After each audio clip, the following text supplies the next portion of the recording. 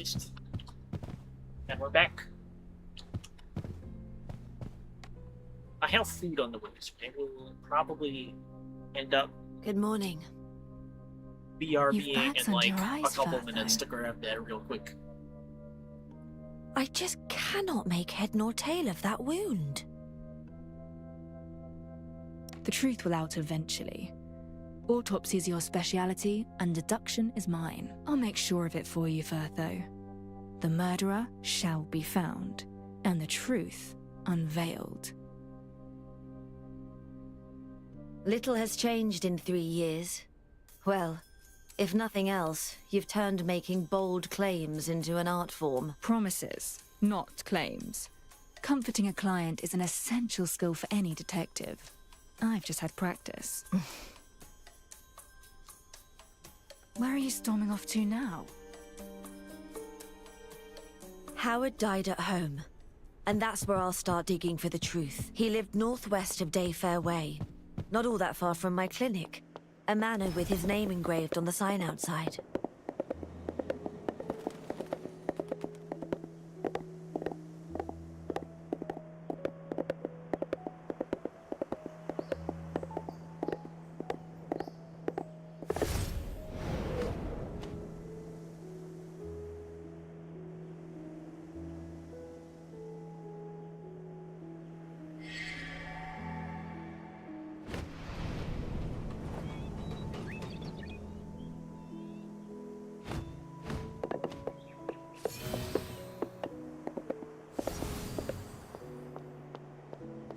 Here we are. People are approaching. Stay sharp. It's that doctor from before.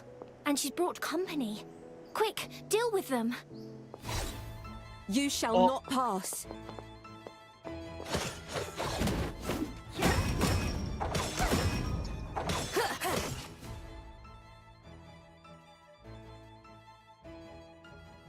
Interruptions?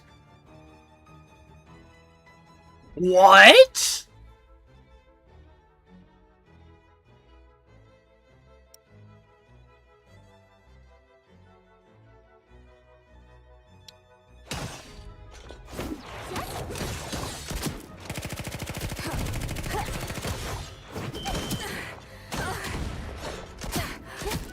God damn it.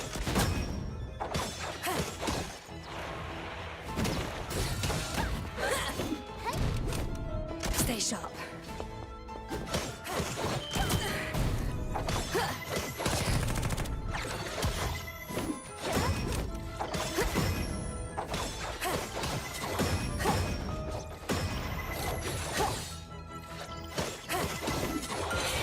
Nevermore.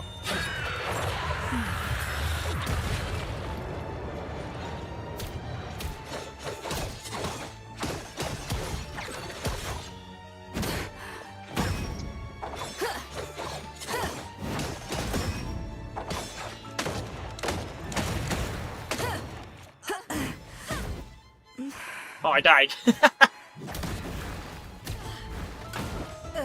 for surgery.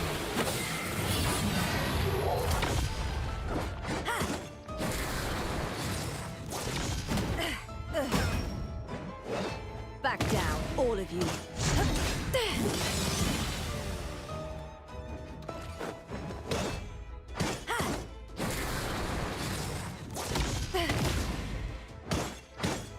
Commencing emergency surgery.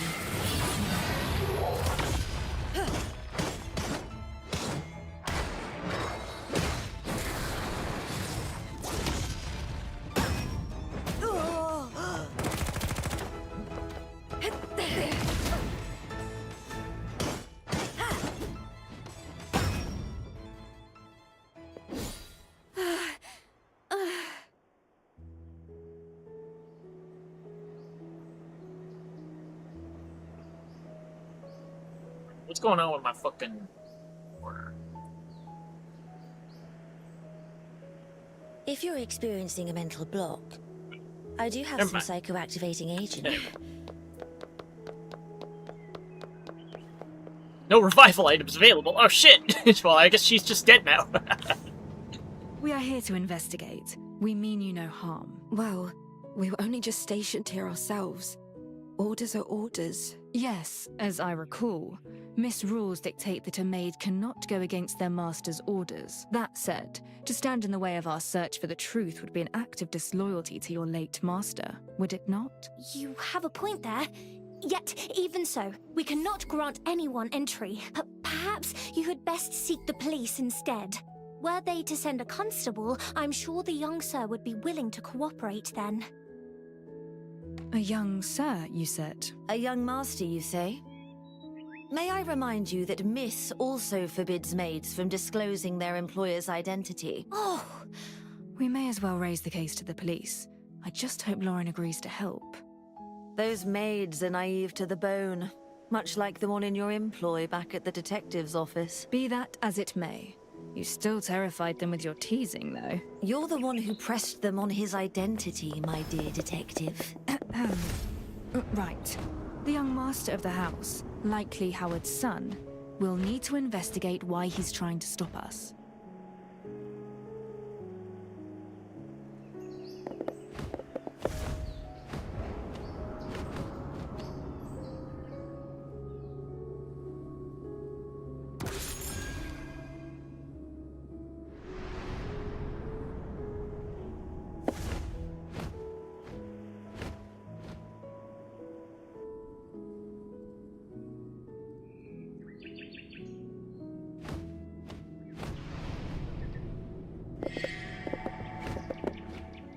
Alright.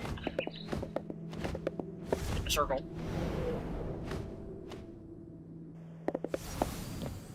Fine, I'll do the fucking thing. What is this? How do?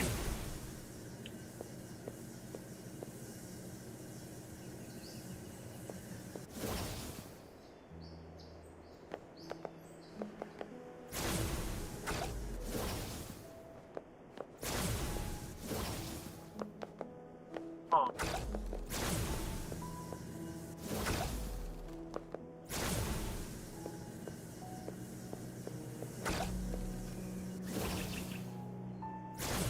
What am I supposed to do with this? Oh, wait, I see.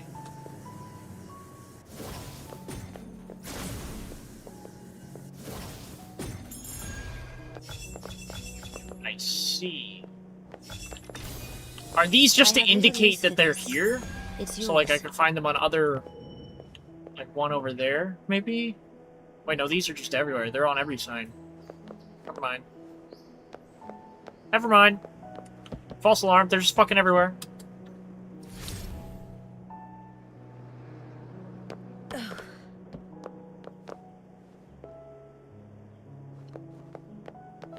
I can't actually go in there. My food's about to be here. I'll be back. Give me a moment.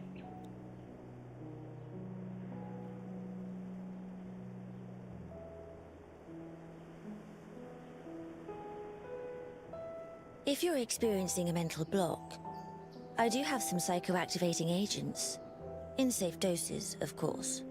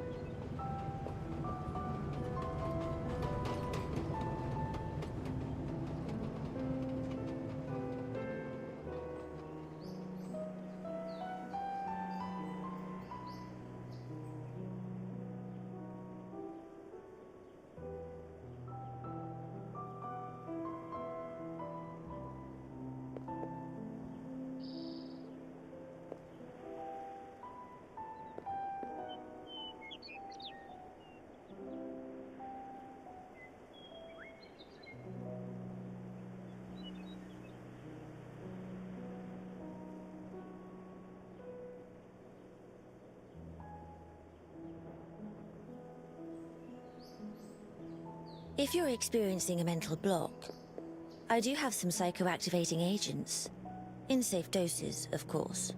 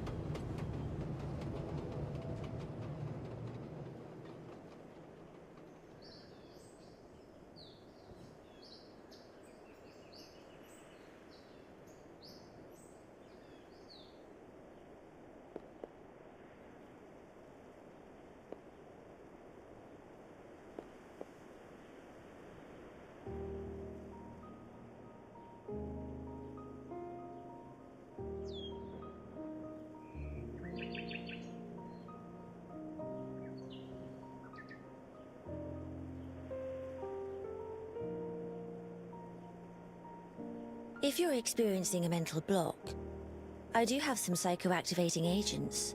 In safe doses, of course.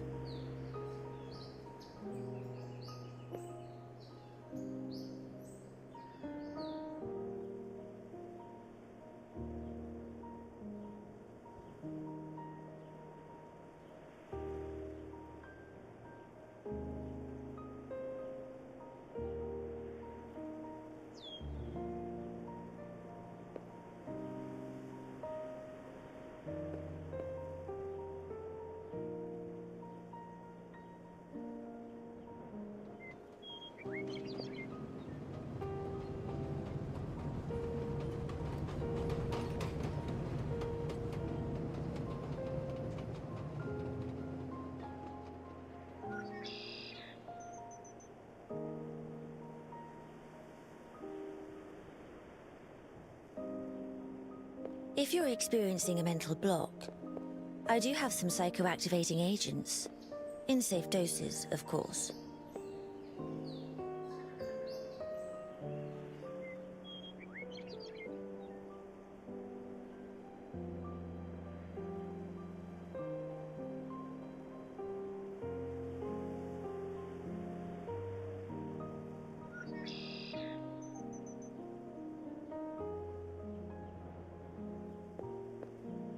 Alright, I'm back. I have food and drink.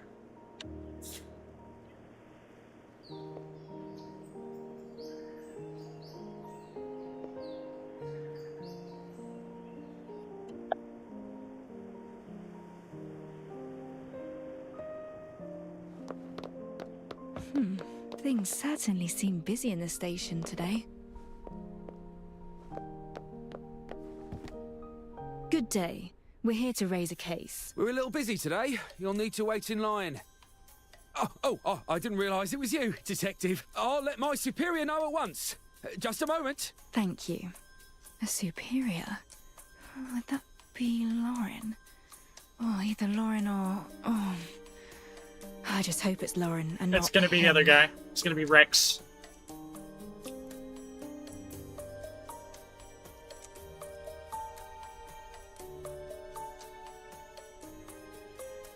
I've returned with my superior, Detective. Yes, it's me. Not who you hoped for. No, not quite. What rotten luck. Let me guess why you're here. It's about that Williams fellow, am I correct? Yes, you know of him? Then it seems we're both working the same case. Let us work together. You assume we're taking the same angle in our investigations. The cathedral grounds were broken into last night. Howard Williams's grave was damaged, his just interred body stolen, and still missing. Eyewitnesses noted 2 suspects. One, a brown-haired woman in a white coat. And the other, a silver-haired woman in silver and purple garb, wearing a distinctive top hat. Wait, the body is gone, yet Firtho took only an arm. Did somebody make off with the rest of his body? What do you two have to say about that?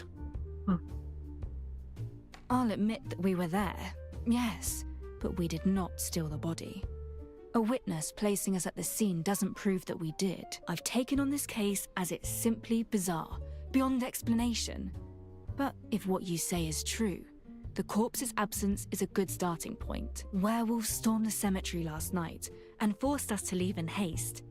It's quite feasible that they stole or ate the remains after our scuffle. I don't believe the constabulary is in the habit of taking investigation tips from suspects. Listen, it's only fair that you take the crimes of those werewolves into consideration here. Enough. Do not waste my time. I advise you two to stay on your best behavior. Once we've all the evidence we need, we'll be coming for you. In the meantime, as you're the major suspects in this case, you'll receive no aid from us. And you are barred from the Cathedral of Illumination. Yeah, okay, whatever. Whatever you say. You can't What? be convinced. I see that now. But Rex, I advise you not to let anger cloud your judgment, and instead focus on the investigation itself, as is your duty as an officer of the law. Oh, I know my duties well. Don't you worry, suspect. He's such an ass. We're out of luck. No police support, and now Howard's body has vanished entirely. As I told you yesterday, when I'm working, you do best to keep your distance. Regardless, I know Rex well enough to say that he'd never be keen on lending us a hand anyway. The police aren't going to investigate Howard's cause of death anytime soon. We'll need a different angle to continue this case. Miss Firtho? Miss Firtho, yes? I think someone's calling for you. How do I revive? Before I do this, how do I revive my character?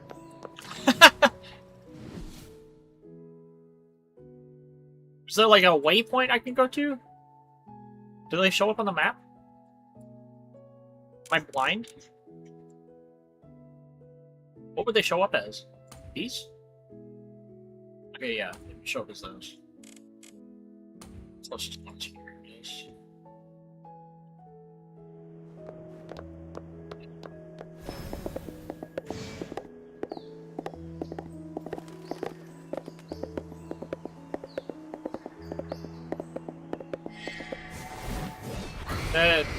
Excuse me? What? Initiating research.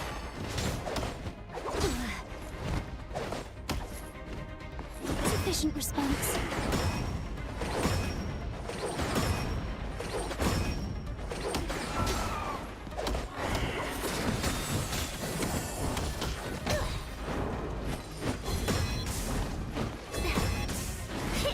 Here comes the fire.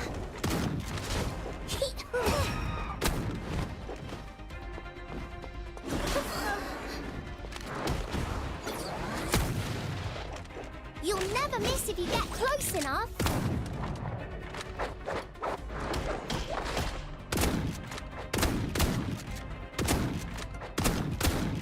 Fueled up and fired up.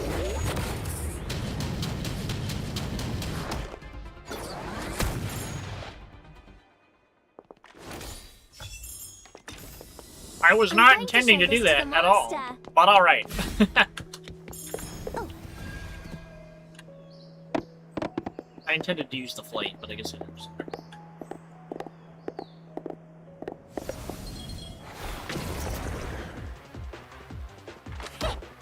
Okay.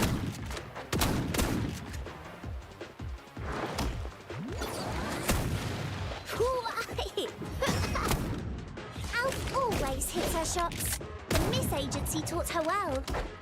Ha! A most interesting topic. Time to conclude this study.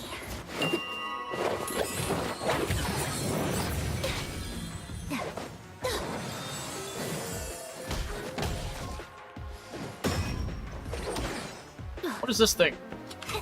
Burn it all down.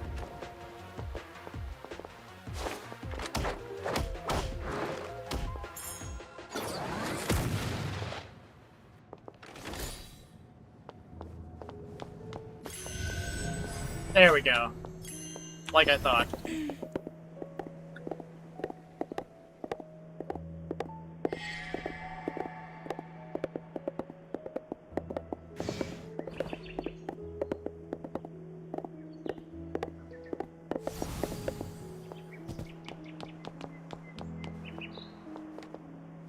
My, it really is you.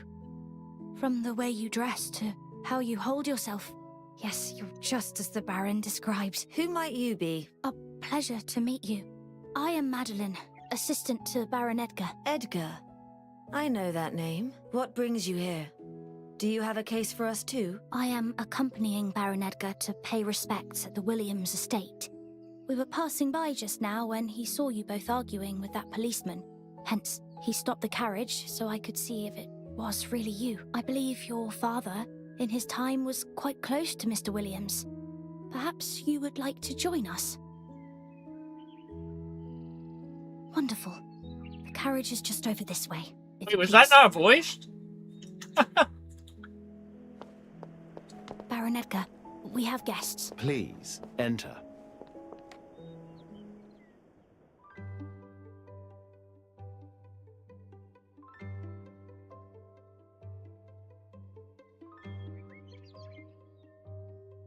I knew it. You haven't changed a bit. I spied you from the constabulary doorway and knew it was you. Your somber disposition and that sweeping doctor's coat. In all these years, you haven't changed a bit, Ms. Mortis. I could say the same of you, Dr. Edgar. Despite the years, you remain the picture of youth. Something that never ceased to intrigue my father. Miss Mortis, an interesting name. It's what they came to call me once my father revealed my secret autopsies. Those I conducted in my youth. I was somewhat reclusive and unsociable then.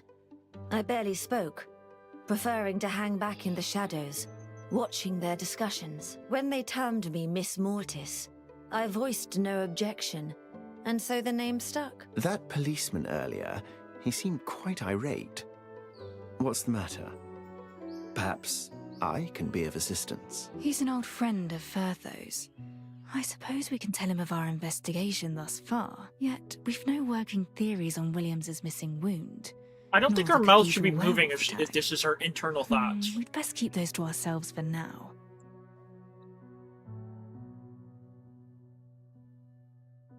Given the peculiarities surrounding Mr. Williams's death, Firtho and I wish to investigate his residence. However, the manor staff refused. I also us think there should entry, be like thus some we sort went of to the distortion constabulary in about the hopes of gaining voice police support. when they're talking like Instead, internally, like in we their own find mind. ourselves suspects, and well, Rex If has that never makes been one sense. to trust a lone detective. I should have known he'd refuse. A detective? It should be easily discernible So when they're you're a thinking detective rather than investigating Howard's death, I take it. I have perused many a work on criminology, yet never before have I witnessed a true detective at work. What about you, Madeline? Have you met a detective before? What with the airship incident, I'd assume my face would be known to almost everyone. Yet, Madeline and I are relics, mind you. We care naught for what goes on beyond our study, least of all what the papers print, so disregard our ignorance. But I'd be most pleased if you could work a little detective magic to humor us. I've another facet to my identity, aside from being a noble. Can you uncover it before we arrive, I wonder? so he's more than just a noble. Let's see then. I'm guessing, yeah, okay, we're gonna look over the weirdo. The rooms are crafted from gold and engraved with the words Royal Academy.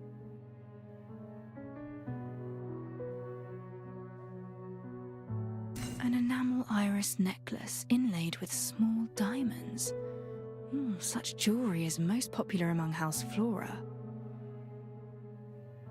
Also, whereas most Royal Academy members develop a slouch from their endless research sitting at desks, this gentleman sits straight. I believe I have it. Your second identity. You're also a merchant. In a way, I suppose, yes. It's auto-playing! I do work with money. I am a Royal Academy administrator, and also a sponsor of emerging scholars who... I don't like it strike when it my auto-plays interest. the responses, I'm not Both gonna lie. Howard Williams and Firtho's father Irving were once such students of mine. We have arrived, sir. You and your abilities are quite fascinating, my So I dear didn't want to detective. select that! If Ah, you goddamn. wish I wanted to select a investigate, different then answer! investigate you shall.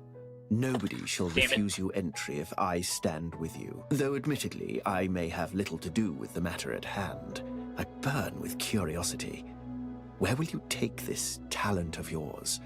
What kind of truth shall you find?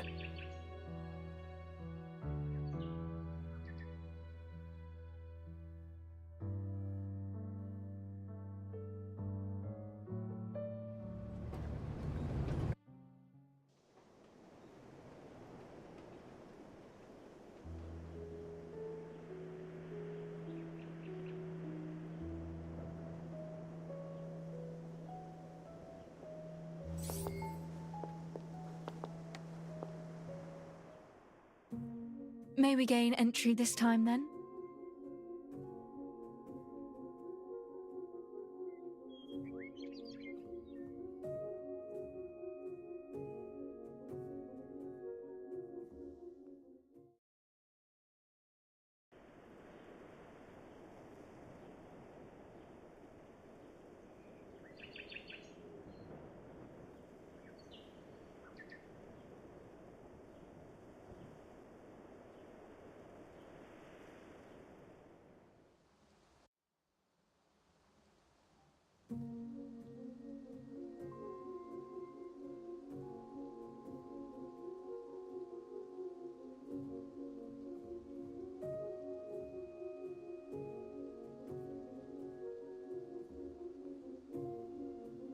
Dust so thick you can smell it in the air.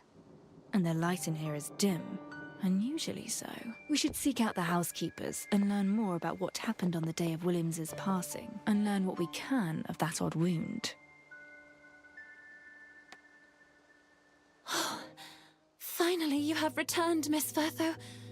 And who might this be, then? Sydney, this is Detective and a friend of mine.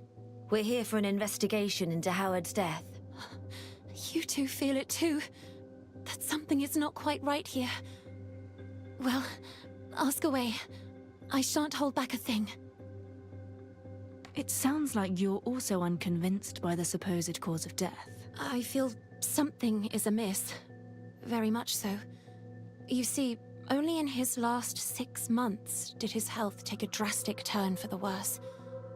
And moreover, the young master didn't seem very shaken. No, not shaken at all. Oh my, it's just like the stories, is it not?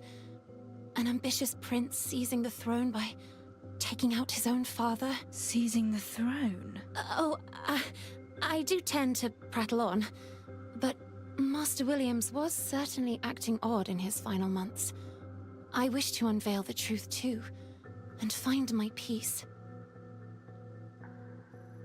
Walk us through what happened yesterday. It must have occurred in the afternoon. It was his custom as of late to retire to his room and conduct research following breakfast. He would insist upon not being disturbed, so we all attended to other duties once the washing up was done. I am unsure whether anyone visited his chamber during that time, but around 3, I heard an awful scream coming from his room. Upon rushing over, I found the guard on duty standing outside. Annie. Annie? Presumably one of the 2 guard maids we met. He'd locked himself in, and it wasn't until the young master brought over a lockpick that we could gain entry. And when we did, Master Williams was lying on the floor, still as a statue. She heard a scream and rushed over to find his dead body. What then? Did you check him for any signs of life? The young sir tried to find a pulse, to no avail. He had me bring a sheet to cover his father, and instructed that we prepare for a swift funeral. The ceremony took place not long after, and we buried him in the family plot behind the cathedral. They found the body around 3 in the afternoon and took it to the cathedral soon after.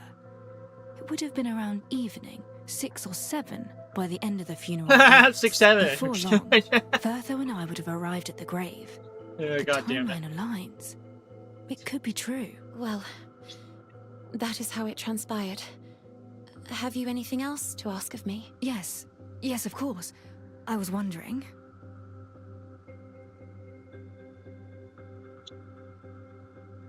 Can you tell me who still remains in the manor? Let me see.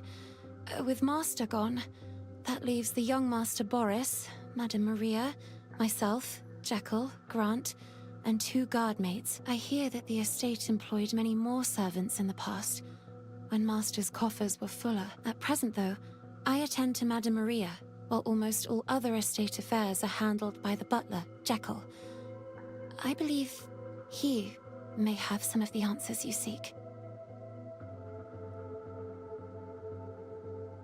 You mentioned a Madame Maria. Where might she be? I did not see her in the lobby. Madame will be resting in her chamber. Master's passing was a heavy blow for her. She's been sleeping for hours and hours. If you have any questions for her, then please, ask me. I am always by her side, and know her affairs like they are my own. Very well. Take good care of her, Sydney. I found your letter to Firtho in her clinic. What was that about, if I may ask? That explains how you found me then. You must consider us close friends indeed, to happily dig through my personal letters. Are we not? Besides, I saw it merely as a clue in the search for my dear missing friend, not a private letter. You two are close, I can tell. In truth, it was Madame Williams who was concerned for Master's liver issues. He seemed all right under Firtho's care, but quickly began to worsen once he started refusing her checkups. growing drowsier and weaker each day. Madame felt he was burying himself in his studies, not eating properly, and thus exacerbating his condition. Nothing she said could convince him, and so I reached out to you, Furtho, as the daughter of his old friend. I hoped perhaps he'd soften upon seeing you and listen. Never could I have imagined that he'd pass before your arrival.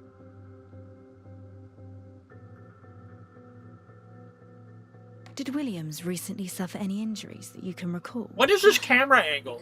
No. What was that? How could he have been injured? He would spend his days in his study. I noticed a cut and purpling of the skin on his arm upon my arrival yesterday. Was it not apparent when you checked for any signs of life? No, I'm sorry. Boris would not allow anyone near his body, and I do not recall seeing any such wound. I believe we've a general idea of the events that transpired now. Boris's behavior warrants suspicion, indeed. From what we've heard, it does sound like he'd succumbed to his illness. Yet, I feel things have only grown stranger since we stepped into this manor. Let us continue asking around.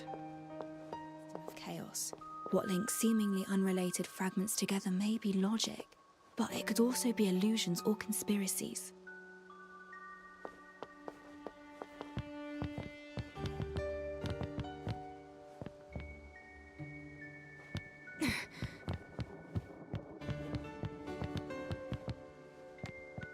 The Royal Academy's glory and achievement suddenly bestowed upon you. I'm sure the Academy's honor weighed heavily on Williams's mind.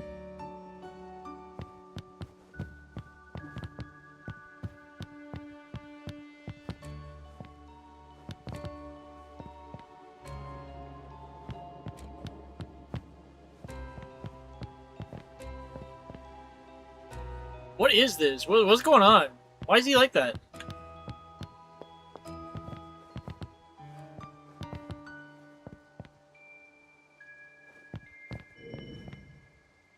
The paintings on the walls strike me as somewhat tawdry.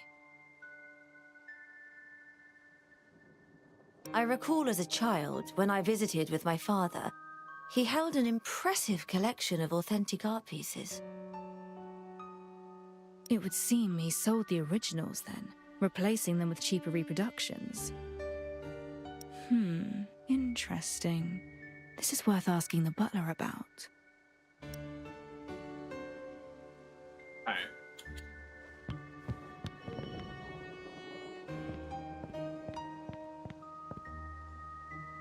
It's awfully dim in this lobby, don't you think? Yes, it struck me when we first entered.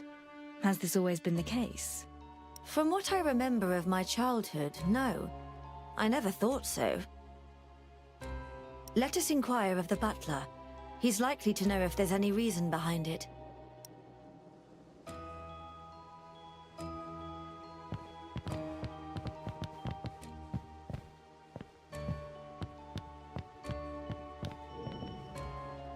What's this?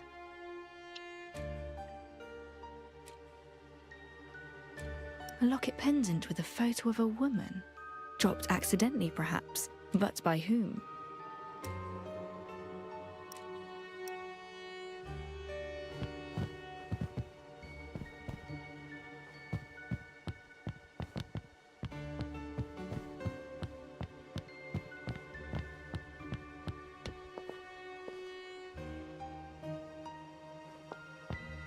That's grand. Wait, he wasn't there before?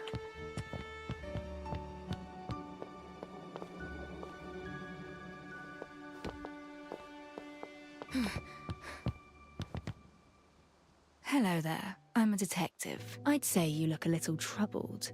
What's weighing on your mind? With the manor's master gone, so too has its source of income.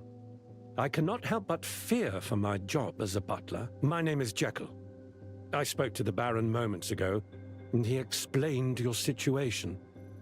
I will answer any questions as best as I can.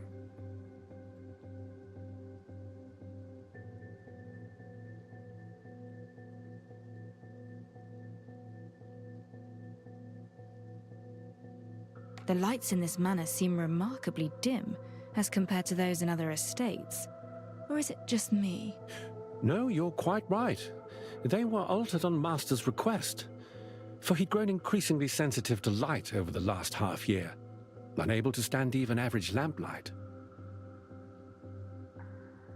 Did he have any other unusual symptoms? Several dietary issues, or preferences, rather. He ate less and less, preferred his steaks rarer, and most other foods turned his stomach.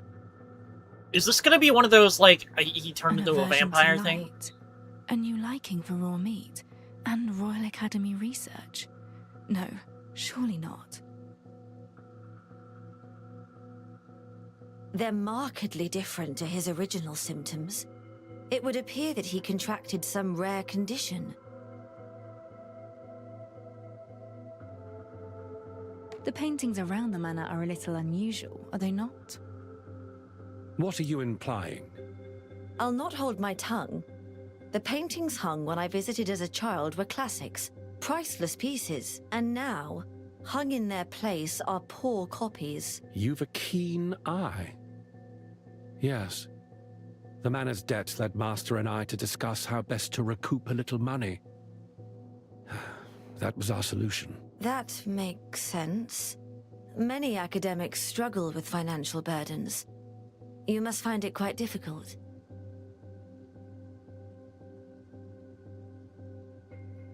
What were you doing on the day that Williams died? Following breakfast, I accompanied Master to his room to discuss research matters. As it happened, Grant and I were tasked with procuring supplies that day. Hence, we were outside from midday into the afternoon. Supplies? Then how many of you were there? 3 of us. Myself, the servant boy, Grant, and one of the guard maids, Hannah. If you wish, I can provide a duty roster. The manor workforce has thinned considerably, so we've been scheduling our work for some time now. Where did you go to procure these supplies? We split up. I headed to the Quadric Emporium for spur garments, Grant to Willie's Teas and Coffees for coffee beans, and Hannah to the bakery for bread and the like. If you're wondering, it would have been around 8 in the evening by the time we had all returned to the manor, and it was then that we learnt of Master William's passing. I'd like to know more about Baron Edgar. He seems to hold some authority around here. Given that the Baron is an administrator of the Royal Academy, I believe it's reasonable to say that Master Williams saw him as a superior. Baron Edgar noticed his aptitude for all things medical and biological several years ago. And ever since, Master has conducted research under his wing. Naturally, Edgar handled the funding for much of that research. In essence, Master could never have covered this manor's expenses were it not for Baron Edgar's favor. Perhaps I misunderstood, Jekyll. Surely these research funds were not spent on staff wages, a blatant violation of Academy practices. There was nothing else for it, Doctor. The Baron became aware of it long ago, and in fact, Master took the initiative in confessing. Yes. It was around then that he had Master cut him his own set of manor keys, so that the Baron could check up on research progress at his convenience. Keys to the manor, including keys to the bedroom in which Williams was found dead. Oh, that reminds me. Baron Edgar and Williams aside, who else possesses such a set of keys? Keys to the front door and the master bedroom, you mean? Well, aside from them, I have a spare front door key on my person. Boris used to have a set of keys, but Master had them confiscated, as the young Master's behavior grew erratic. That would explain why Boris resorted to using a lockpick when opening his father's door. It's likely he still has further methods of gaining entry, however.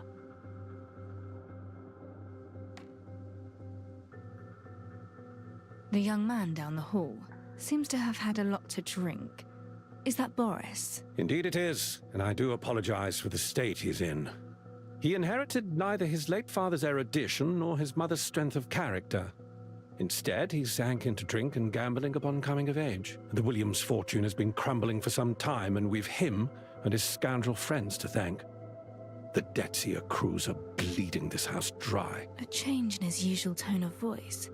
Jekyll is clearly irritated with the young man. I presume Boris's hobbies gave his father no end of grief. Precisely so. Both the master and the mistress have been left heartbroken in recent years. For they could not for the life of them talk sense into the boy. He frittered away his father's savings, the money from his sold-off art, and even Baron Edgar's funding. Yet Boris wanted more. He slithered into his father's room to try and pilfer his medicines. He tried to steal and sell Howard's medicines. And did Howard catch him? Oh, he caught the child all right.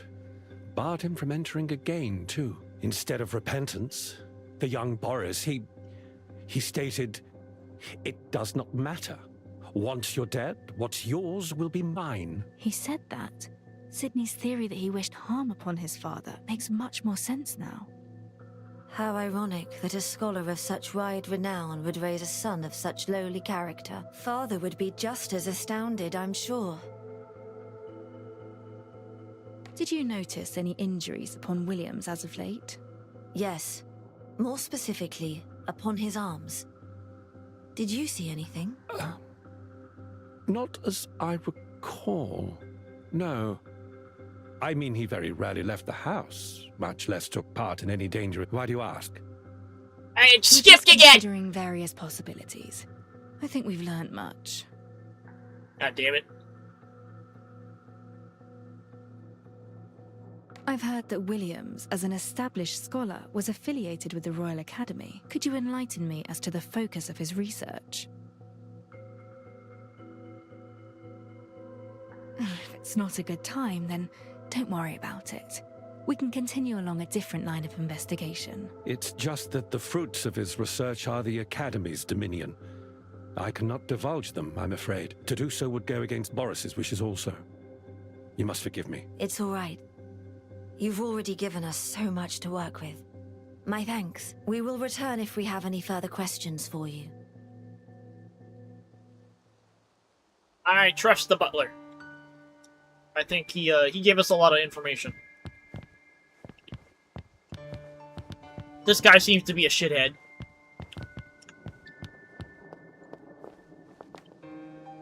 And once that detective comes to question us, we can... Oh! My ears are burning. What are you conspiring about, I wonder? Nothing. No conspiring going on here. I wouldn't dare. My name's Grant. I never step a toe out of line. You can ask them.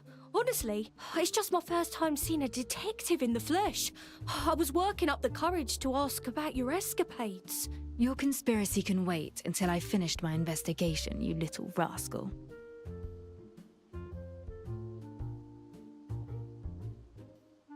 What were you doing on the day that Williams died? I heard it out. Oh, and Hannah. Hannah did too. You can ask Jekyll if you don't believe me. It's the truth. Calm yourself. I'm just asking some basic questions. Where did you go then? To Willie's Teas and Coffees. I was buying coffee beans. Hannah went to the bakery for bread, I think. Yes. Well, in any case, we weren't even here. And we didn't murder anyone. Jekyll will back us up. I'm just trying to understand the basics, and yet he's treating this like some interrogation.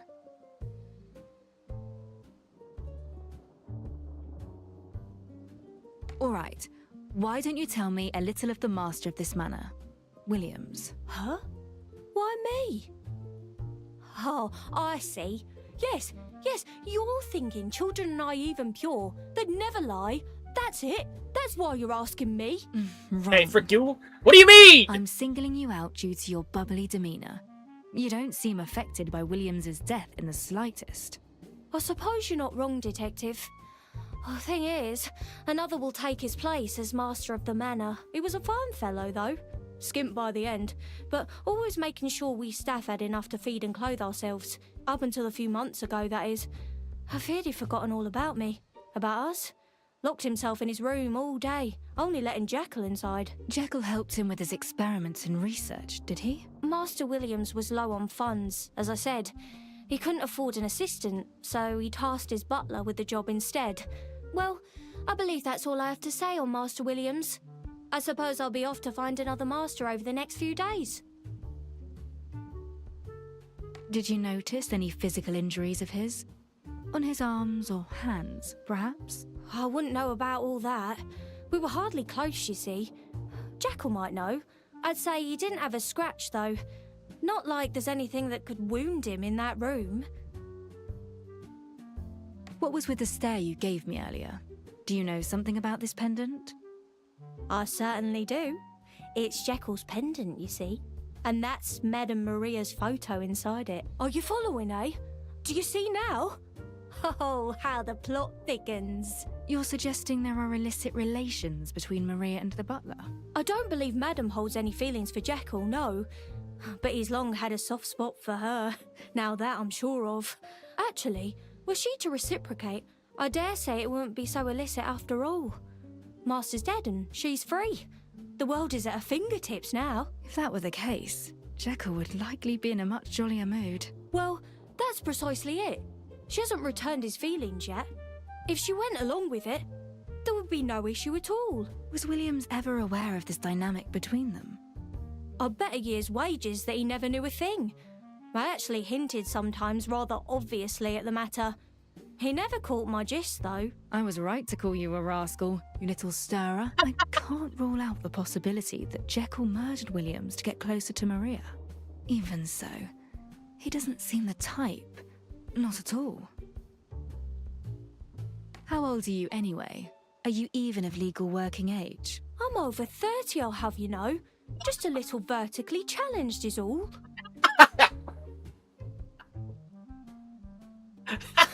I jest. Children in the workplace are common in modern society, Detective. I thought you knew. I hadn't thought it common in Sylvernia. No. I suppose things have changed. You needn't worry about me, Detective. I'm fine. I shall let you continue investigating onward. But if you see a job opening, put in a good word for me.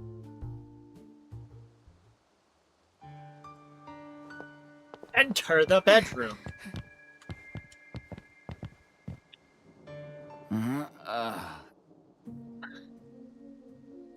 Good day, sir. We are here to investigate the circumstances of Mr. Williams's passing. Mind if we enter?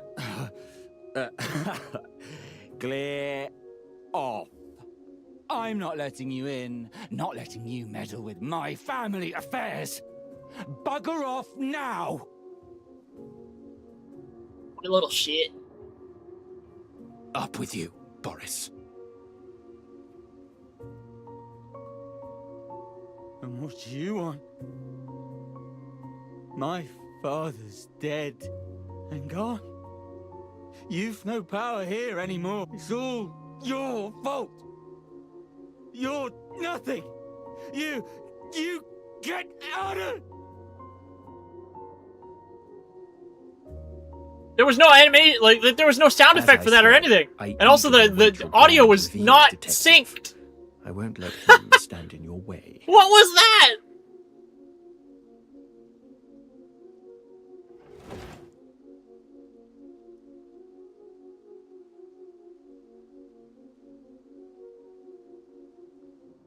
Madeline and I have affairs to attend to. I'm afraid we can't join you for now. Investigate as best you can. Flex those deductive muscles. Don't miss a single detail. However, if you find yourself at a dead end, then seek me in the Sunday Lounge. I'll answer what questions you have. Very well. Baron Edgar. He's pulling out all the stops to aid me, a little unnervingly so. It's time. Alright, I'm gonna try something. Or not. I don't have the option. Never mind. Yeah, I straight up do not have the option. I was gonna fucking go into my settings, but there's no settings in this menu! The door sports an old-fashioned lock, which, once locked from within, requires a key to be opened from outside.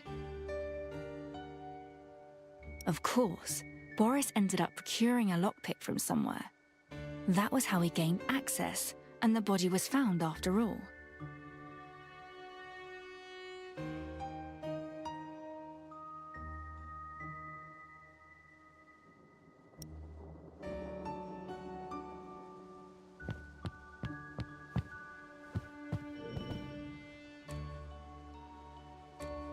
slender blade, blackened by flame.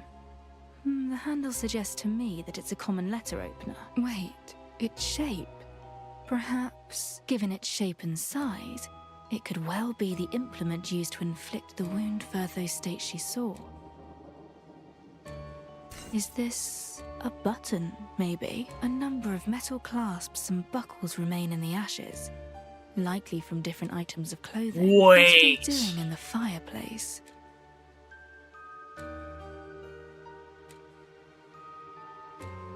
What if this is Ashley's doing? Torn fibers can be seen amid the ashes. Those not burnt to cinders feel woolen to the touch. I've a firm conclusion. A heap of clothing was But this isn't cast even the into main half story. along with that letter opener. This is like a side And quest. not long ago either. They wished to burn it all. Whoever did so is likely the culprit behind all this. If there is a culprit. They're covering their tracks by destroying evidence. In any case, what this lead proves is that somebody definitely entered and interfered in this room. Which is to say, there's more to this case than a mere heart attack victim.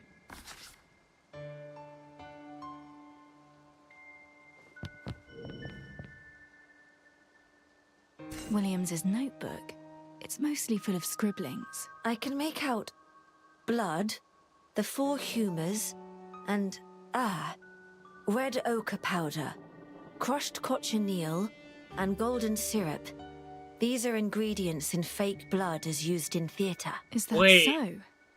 Perhaps he had aspirations beyond academia, with Huh. sights set for the stage. These writings grow ever messier as they go on.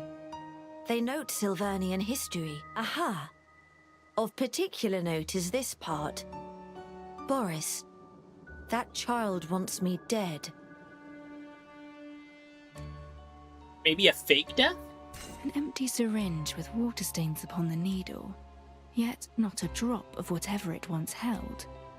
Williams was a medical researcher, yes? Yes, but not one to administer medicine in his own bedroom. There isn't a counter or anywhere to do so.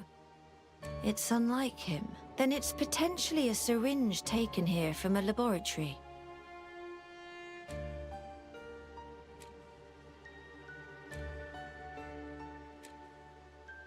A roll of adhesive tape, a common stationery item. It's torn cleanly, sticky at the edge despite being exposed to the air. It was in use only recently. That's all the clues on the table. If nothing else, we can be sure of the fact that Williams and his son had a strained relationship, as Sydney suggested. Yet what purpose fake blood could serve in his research remains a mystery. I fear that forming a hypothesis at this stage will be nigh on impossible. Aha! Actually, Firtho, the gash you mentioned. Could it have been fake blood that fooled you? Ouch! Ouch. Such trickery may be enough to fool a layman, but it'd take far more than that to fool an expert such as I.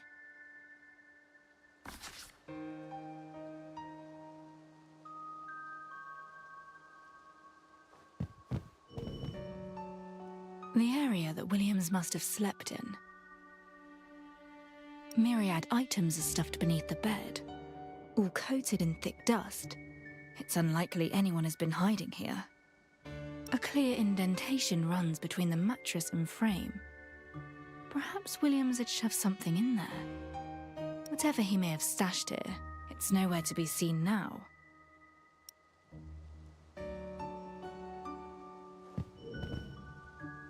Odd. The closet is empty.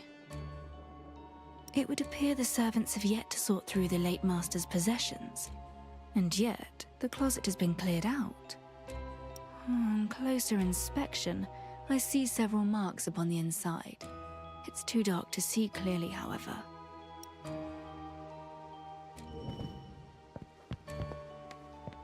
That's a fair sight better. Long, thin marks, all irregular in placement. As if something was forcibly unstuck from the closet's interior. I shall keep it in mind.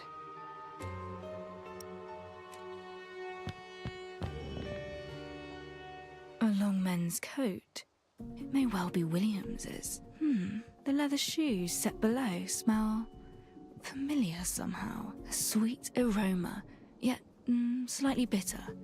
I've smelt it before, but where? I'd best ask one of the maids. The clothing in the corner of the room. I see nothing out of the ordinary about it.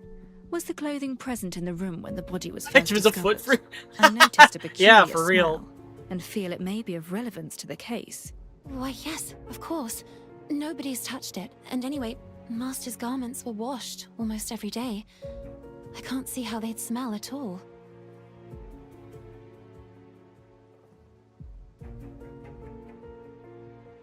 I've looked over everything in the room now. Yes, it's time I return to see Firtho to organize what we have learned so far. Any breakthroughs to speak of, Detective? I have several working theories. Let us sort through our leads together. The maid, Sydney, stated that the deceased was last seen yesterday at breakfast, after which Williams retired to his chamber to conduct research. It's unclear if anybody entered the room after that. He remained within. At around 3 in the afternoon, a scream was heard coming from inside. Thus, Sydney and the others attempted to force entry, yet the door was locked from inside. Boris unlocked it with a lockpick, and Williams was found on the floor, not breathing. A scream as he suffered a heart attack and fell could be plausible, and yet, the young master's behavior warrants suspicion.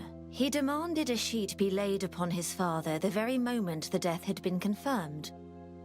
Almost as if he wished to conceal something. Yes, various sources point to their relationship being strained at best. Williams feared his son wished him harm, and may have taken measures to protect himself. As for Williams's wound, although you saw it, the servants did not.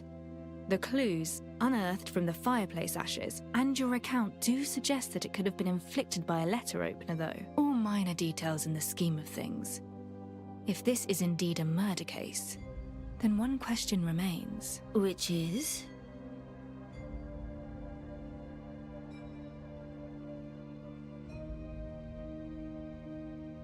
How did the victim perish? A heart attack still remains plausible, yet mechanical asphyxiation or a range of other theories also hold water. All feasible. I'm not sure what you're getting at. Where is our killer? You mean to say the The deceased returned inside following breakfast, locking the door from within. His body was found at 3, yet he was clearly alone in the room. As you suggest, the cause of death appears to be a heart attack, or an outside force impeding his breathing. If this was murder, then the killer would have had to be right by the victim, which begs the question, where were they when the door was opened? Perhaps they hid themselves within. That's the only possibility. And yet, this room offers few hiding places. Unlocking the door would have only bought the killer a little time. There are no signs of anyone hiding underneath the bed. The chimney is far too narrow to grant passage. And this is a windowless room, which only leaves... there, where I found the marks.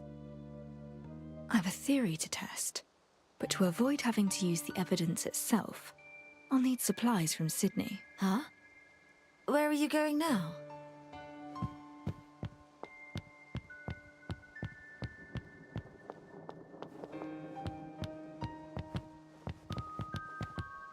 I must test a theory. We'll need some tape, just like that set on the desk there. Ah, Master's stationery. He always kept extra in storage. I shall bring it right away. Thank you. Here we are. Now, I'll be needing an assistant, so to speak.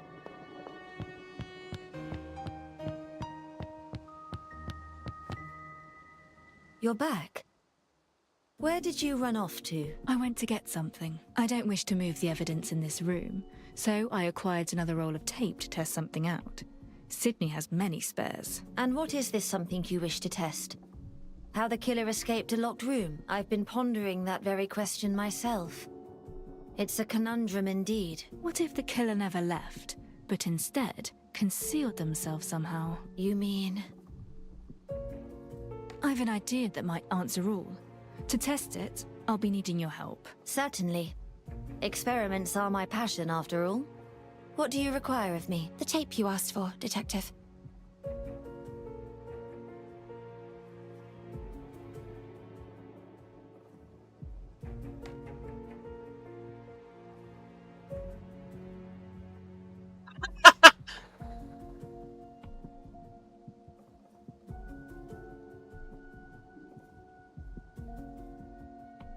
Wait. Now wait just a moment. Why must I sit here? What are you doing? You needn't worry. Just leave this to me. Everything will be fine. just get in the box.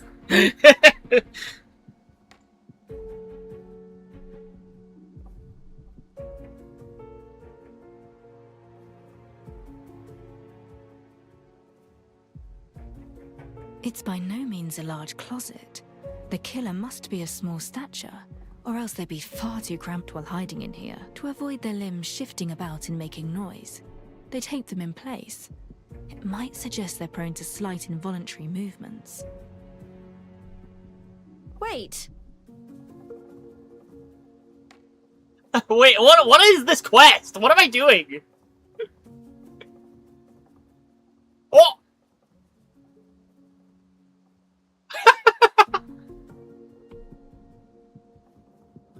The marks that were left suggest the highest taping point was the ankle.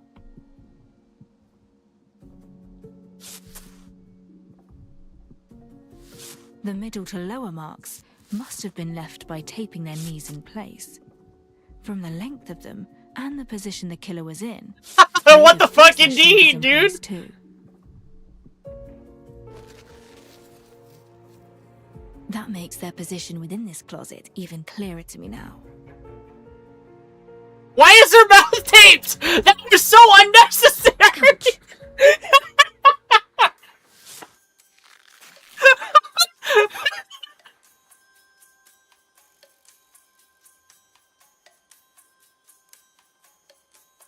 Nice of you to zone back in and actually get me out, Detective. I thought you'd grown deaf. Apologies, Furtho. My mind was somewhere else. If you're considering whether the culprit concealed themselves in the closet, I can confidently tell you that no normal person could maintain that position for very long. In fact, they'd probably end up choking themselves and croaking before Williams. But more importantly, you claimed we'd hold an experiment. That was nothing of the sort. You just took me and... Wait. Don't tell me you often conduct such experiments in your investigations, claiming it'll help crack the case. No. Not every case requires me to recreate the events of the crime to crack it. If the case demands, I don't hesitate. I only tied you up a little anyway. I'm certain Alf or anyone else wouldn't have had any issues with it. Where are you going? I fear I've angered her somehow. Was I too rough just now, perhaps? Or was it my experiment itself? Maybe She has I no shouldn't have idea. sprung it on her like So that. oblivious.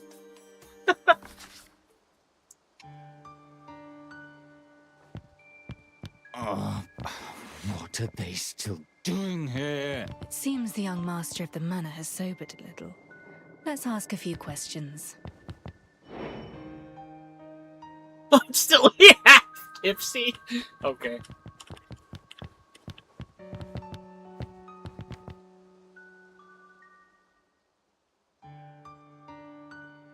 We meet again, young Master Boris. No reply. I'll have to prod him a little then. Tell me, how much debt have you built up? None of that matters. I've paid off my debts now. You have? With what exactly? He's avoiding eye contact. From my investigations, I've learned he'd often take his father's funds to pay off his gambling debts. You didn't get along too well, or so I hear. Won't cough up his money for me. Spends it on his nasty little experiments, he does. Oh, wait. He's dead now, so... Is he dead? Or he's gone in any case. doesn't matter how he's gone. Why the drinking, Boris? Is it because of the loss of your dear father? Whiskey? Whiskey, brandy, rum. What's your poison?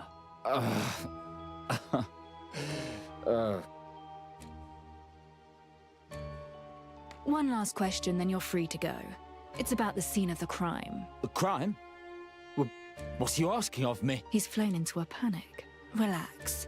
You were the first to see the body, correct?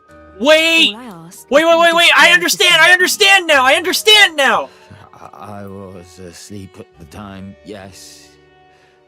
Then a maid came running over saying something had happened in Father's room. They couldn't open the door, so I Wait, woke no, up. wait, no. Then the door, But is it- the door But how? swung open and I smelled burning. That would be the clothing burnt in the fireplace, as I suspected. I saw him there on the floor, dead as a doornail. Eyes rolled back in his head. The deceased's eyes are closed, a slight pain in his expression. The skin of his face, lips, ears, and the nail cuticles are purpled. There are signs that he bit his own tongue. Boris states Williams's eyes were rolled back, open. Quite different to when we found him. Go on, please. Aside from the eyes, what else caught your attention? All right, I'm thinking. His eyes had rolled back and his tongue was stuck out. There was blood on his lips. He was pale. Ghostly pale. Sent a shiver down my spine, it did. You didn't do anything to the body, merely placed a sheet over it and took it to the cathedral, correct? Yes. I put a sheet over. How did you know that? Boris didn't damage the body in any way. That means the injury's still unexplained. I'll need to verify this with another witness. To avoid them tipping one another off, I'd better have Firtho start questioning the others, keeping them apart. All right, so see, here's the thing though, is like, if you take a look at him, he's moving around a lot. Is that because he's drunk or because he has involuntary movements? The way, they said that the person that hid themselves in here or whatever had involuntary movements, so they taped themselves up, I guess, to, like, prevent it. I guess. I don't fucking know. So I was thinking maybe it was him, because, but yeah, I don't know. It's fucking, I don't... Not enough information! When we first saw the body, can you recall Williams's face? Of course. His eyes were closed, and he looked pained too.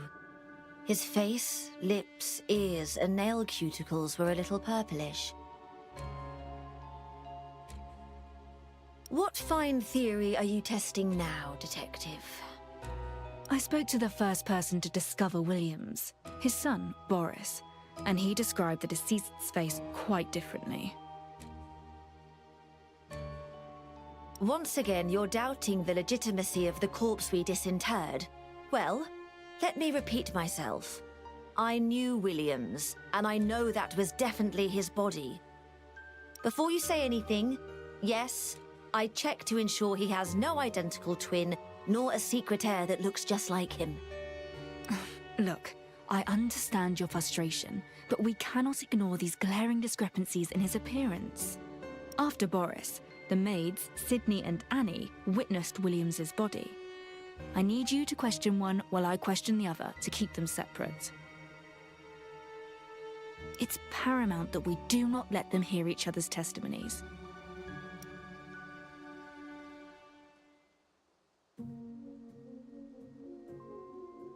Master's face, when I first saw his body.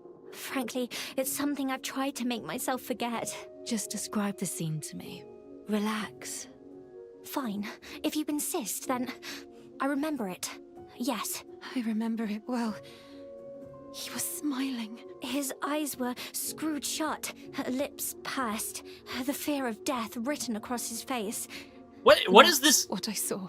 What is the design He on her looked afraid to glasses? Like, die, why are her with glasses his not eyes round? shut tight. Why is there just a sudden Anything dip in else? them? What is this? What is that for? What purpose does this serve? Is it supposed to look like fucking text bubble? Like what?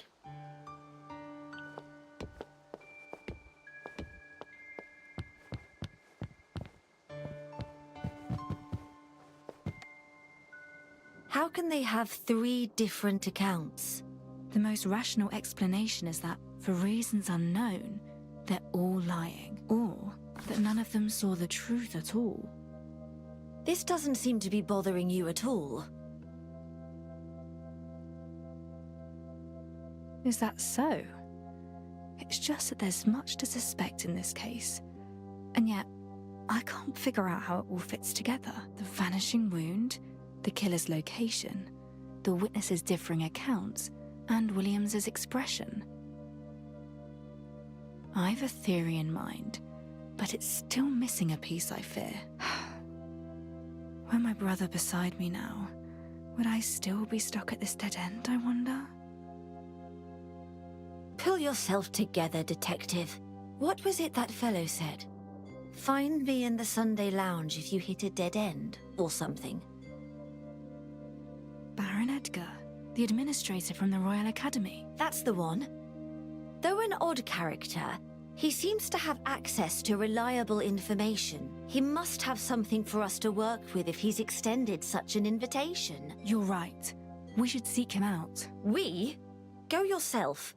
I have matters of my own to attend to. She's such a bitch Hey, sometimes. you urged me to meet with him, then you abandoned me.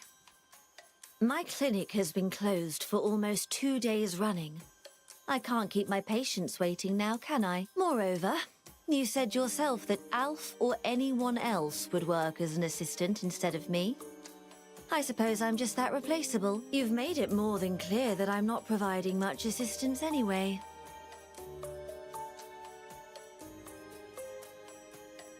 It seems Vertho is a little too busy to join me. What could she mean with all that talk of being replaceable, though? Oh, you're so... No. That's not what I I'm said! overthinking things because of this case. I needn't suspect Vertho. I'll just leave her to her affairs. I understand. That's fine by me.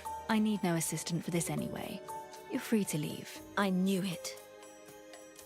I can't help but feel that Vertho's been acting rather peculiarly toward me today. She started acting up right after I untaped her and got her out of the closet. Did this fucking... Actually, it was even before that. It's frustrating that we're still to crack this case. She'll come around once I figure out the murderer. Now, to go and have a chat with that Baron.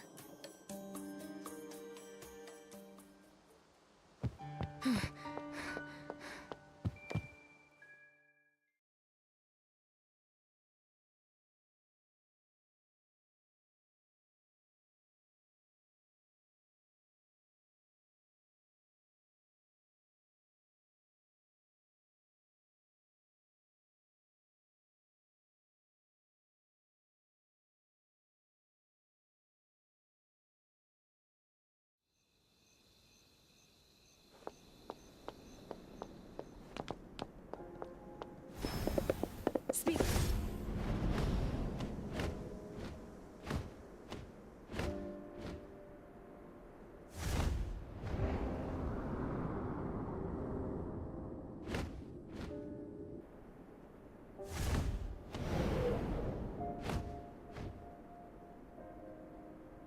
A bird's eye view of the city sharpens the mind. Which corner hides the detail I've yet to notice?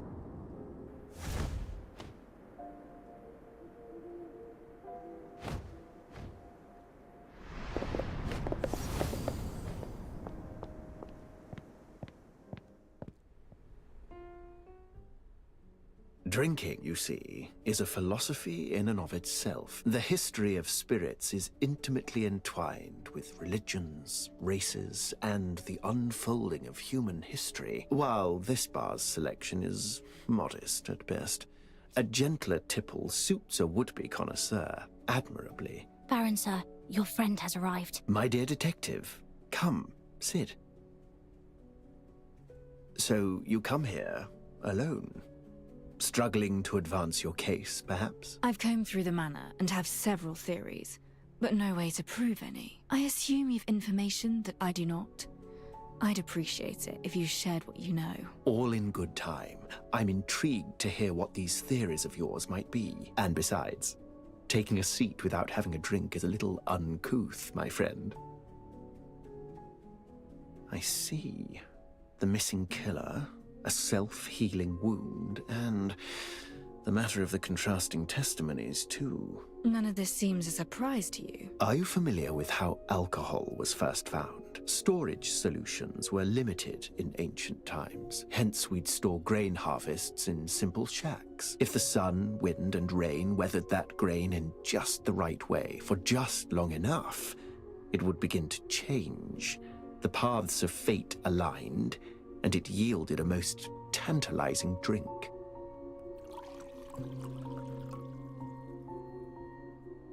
The tale of Howard Williams is similar, in a way. His research led him down a path. His fate hit a fork in the road, and he became... You mean...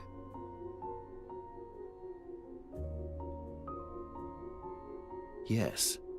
The man who died in that room is no longer a man at all.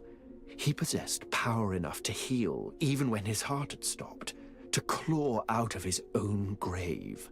I presume you've heard the rest already, of his aversion to light, forcing the servants to dim every lantern in the manor, for, you see, he had become a vampire. If that's true, then...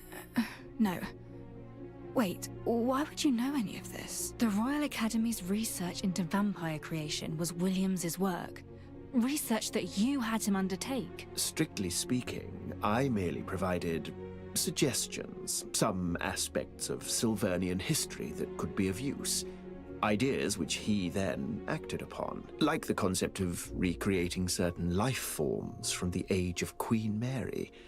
Howard was thrilled to learn how lucrative that research could be. The Royal Academy is hard-pressed to intervene if a scholar finds he's passionate about a certain avenue of research. There's not our place, you see. Progress reports, approving funding, and the like. That's our domain. You knew he was conducting research to turn himself into a vampire. Most perilous research. No research is entirely without peril, detective. A scholar must understand the danger when they set upon that path. As for his research to turn himself into a vampire, as you say, I believe he was quite successful. Don't you think this serves to answer your doubts surrounding the case? There is no culprit. For the only one who caused harm to Williams was the man himself, and the servants' varying accounts would be due to Boris ordering them to hide the fact that his father was a vampire. For that research had filled him with the fear of death. Now, that vanishing wound. Such restorative capabilities are only to be expected in vampires. If you speak the truth, then where is Williams now? That I do not know. He likely crawled out from his grave and retired to some cave. That'd explain the missing corpse now, wouldn't it? Put like that, it does indeed solve my doubts on this case. And yet... Do not listen to him. Vertho, you're finished already. I needed to conduct some tests. That's what you expect me to say, I presume? Well, yes. I'm finished with that, and I happen to be passing by.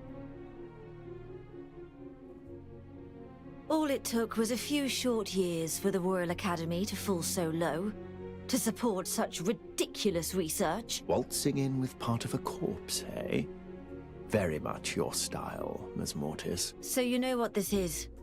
This is Howard's arm, or what I removed of it last night. The tissue decay places his time of death at around midday yesterday. According to you, he would have already completed his vampiric transformation by then. Would you like to explain why this tissue decay matches that of a human corpse, then? This restorative power you've claimed he possessed was by no means a localized phenomenon, I assume? You do love the sound of your own voice. Much like your father. Shoot down my points all you like. I am no scholar, after all. I've never associated with your academic discussions. But, dear detective, You still wish to learn the truth, even if it challenges your assistant's judgment, don't you? Well, as fate handed man the gift of alcohol from grain, I shall hand you a key to unlock the answers. Head to the Research Academy's High Piers branch. There you shall find that which you seek.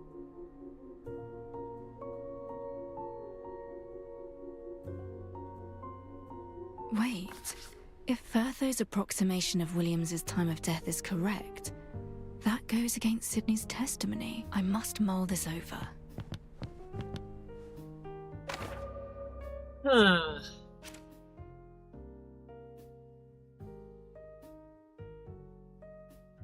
Oh my god. There's so many things to put here! What?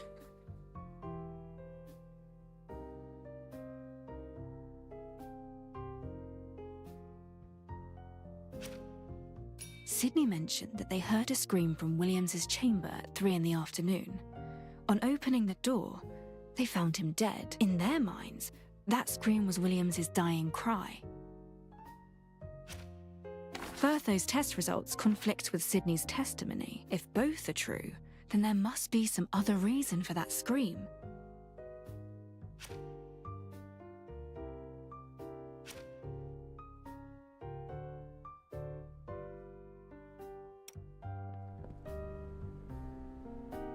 Research Academy.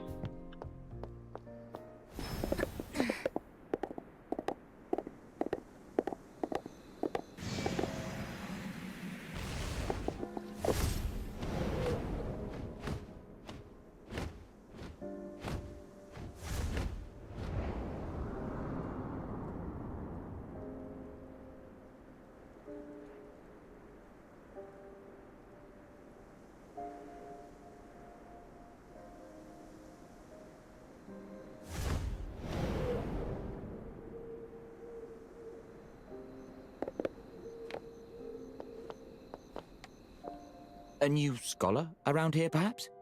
Can't say I recognize you. No, I'm investigating a case. I was advised to visit. My contact gave me this key. This is Mr. Williams' key. I understand. I shall take you to his laboratory.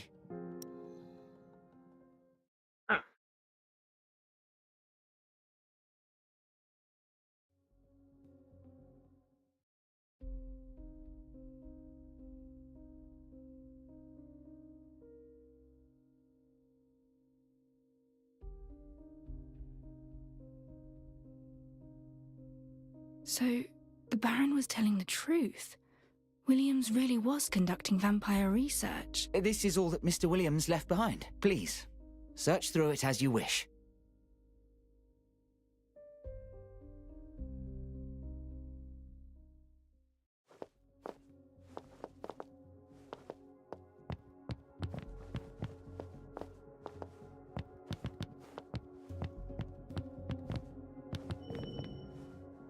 On first entering the room, one is greeted by those. Highly gaudy masks, with elastic on the back to keep them on one's head. Are these actually of any relevance to his research? There are 7 spaces for masks on the stand. 1 remains empty.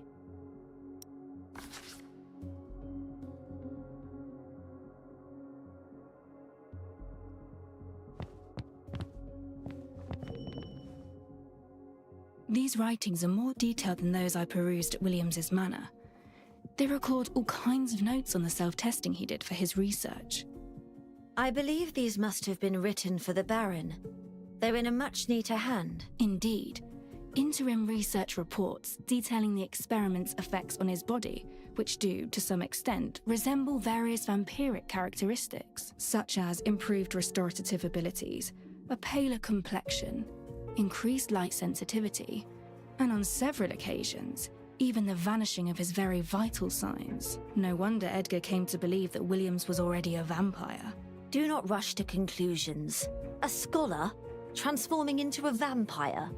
Without hard evidence, all we have that supports such a theory are scrawled notes. As for inducing a paler complexion and light sensitivity, well, any physician could achieve those results. Yes. Yes, you're quite right. That said, this does prove that Williams wished to show such results to the Baron. To have Edgar believe him capable of this transformation, some kind of ceremony is mentioned in later pages. The vampiric transformation rite. One must inject the serum into the subject's bloodstream, then cover their face in a mask. Once transformation is complete, this mask shall replace their facial muscle tissue and remain as the face of the vampire. Pop on a mask and inject a little serum and that's it. This gets more bizarre by the second. True, but why do you seem so eager? Do not do anything stupid, Firtho. Allow me to wrap my head around this vampire business first. I like how I was skipping dialogue without me even touching the game. I keep forgetting to, like... It's a case file containing a change what I was series of thinking studies about. into vampire legends from throughout history. It appears they may once have existed in Sylvania after all. Williams wanted for their return. There are records of the transformation serum he prepared too. It's red in colour.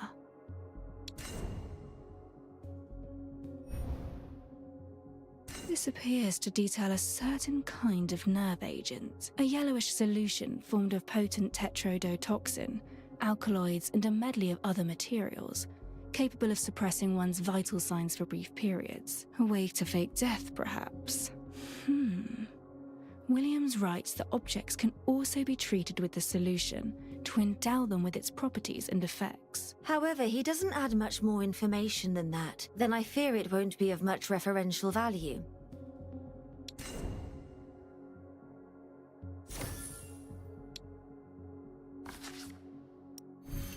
I still can't change my fucking settings, dude.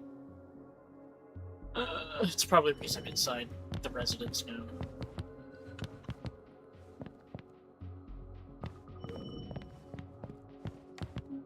Various notes on alchemy and the four humours, along with speculation on the roots of vampirism. I see even Williams himself was skeptical about their existence.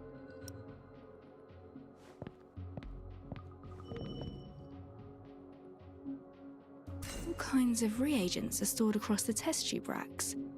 Without corresponding research notes, what they're used for remains unknown. 2 spaces are empty. Somebody must have removed them. A range of different reagents, of which 2 have been taken away. I'll need to figure out what those 2 are.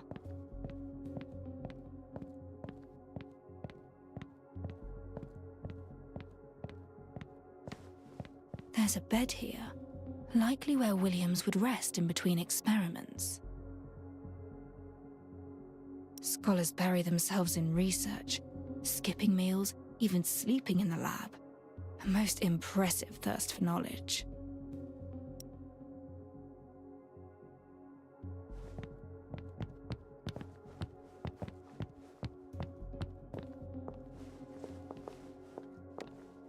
Excuse me, do you know if anyone else has been through Williams's possessions over the last 2 days? Nobody has. Academy administrators and Williams himself aside, none are permitted entry to this laboratory. However, he moved numerous items out not so long ago. I recall they included a red and a yellow vial of something or another, and a mask. Had he ever explained what those liquids were? Oh yes, if memory serves, he said they were for self-protection and teaching a lesson. Okay. My thanks. For self-protection and teaching a lesson. Wait, a mask is missing. It'd cover one's features entirely. If the mask was at Williams's home yesterday, then that may be the answer to our conundrum.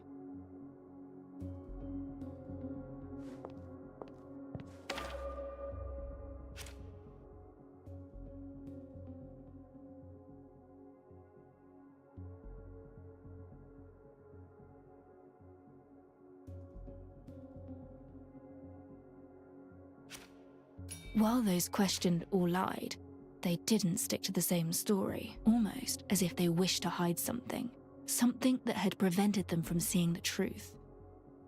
Williams was wearing a mask when he was found, meaning that nobody saw his face. Boris was intent on sweeping anything vampire-related, including this bizarre mask, under the rug. And then he urged the others to hold their tongues, which would explain why their accounts all differ.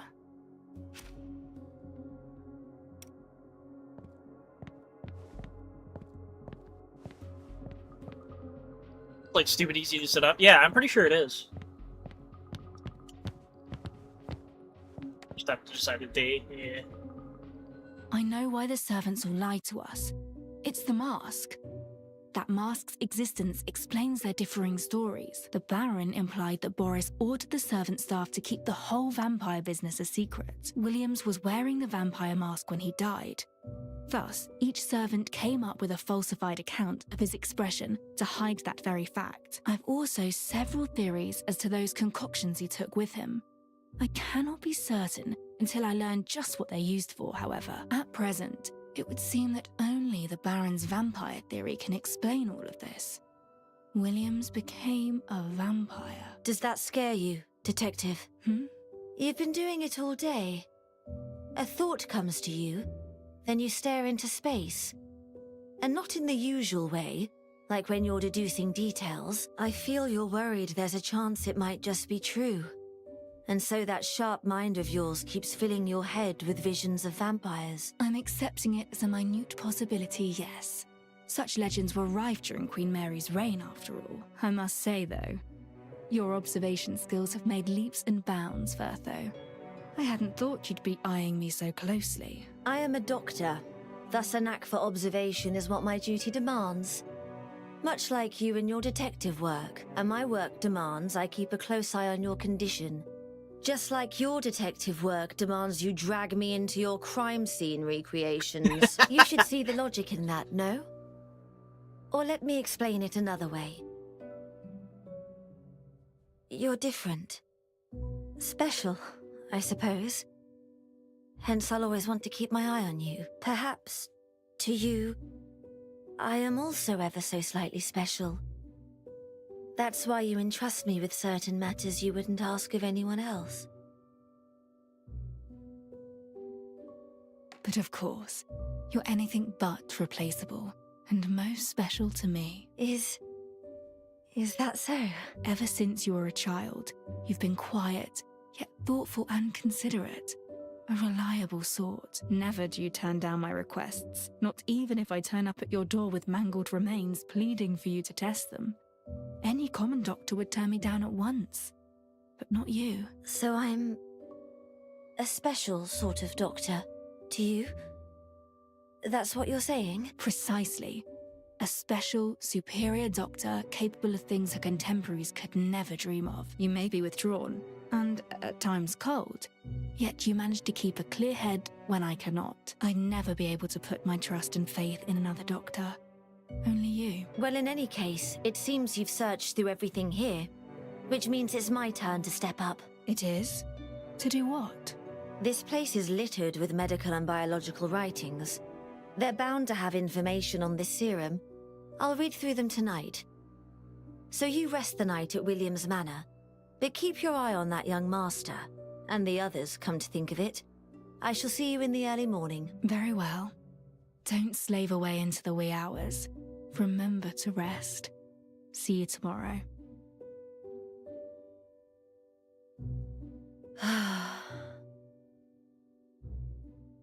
I'm the fool, really. To raise such things with someone whose mind is all deduction and logic. I doubt she'll ever truly get it. No matter how you may see me, as a doctor, a friend, just a woman with a case to crack, the way I think of you has never changed, Detective. To me, you're more special than any other. So I shall never disappoint you, no matter what. Oh.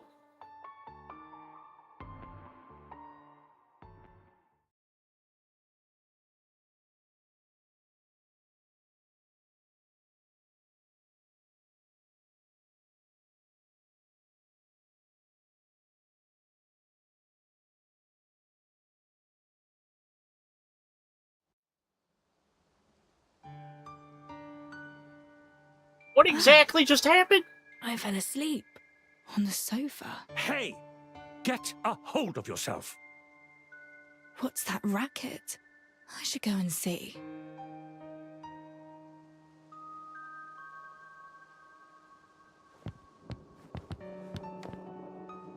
I urge you to be patient and wait, young Master Boris. Wait for what? You've no right to keep me here! I've had it with this manor, this family, with all of you! You wait all you like, but I never want to see that thing return. That thing? That thing? You mean Master Williams, sir? You fear that his experiments were a success, and that he shall return for revenge. The Baron's order is clear, sir. Until the detective reaches a verdict, nobody is... Ah! What of him and his orders? Do you not fear that thing's return, or are you all mad? If you've any sense, you'll flee now with me. That old fool. He brought death upon himself, used every means available to become something, not man, not demon, but Mother was always too stupid to see it. And you're no butler, you're this Baron's lapdog. Sydney, don't you see? Won't you join me? We can sell off this manor and run as far as our legs will carry us. Enough. This thing, that thing. I've had enough of this ridiculous guessing game. I shall be bringing this case to an end today. Allaying your fears, clearing up rumors, and solving this mystery. Until then, I ask that you cease discussion of whether this was murder, suicide, or anything else, and that you stay in the manor. Jekyll, keep a tight rein on Boris. Do not allow him to spread panic. As for everyone else, just mind your step to avoid damaging any evidence. Handled with poise, my dear detective. Well done. Do you have something to say to me? Oh, nothing in particular. I see Ms. Mortis is absent today. Busy elsewhere, is she? Miss Mortis? Firtho? Right. Firtho said she'd be here early. What's keeping her? Thank you for the reminder. I'll see where she's got to. Come to think of it, you're also a suspect. So if you've no pressing business, I ask that you remain in the manor too. As you wish. Firtho mentioned she'd pore over the research materials in Williams's lab. Perhaps she's still there. I don't like where this is going.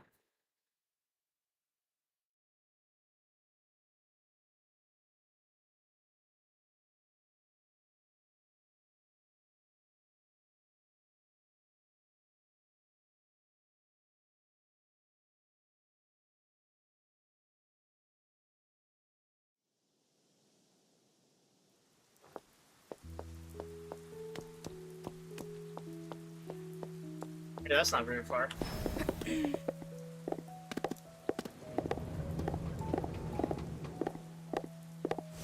Here we are. I'd better hurry and find her.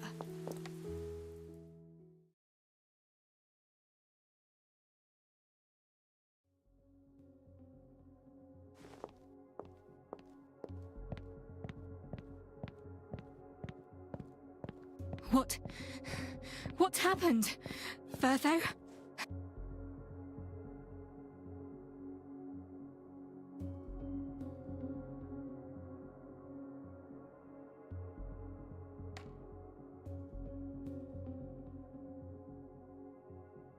She's not breathing. No heartbeat.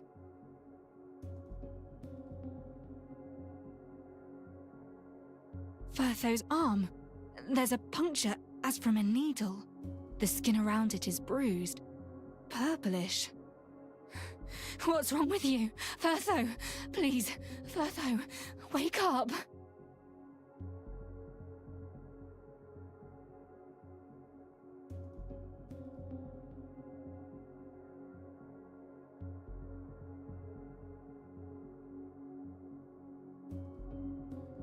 "4 hours, 6 minutes. I administered it at midnight and found myself losing consciousness at 2:40. I had all but slipped away by 3. My arm showed purplish bruising after being injected with the nerve agent. According to my measurements, I'd have been unable to wake myself for 4 hours, and my muscles remain weak after waking. Sluggish. You're back, Firtho. You administered what, exactly? What were you thinking?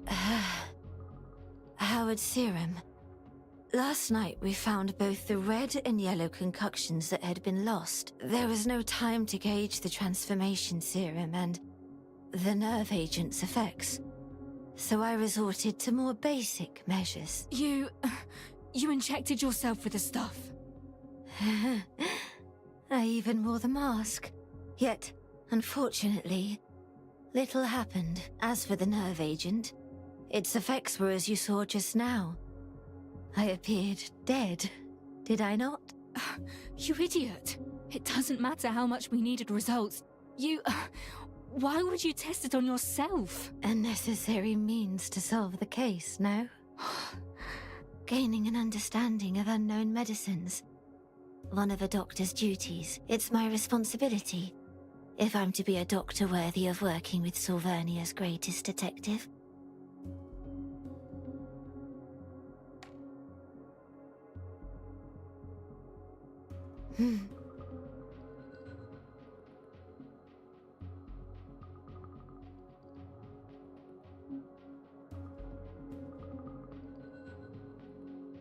I'll be fine. Don't you worry. What matters right now is the lead I just found. You remember it all, yes? The serum's effects, the procedure rights, what happened to me.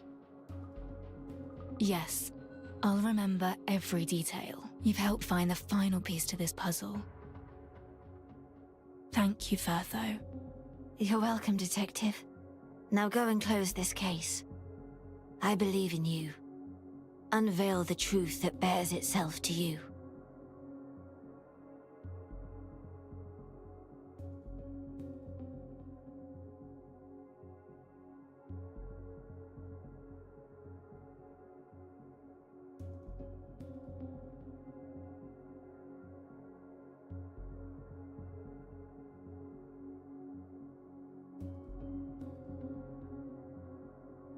It's the first time in 3 years as your only assistant detective. Did I do well? I never imagined that Firtho would take such measures, all to help me with the case. I must think back over all this one last time. The truth is almost within my grasp now. Okay.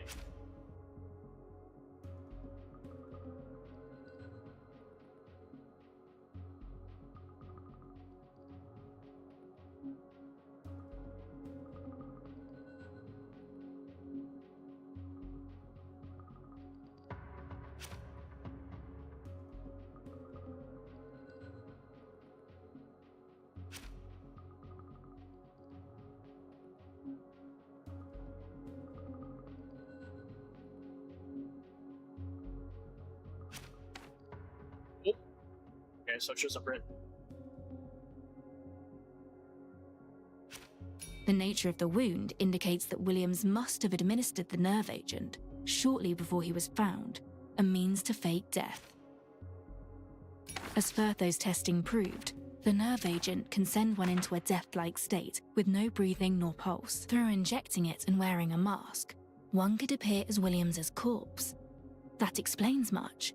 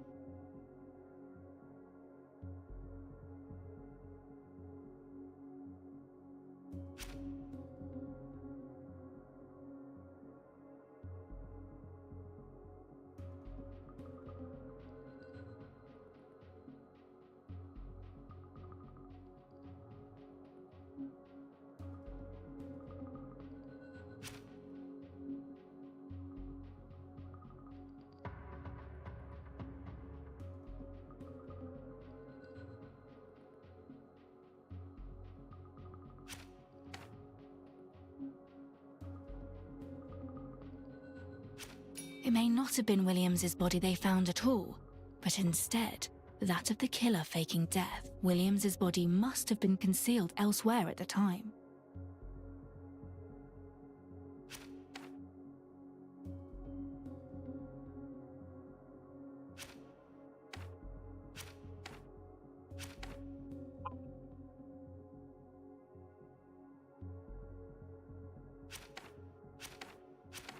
What fits with this?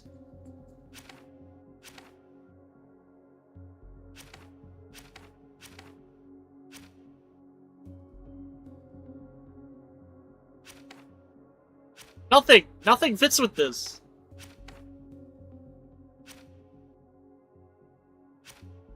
I'm missing something.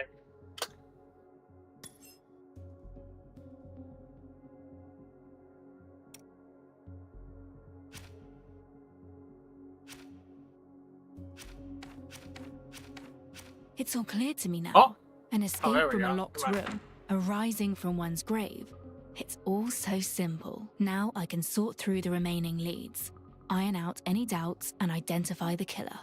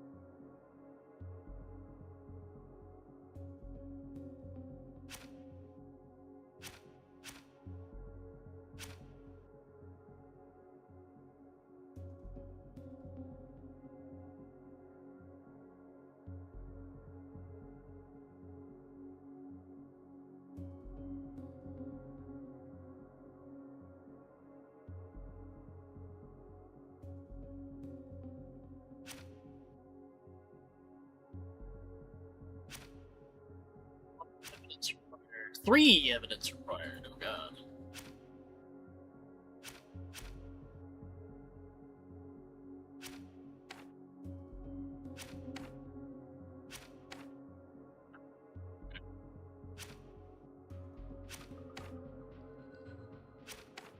What the heck? Once the nerve agent was about to take hold, the killer screamed out. The shrill sound drew attention, and when the others arrived, they found a corpse there on the floor. They cleared out the closet, removing all clothes and Williams's letter opener, throwing them in the fire, a means to make space enough to hide his body and burn away bloodstain evidence from the letter opener.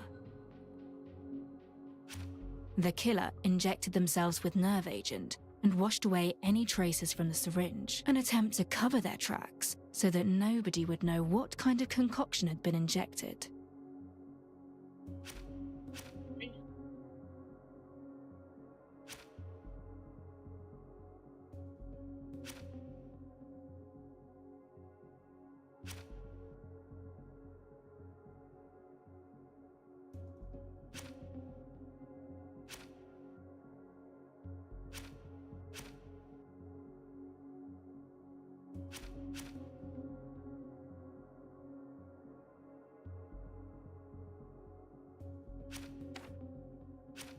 No, wait.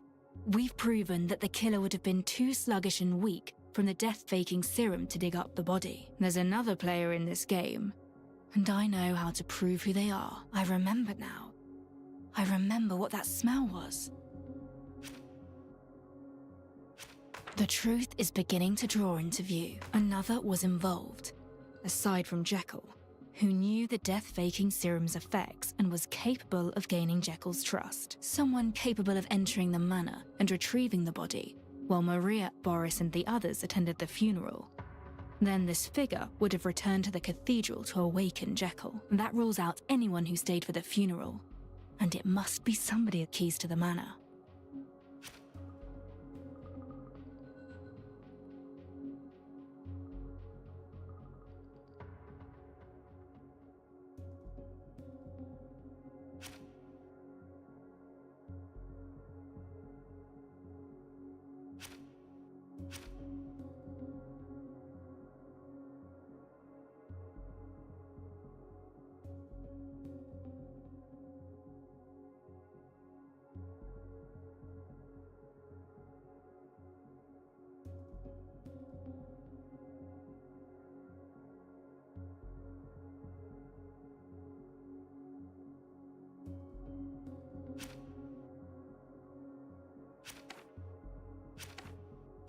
I almost have it now.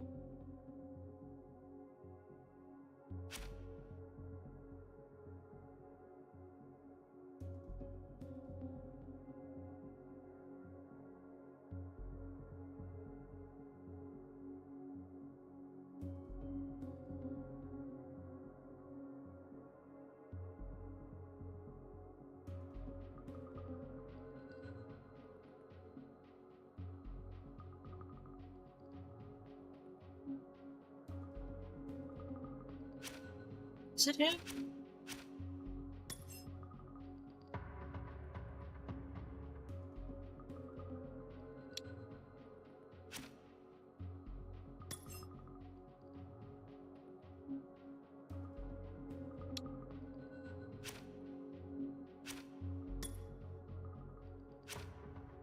I don't think I could change it now.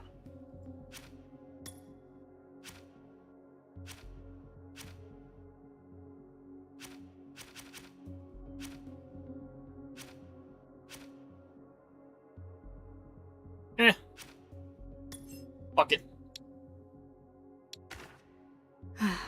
And so it all falls into place. A certain someone almost played me for a fool. I should head back to the estate and explain first. Then I shall make the necessary Since there's 3 preparations. endings.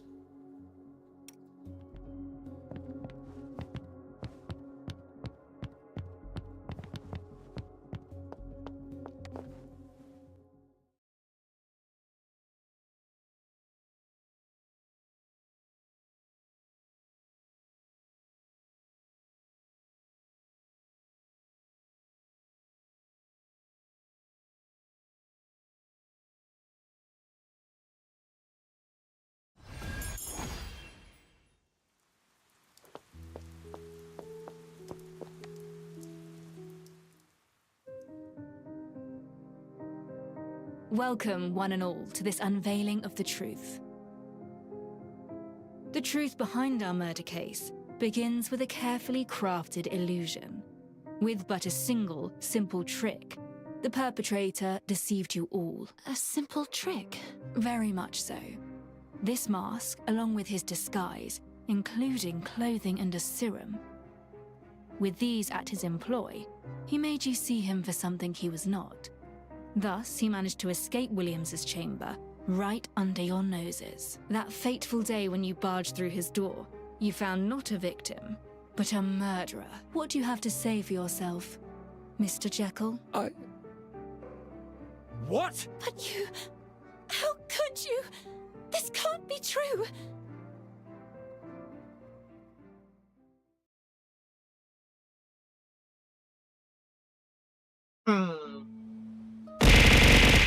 Hey!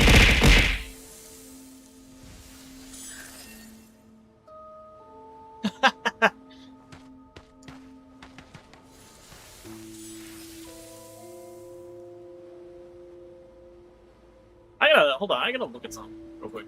Let us think back to the day of the murder, Mr. Jekyll. You prepared the day's outing ahead of time, causing everyone to mistakenly believe you were out on business. Getting my TTS. My TTS ain't working. It's weird. Maybe I just had to, Dragons!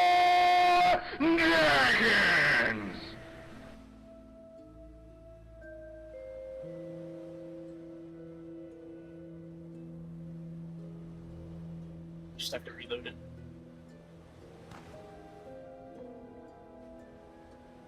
Whereabouts is it?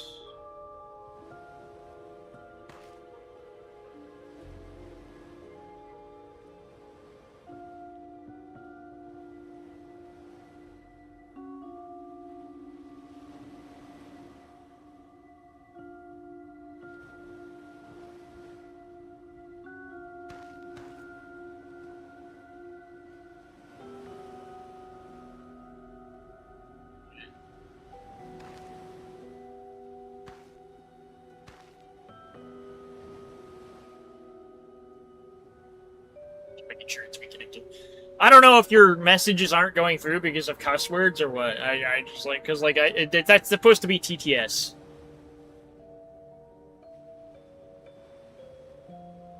But for whatever reason, didn't want to work. Anyways, how's it going, Leroy?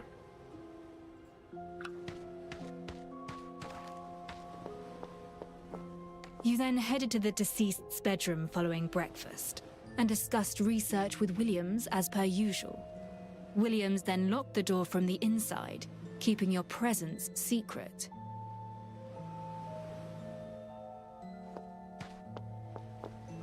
He then took a nap around noon, as is his custom. You then thrust a pillow over his face and struck. And yet, you had missed a vital detail. Williams had long since realized that Boris wished him harm, and so he had hidden within the mattress a letter opener. Williams drew it out during the scuffle and thrust it into your arm. The wound, given the substances upon the blade, soon turned a bluish purple. What say you to this, Jekyll? Your deduction is flawless.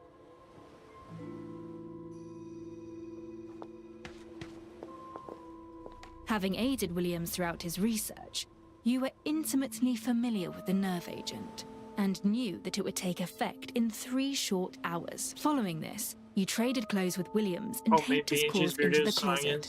Before tossing your clothes, Simply those Yet from your Delicious. wardrobe, Aw, man. and the I letter fucking hate opener you. into the burning hearth.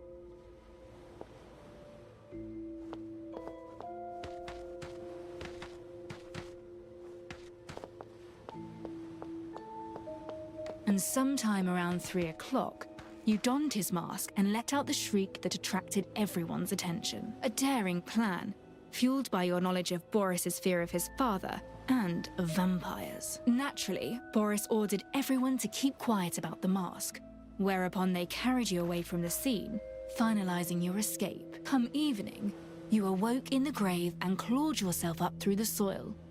After which, you snuck back into the mansion, retrieved Williams's body, and put it in the coffin. And so, your masterful escape and substitution plan was complete.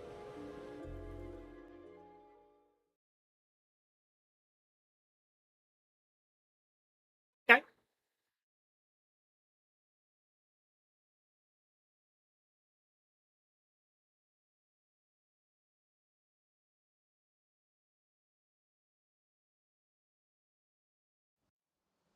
Ah! Jekyll, you bastard! Quite the wonderful escapade you paint, Detective. But say it is true. Why would I be the one to carry it out? You fit the bill better than any other.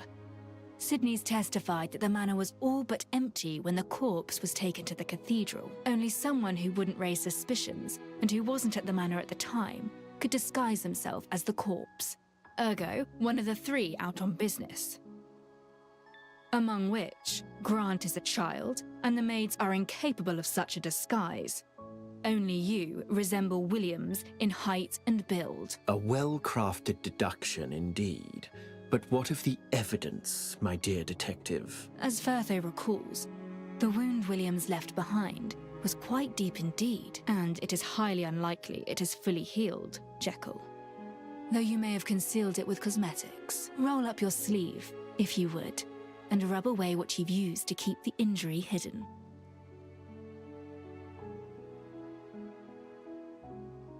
I admit, your recounting of the events is entirely correct.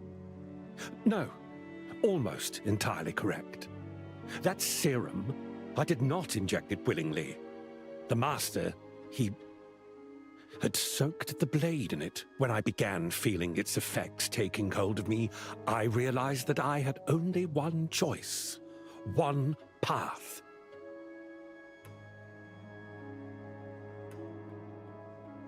What a marvelous performance. I must return to my study post-haste and put it on paper. Until next we meet, my dear detective. And now for step 2. To let my assistant know what preparations to make. She's likely still resting. I should ask Sidney to pass on a message for me.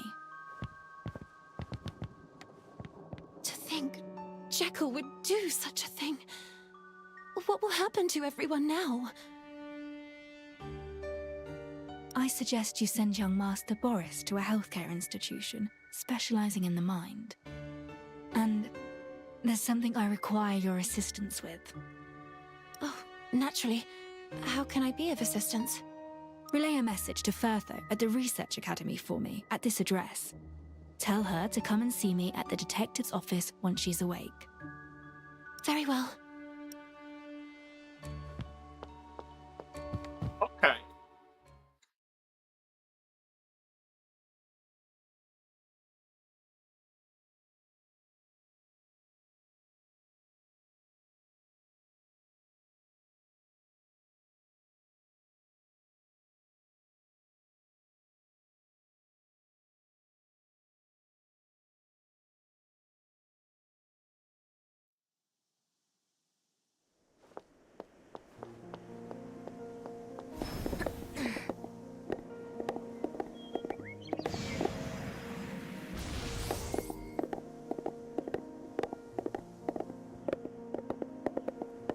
Stop.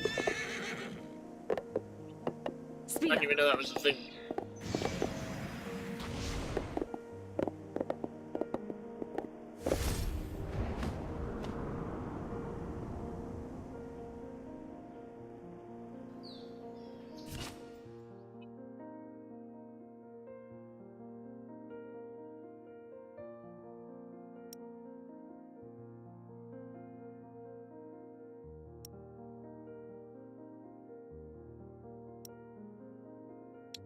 Hides the detail I've yet to notice.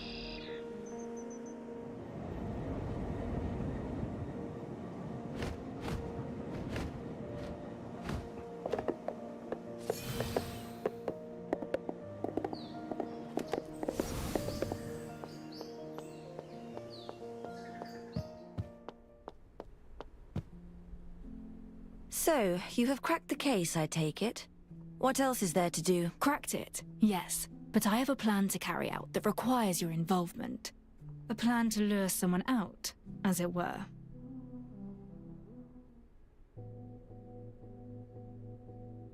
Beneath the dreary dream of death's swirling smoke, the living fire fans the flames. Lady Williams, ever the delicate maiden, unable to bear pressure. Her end was not long in coming, following the demise of her husband and son. Why so silent, Madeline? Surely you do not believe me to have gone too far? Not at all, Master. It's just awfully hot in here. Ah, you must forgive me. I tend to forget how much your kind differ physiologically from humankind. Though hidden from sight, that fur must be awfully warm. Howard has been sent to his grave, as has his son. This fire marks the end of this story. Worry not. I will see that you receive an extended break. Well, well, well. The end of this story, you say? We cannot let it end here. Not while the truth remains hidden.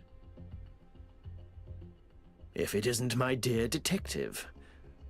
Are you here for the show? Or to save the damsel in distress? With your help, Firtho and I arrived at the estate a few days ago to begin our investigation. At one point, I came upon a pair of leather shoes in Williams's bedroom that carried a most familiar aroma. That of Alf's chocolate cake. But who could have left and returned while wearing that very pair? Jekyll? Highly unlikely, for he was wearing Williams's clothes, which means that while the funeral took place, someone, among other things, took Williams's coat and leather shoes from his bedroom while everyone was away. They later showed up at the cathedral that very night, and as only one other person possessed a set of keys, you are the sole plausible culprit, my dear Baron. A triviality that holds no water. The scent of a piece of cake. It proves nothing. My thoughts exactly. Naturally, that is merely the beginning. My initial suspicion of Jekyll faking his death to ultimately break free from the coffin. Well, sounds enough. It has one major flaw. a flaw which Firtho revealed to me at great personal risk. Jekyll would be utterly incapable of crawling out of the coffin, not to mention returning to the mansion and retrieving the corpse after being subjected to the nerve agent. Allow me to tell this tale in its entirety, Baron. This tale of your sins, as it were.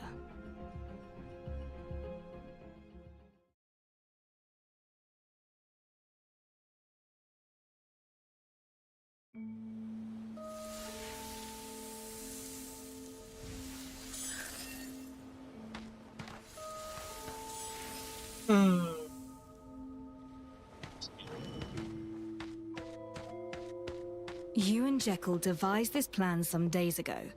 He chose to become an accomplice, perhaps due to his infatuation with the madam, or due to you making one promise or another. As for why you would wish harm to Williams, well, that likely stems from his research into vampires. Everything went according to plan.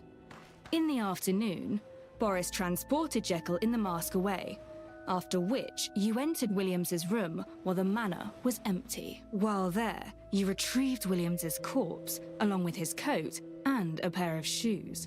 A disguise, a way for you to slip in and out unnoticed.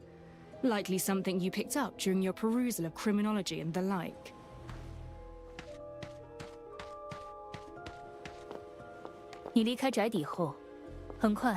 Why isn't it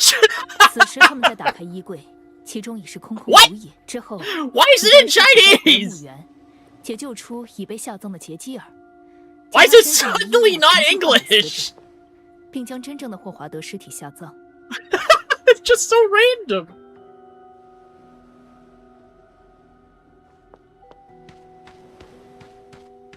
Is all of it gonna be like that now? That is when something... No? What? Just that one line? You saw Firtho and the body bag she was carrying.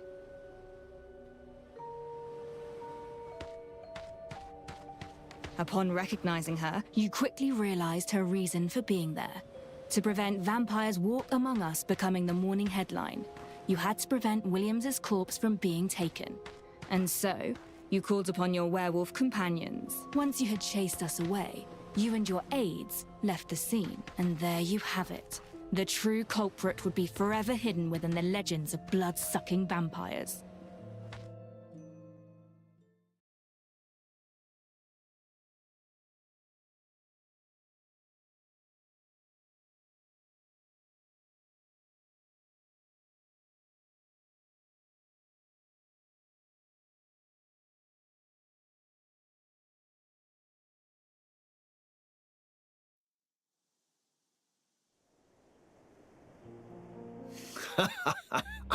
Splendidly done, detective. I know now why they took such a liking to you. Alas, it's all too late. The truth matters little now. The blame has fallen onto Jekyll, and the young master died in that asylum. And before us, the madam herself burns as we speak. Your actions haven't changed a thing, and your pursuit of the truth? Fruitless. My dear Baron, you jest. You are not the only one who can play at disguises. You sent werewolves last night to assassinate poor young Master Boris. And yet, did you see his dead body with your own two eyes? I think not. Are you saying that you switched him out with a dead body? Impossible. Dullards they may well be, but you cannot fool a werewolf's nose. You could never acquire a corpse identical in both scent and looks at such short notice. But I could.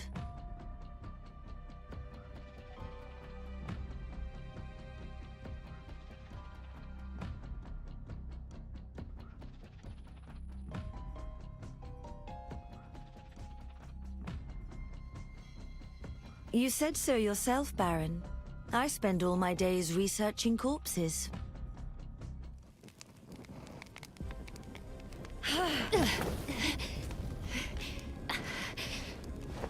Madeline!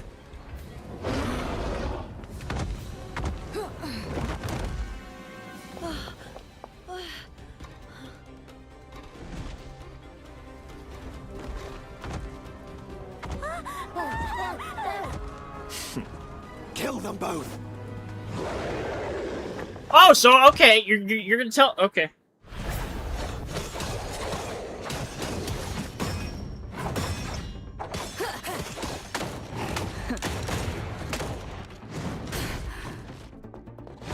It's all in vain. Reset the board.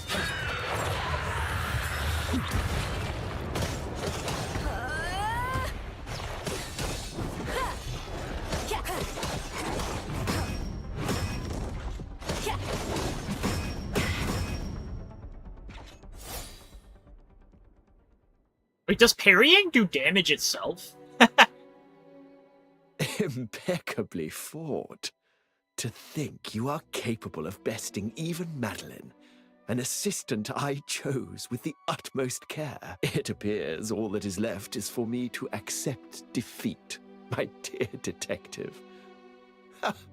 What else do you wish to know? Tell me why you did it. I believe I know why, but I want to hear you say it. The scholars at the Royal Academy, including your father, Irving, continue to break new scientific ground in their fervent pursuit of the truth, of knowledge, bright and true. And under my wing, they have achieved results beyond all imagination over the last few years. Yet, however bright the knowledge may be, all light casts a shadow. Howard is far from the first of their ranks to try and embezzle research funds. Disgusting defilers of the truth such as they leave nasty stains in the books of history. And it is my duty to eliminate them. You despicable brute! While Howard did falsify the results of his research, his family were none the wiser. And still you plot to murder both Boris and Lady Maria. What fuels you is simply a personal vendetta. Yet you feign to act in the name of the Academy's glory. Little Ms. Mortis, standing forth to defend another, eh? People truly do change. I see that now. Irving would have loved to see you emerge from your cocoon like this. No longer are you a loner with only a scalpel for company. I must thank you for this performance, Detective. To hide the truth, I tried to keep you in the dark. To create an unsolvable case through illusion and deceit. And now, the die has been cast. Wait! It is time I pay the price.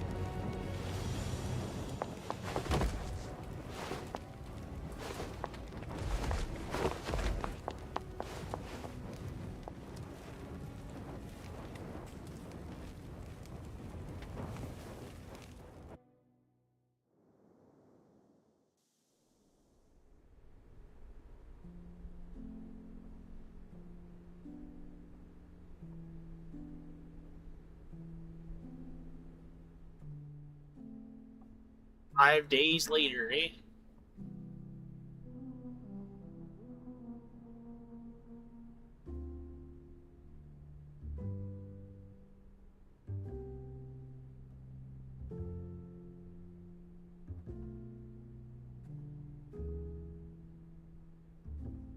Oh, and I have 2 letters to read through.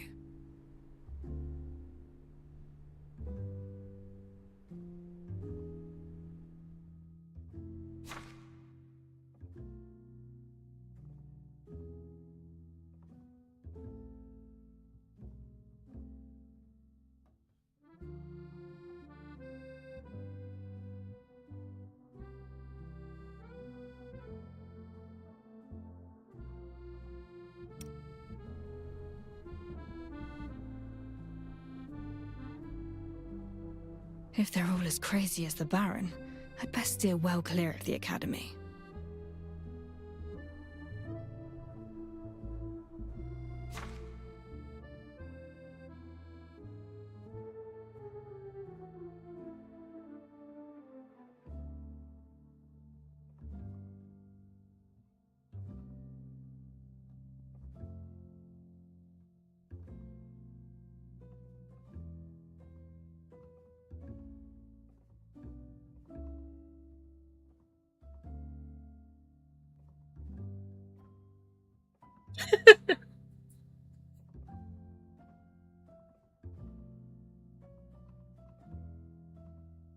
This whole fucking message. Oh my god, I'm not reading it, but like not aloud at least.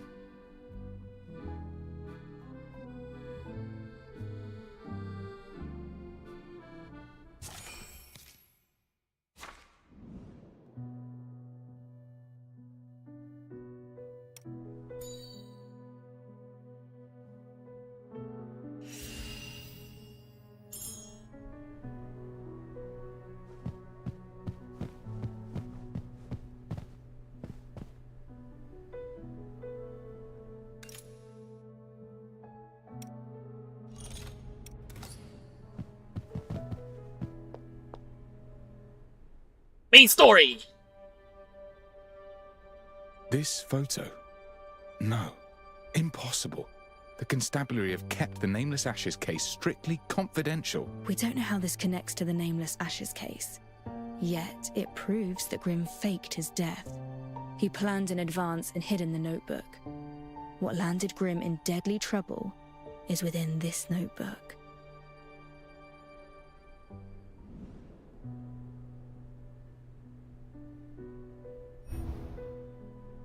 The notes on the Nameless Ashes scene read like an amateur's observations. The file's titled, "They Are the Cinderellas." There's more than one. A man dressed in tailored clothing, in what appears to be a coffee house. A man in a flat cap. No other distinguishing features.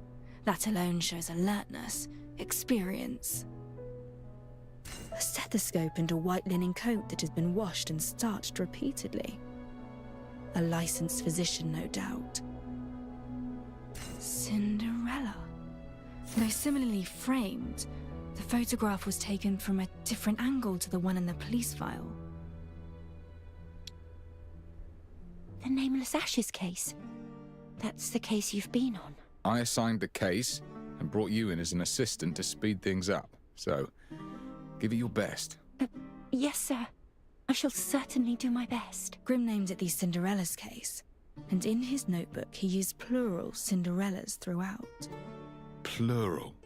So, it's about the bodies, I reckon, but why Cinderella? This gruesome scene's got nothing to do with fairy tales, has it? Fairy tale and Cinderella. Once upon a time, there lived a kind-hearted girl, bullied by her cruel sisters and made to clean the hearth each day, her clothes forever stained with cinders. And so, they called her Cinderella. By chance, she was aided by a fairy and turned into a princess for the palace ball. The prince fell instantly in love, but as the clock struck 12, the magic started to fade. In her haste to leave, she left behind one glass slipper. The prince had every woman in the city try on the slipper, desperate to find Cinderella and reunite with her.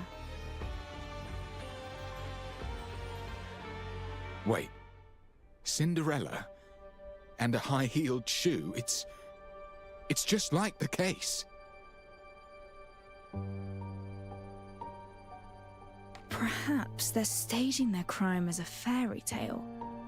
But to what end? Coincidence, perhaps? Then how should we proceed?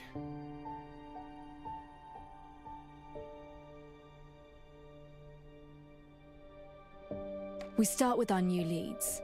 These photographs. 3 of us, 3 photographs. Let's split up to save time.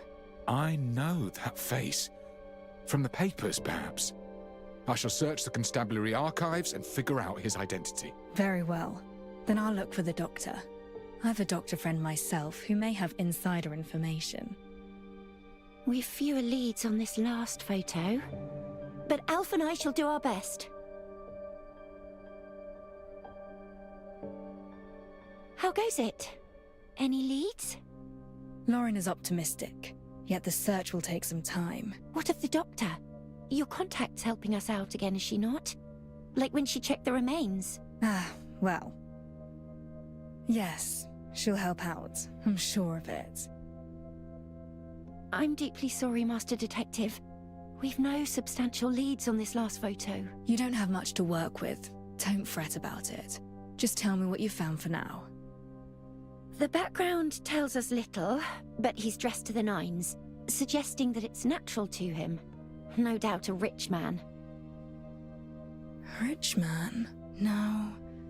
Why does that phrase ring a bell? A rich man? Much akin to the mystery of the stolen silver. Mere coincidence? Or... Ah! What is it, Elf? The bread! Alf knows that bread. Alf does. Alf saw it out on the street, round and fluffy. Alf thought it looked a treat. You can buy it on Felix Lane. But, Alf doesn't know the way. Thank you, Alf. Then we have a lead. Let's go.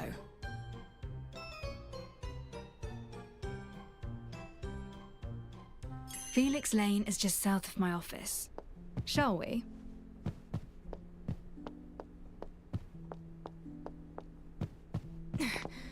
Where could Grim be hiding, Detective? Find him, and these mysteries will unravel before us. I've got a feeling that rooting Grim out may not be such a good idea. Why ever not? Great peril forced him to fake his own death. To find him now would only bring him out into the open once more. Besides, the body's identity remains unknown. So many shops. We must be close. Where do we start? The photo shows the area in front of the bakery. Let's see if we can spot it nearby.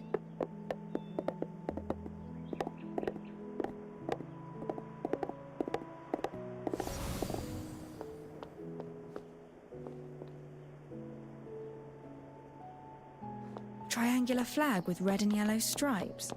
Just like in the photo. Let's keep going and find where the photo was taken.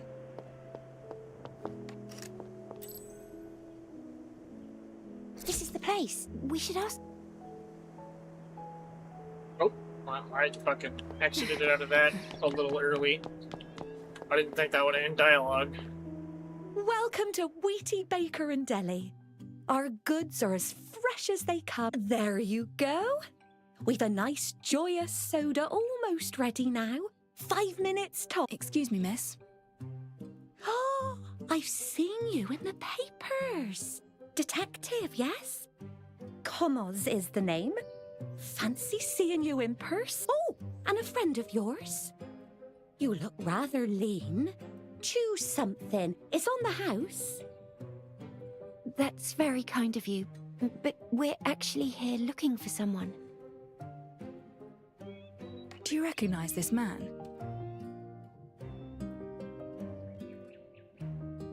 Ah, sure I do. Used to be a regular of mine. Well, I'll be. You forget my name all the time, Mrs. Commos, but you remember him. And here I thought your memory was failing. Well, mainly because a short blonde fellow came looking for him already, you see. Short and blonde? That's likely Grim. Used to be a regular, Mrs. Commos. Doesn't he come anymore?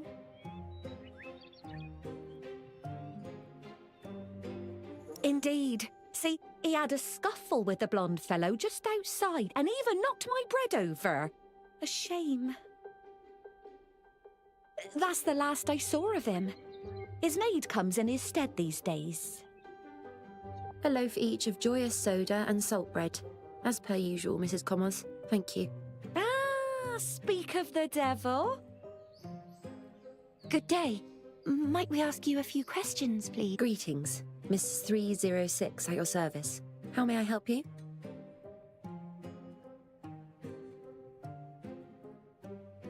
What does that number mean? 306? That's so much higher than Alf's. It is a nomenclature indicating completion of over 300 misappraisals, which certifies my professional capabilities.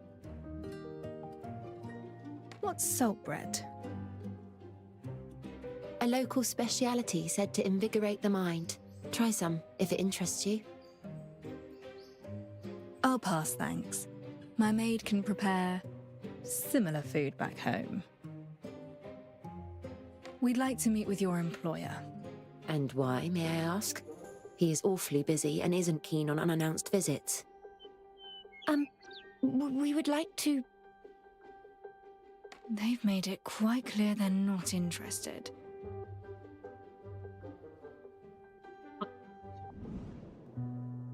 She has a friendly demeanor, but chooses her words carefully.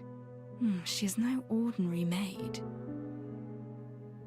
The accessories that she's wearing are far from cheap. Hiring her would clearly cost a tidy sum. Armed and trained, we know he's rich. Time to see what he's really I like how made it of. skipped that. God damn it.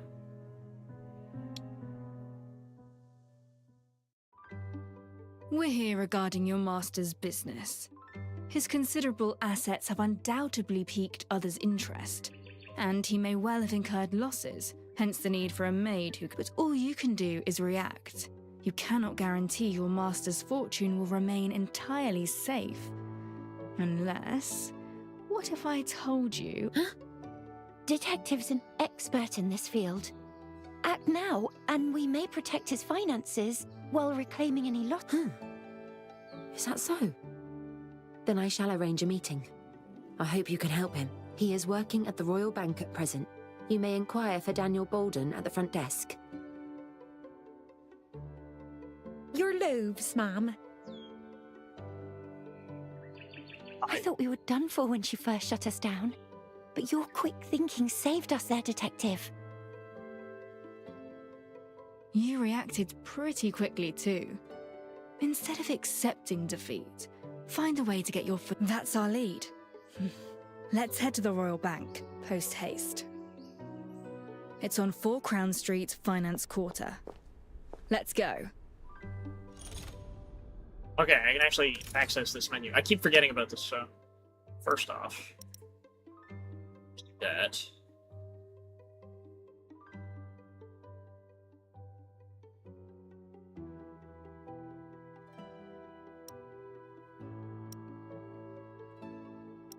Turn this off.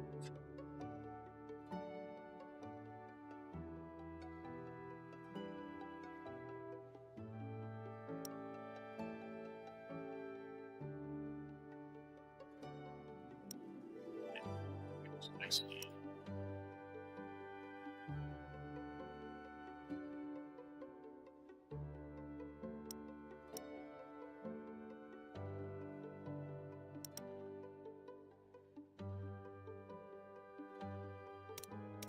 I think that should be better.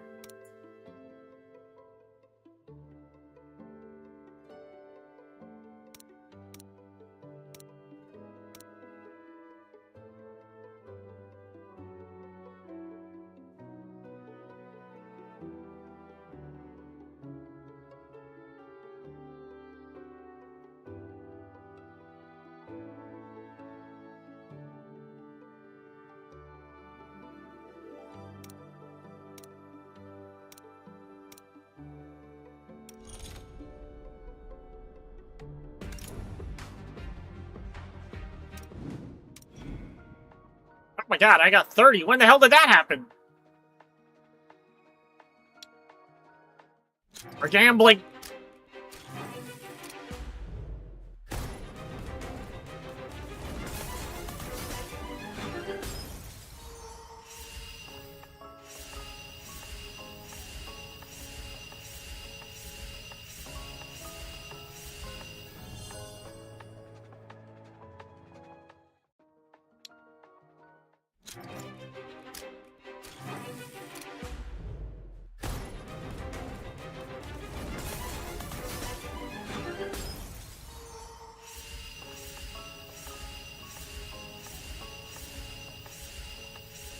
Not all are of your stature, my dear patron. Hey, I got the bartender Consider guy. me a supporting role, if you will. An assistant. Like a dash of mixer to complement a strong liquor, perhaps. Argos. Alright, let's move.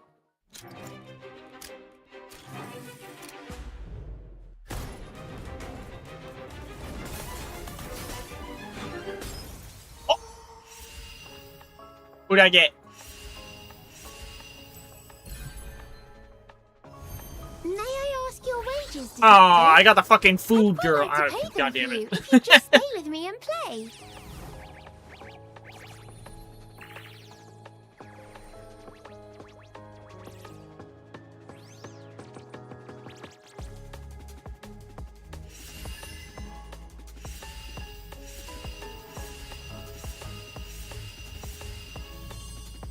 God damn it.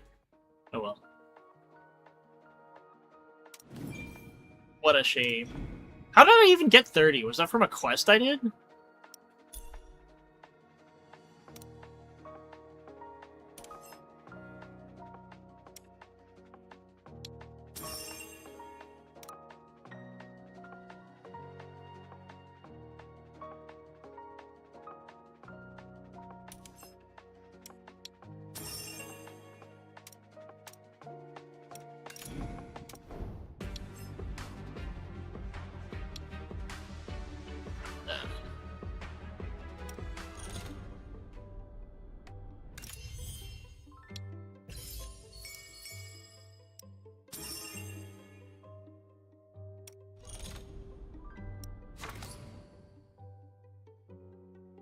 Ooh. Wait, was it from... It was from this. Okay. Alright, we're gambling again.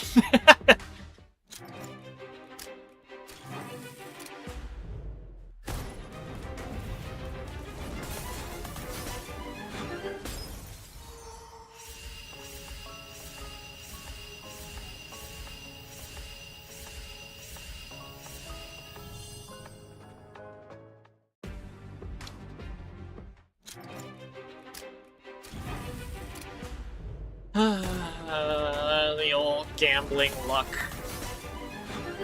Freaking gotcha. Keep getting purples! I don't want these fucking purples.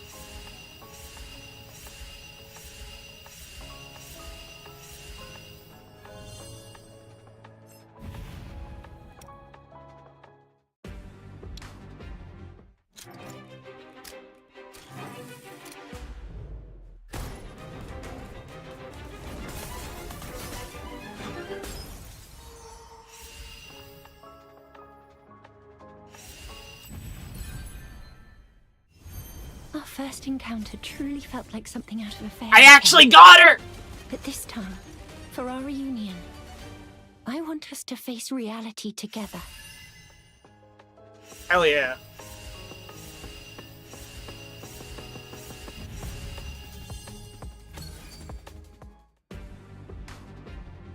Alright. Well, I might as well spend these last two that I got on this banner.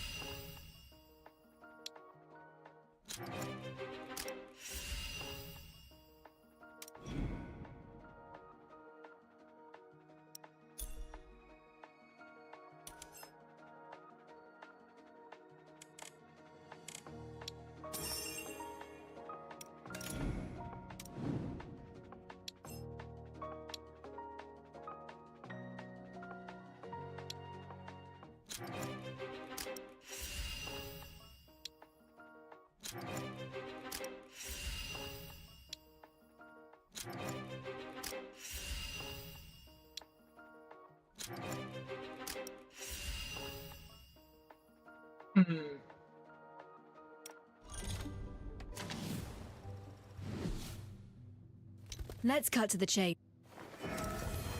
I saw myself in those creatures, existing in a shade between life and unlife.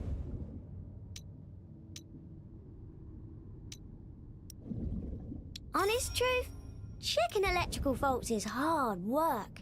It really hurts when your finger gets a shock, but I'm a pro at it now. Let's have a little heart-to-heart. Not as patron and employee, just as old mates. Undocumented truth is really flimsy. Direct confrontation is not my thing. I fight. Undocumented truth is really flimsy. Direct confrontation is not my thing.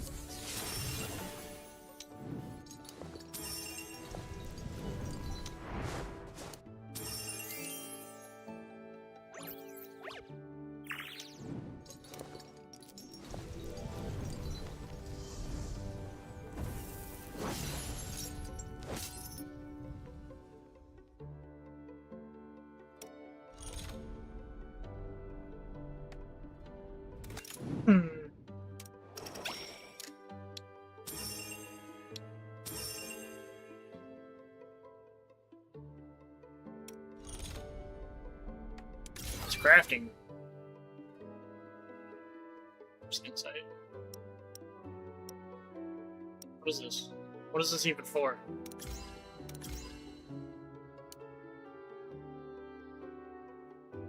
It doesn't tell me anything about what this is!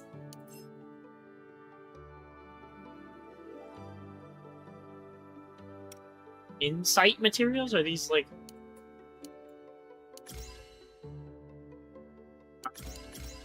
Wait.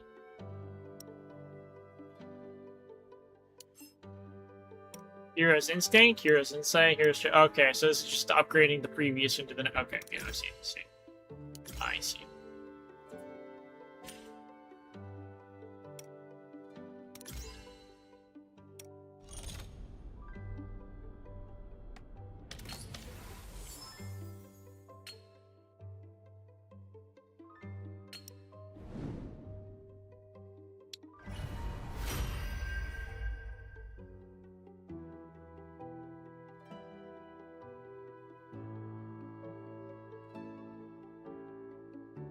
Wait, I just realized there was a thing at the very bottom that said click anywhere to continue, and I just kept clicking and nothing was happening.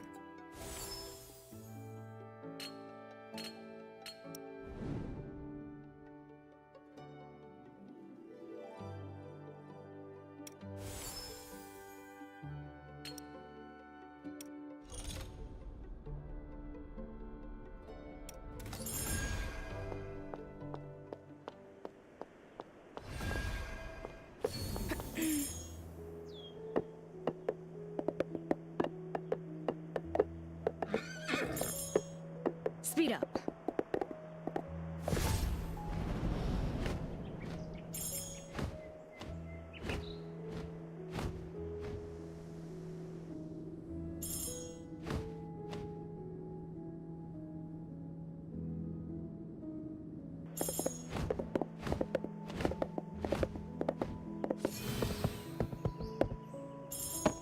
What? Okay. What was the point in having the fly thing if it wouldn't even make me fly? What the heck was that?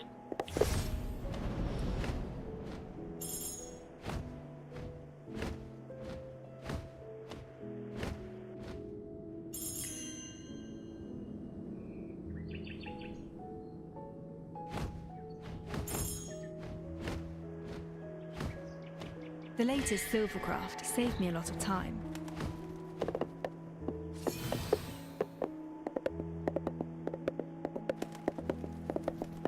Speed up. Heavens! 4 Crown Street is so fancy. The latest products. Be that fashion, books, silvercraft gear. It's all sold here first. Quite the 4 Crowns expert, aren't you? It's actually my first time seeing it in person. I'd love to look around it properly. One day, when time allows it.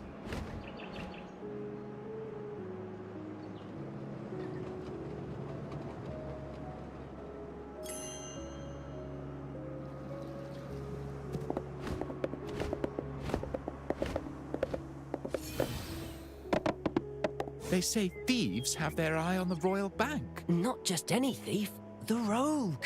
Something seems to have them all worked up.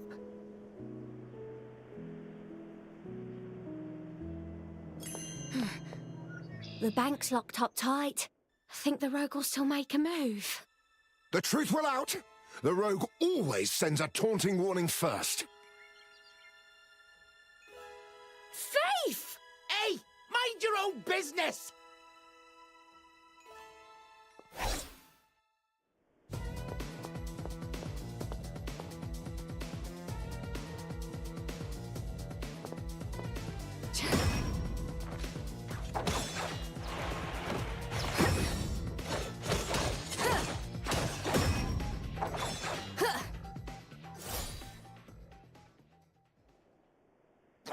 That rogue runs free, while I get cuffed for nicking a few coins!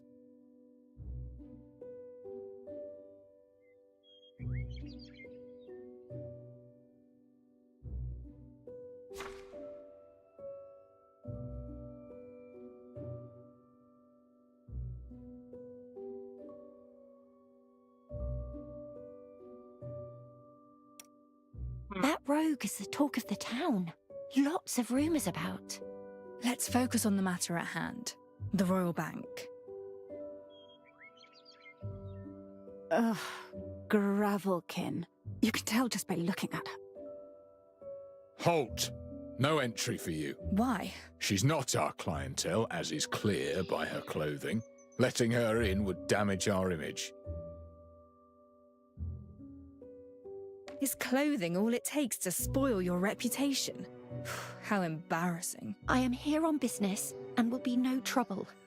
I abide by the rules. She can enter, you can't. Rules are rules. Leave if you don't like them. Let it go, Master Detective.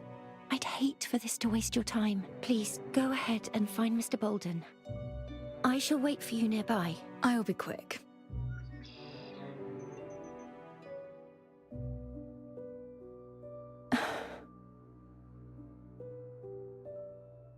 What do I do, little ants?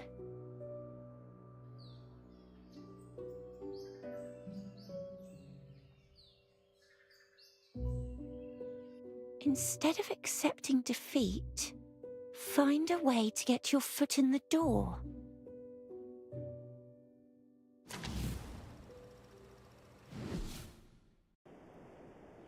It won't do to waste more time.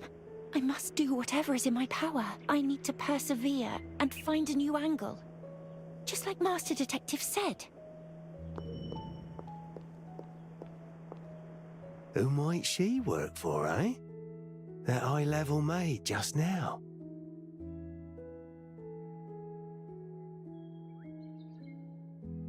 Bolden.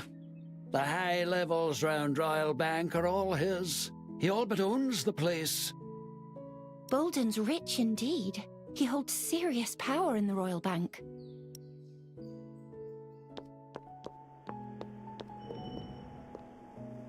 Oh, trust me on this. Bolden's foreign venture has an excellent outlook, with investors who are all recognized members of the nobility. The opportunity won't last. Good things only get snapped up when they're in demand. A 40% profit in merely 3 months. My aunt's already received the first payout. Your aunt got in on it too. That figures. The noble's reputation took a hit from the float parade attack. Everyone's relying on Bolden to set things straight. Act quickly. Entry to this venture is by recommendation only. One keeps the spoils within the circle. So, nobles are investing in Bolden and this promising venture of his.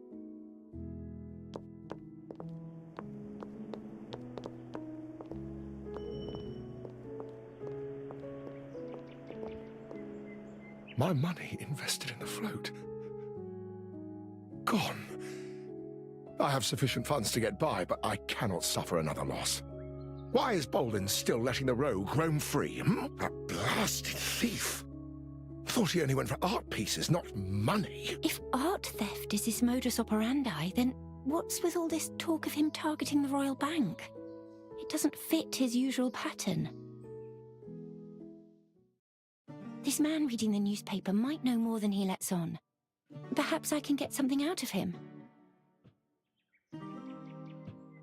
Do excuse me, sir. May I ask you something? What are Gravelkin's stray doing here on Frorcrown Street, hmm? Keep your distance, wretch. My acquaintance and I can help you, sir. If you tell me a few things first, that is. You? But you've hardly 10 ounces to your name. And you don't know what's troubling me either. Oh, but I do. You're involved in Mr. Bolden's foreign prospects, yet fear there may be risk. Ha! All projects carry risk. And most carry far Autoplay. more than You know what? I'm turning that back off again. It's fucking. It's so annoying when it auto chooses things for you. The rumors of a royal bank heist have you? I can't turn it off right now because the fucking icon's not there. But I'll do it when I can. Were that true, I'd just withdraw my savings. If you even know what they are. But you cannot. Because of... You invested in the Queen's parade float and suffered severe losses when it was attacked. So you poured the rest of your riches into Mr. Bolden's project. A safe bet. Until the rogue rumors began, that is.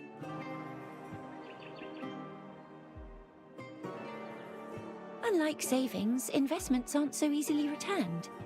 You're in a bind, good sir. Fine. I overestimated your idiocy, perhaps. Tell me then, how can you help? I will require more information to help. They say the rogue targets art. Why the sudden change? I wish I knew as well. But the pattern has been broken, and I have little choice but to accept it. See for yourself. Another flawless heist. Rogue warning photo revealed.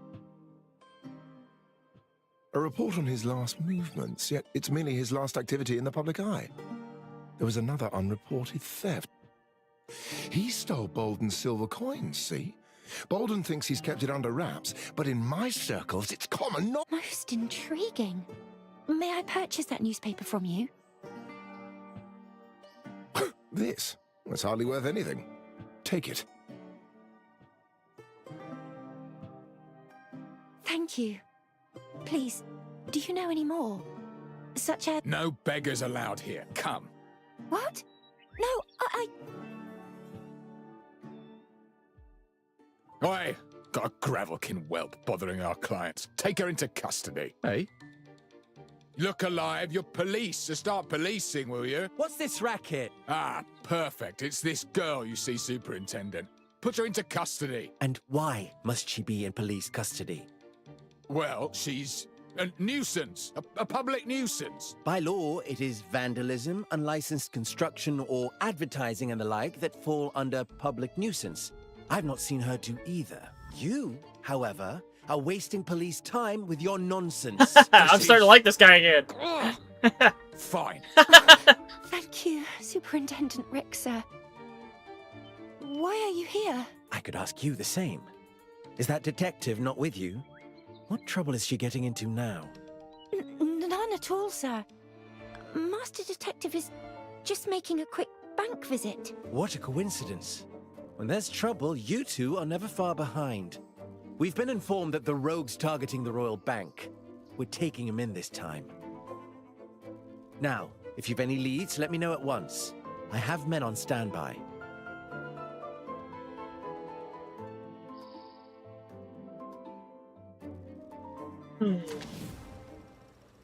Is this the point where he There's actually no way of comes in knowing use? if the rogue's connected to the case.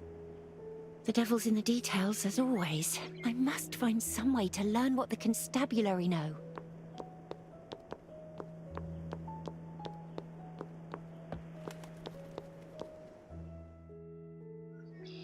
The rogue will release a statement first, as he has in past incidents. That is merely a means to divert attention.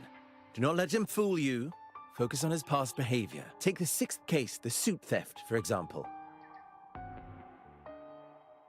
Photographs and past case files on the rogue. And his statement.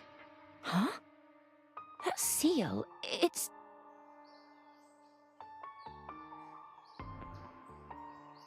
Halt! I said to only come forth if you have leads. This is confidential. Do excuse me, sir. I'll be off then. A fine lead. I should return to the bank entrance to wait for Master Detective.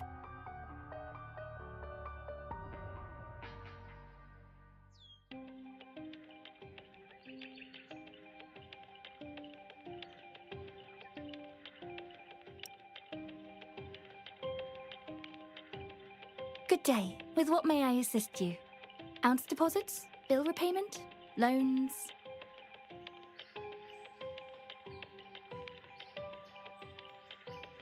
I'm actually looking for a Daniel Bolden. Another of Mr. Bolden's clients? Counter 1 to your left, please. Fill in your details and join the queue. Counter 1. Very well.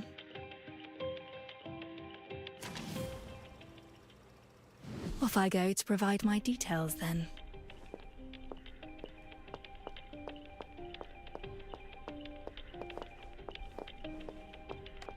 Good day.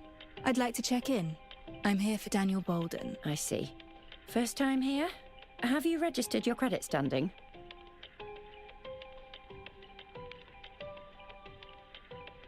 No. How do I start? Proceed to counter 3 to process your credit standing, then rejoin the queue. I see where this is going. I see where Counter this is 3. going. Process my credit standing. All right. I'm here for Daniel Bolden, and I need my credit standing processed. Mr. Bolden is in high demand lately. Are you another investor? Oh, do you have your signed confidentiality clause for the credit check? And we'll also need proof of residence, lineage records, loan history. To submit those, proceed to counters 4, lounge 8, then VIP suite 5. Enough! Daniel Bolden, VIP suite 2. Oh, have you changed your mind, ma'am? We meet again. The Master is receiving visitors. Follow me. You have wasted my time. My apologies. Mr. Bolden is a busy man and only has time for valuable business partners.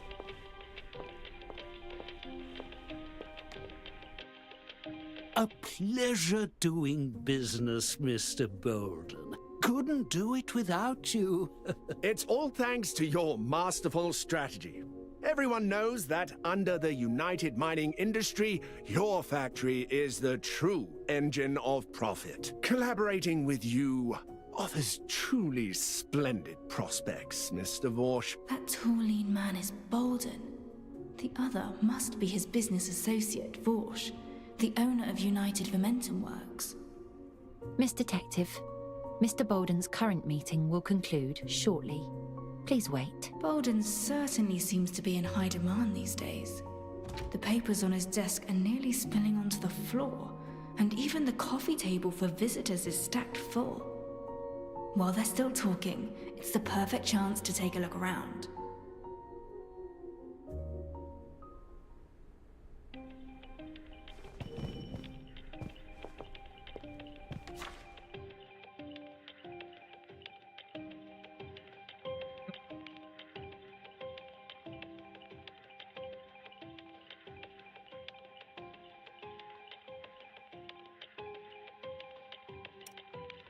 Bolden's project proposal is written in a compelling manner, yet the finer details remain conspicuously vague. Of course.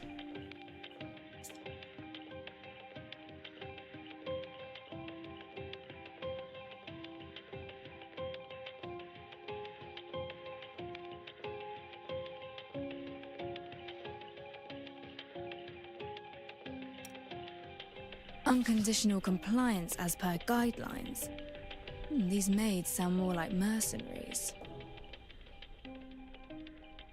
Mercenary maids.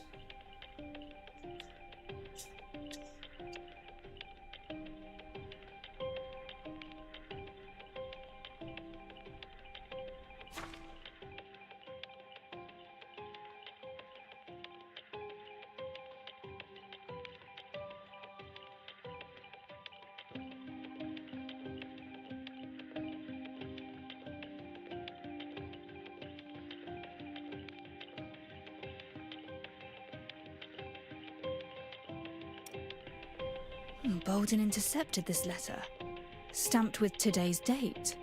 Extra railway services as of late. Tonight, too. I'm afraid that's my private correspondent. I merely noticed it had fallen and picked it up. I had no intention. Oh, a new investor? A busy man you are. I shall be off then. Please excuse my earlier behavior. Greetings, ma'am. Which of my projects are you keen on investing in? It keeps skipping the dialogue automatically. Oh my god.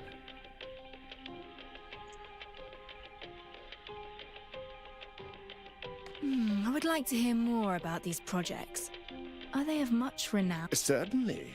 I dabble in foreign and noble affairs, goods and long-distance transport, the lot. All of great renown. And I also have friends in the news.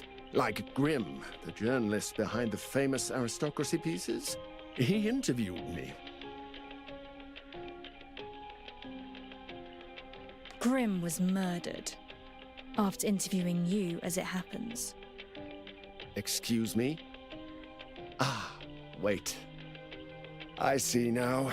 You're a detective. How awful. I don't know what you're trying to suggest, but working the streets like he did is unsafe to begin with. He sought information from me after my antique silver coins were stolen. That's all. I hear they were stolen by the rogue.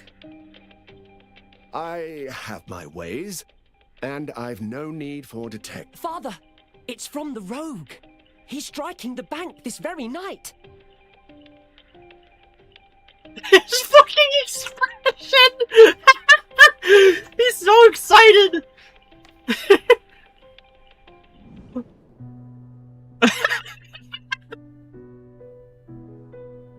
His face is beaming with excitement, as if he were about to embark on a long-awaited adventure.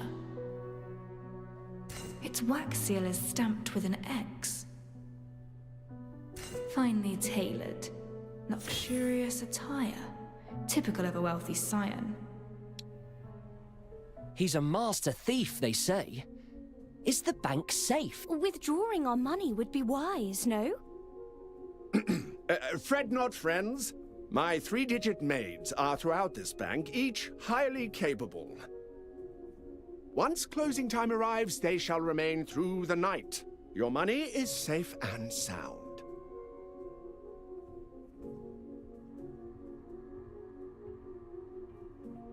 Guarding overnight against the rogue? What a thrilling caper. Father, I shall stay too. Oh, shut it. This is no place for you. Off home now. I'm busy dealing with the thief, as you can see. Please leave. Master Detective, how did it go? I met with Bolden, but was interrupted by a warning letter from the rogue. He strikes tonight. From the rogue? Did you see it? What was it like? White paper, red wax seal in the shape of a cross. A cross? How peculiar. Let me tell you what I found. I investigated the area, finding 2 letters from the rogue. The first was printed here, 1 week ago, shown with an X wax seal. A match for the one the bank received just moments ago. That's the peculiar thing, because the second letter I saw was held by the police as evidence. Its seal read VI. Is that so? Then this case is growing clearer. Let us review what we know. Roman numerals? I'm just speculating. Like, if it's VI and one of them was X, I would assume it's Roman numerals, right? Like that would make sense. Bolden ordered the railway to add outbound services tonight, for reasons unknown. The armed maids guarding the bank are all privately hired by Bolden and answer to him alone. Pursuing this thief demands trustworthy allies, yet Bolden immediately declined his own son.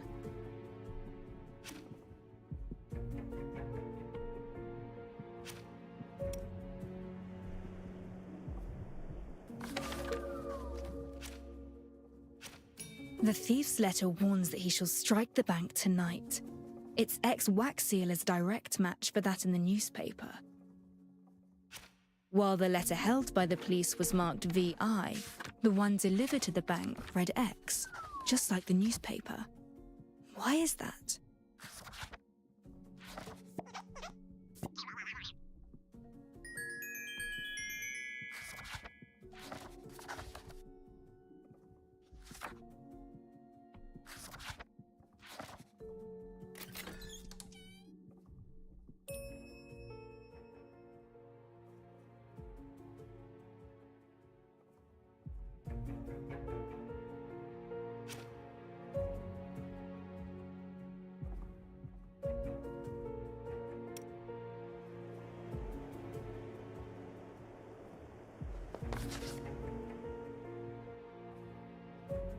Whoever wrote this thought the wax seal a mere pattern, not a numeral marking the thief's total heists. They merely copied the seal pictured in the paper. We know the thief sent 10 such letters at least. So there is no way this new letter would be marked X. Evidently, it is not the rogue stealing the bank's silver coins, but a copycat. And the heist is tonight. We shall watch overnight and confirm our suspicions.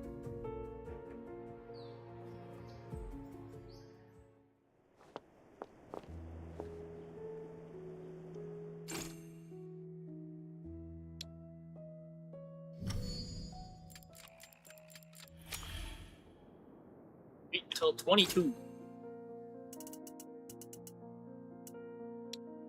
There we go.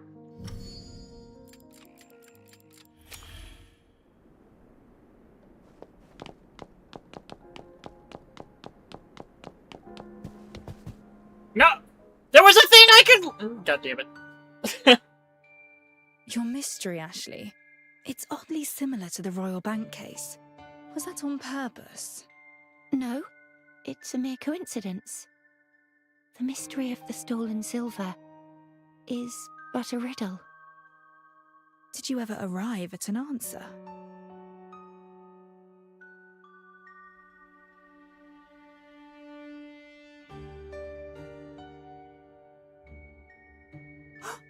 That's a Royal Bank safe.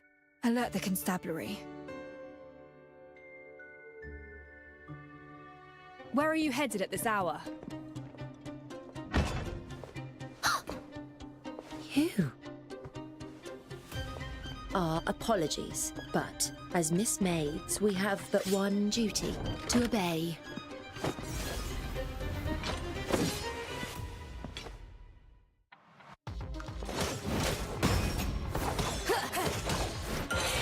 Nevermore.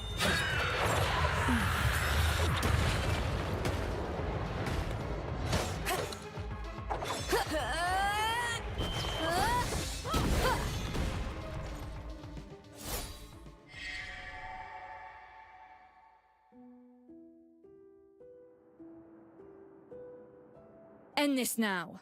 Bolden hires you, but you need not break the law for him. Where is he? Detectives. Portents of trouble. Fine, fine. How much do you want? Name your price. 50%. I'll give you half of tonight's takings. Consider it a token of goodwill. It's all I've sent the police away, and these maids are under my employ. This is between us alone.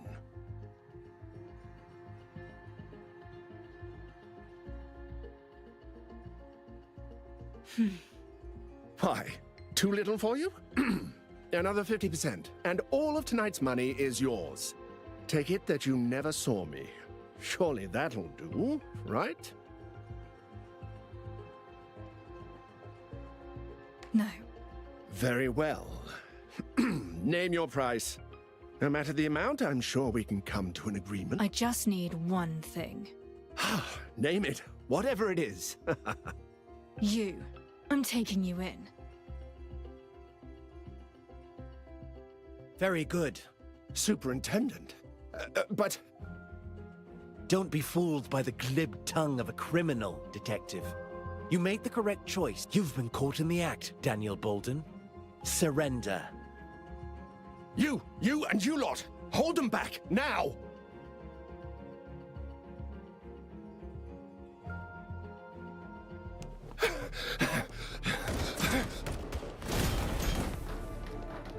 After him!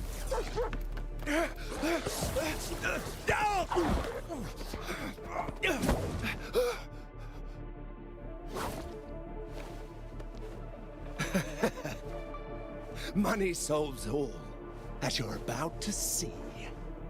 Witness the might of the finest foreign maid, Maid 8345! Miss Maid 8345, at your service. I humbly present an imperfect ancient blade style. I welcome your guidance. Again!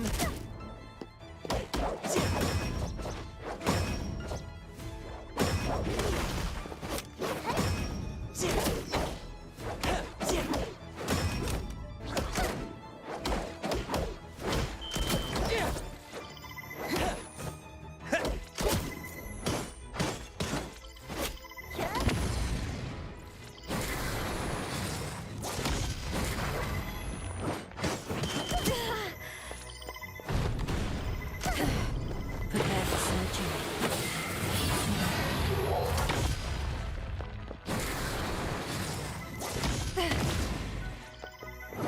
Not under my watch! Charges! I fell asleep. I mean, that happens. Final warning!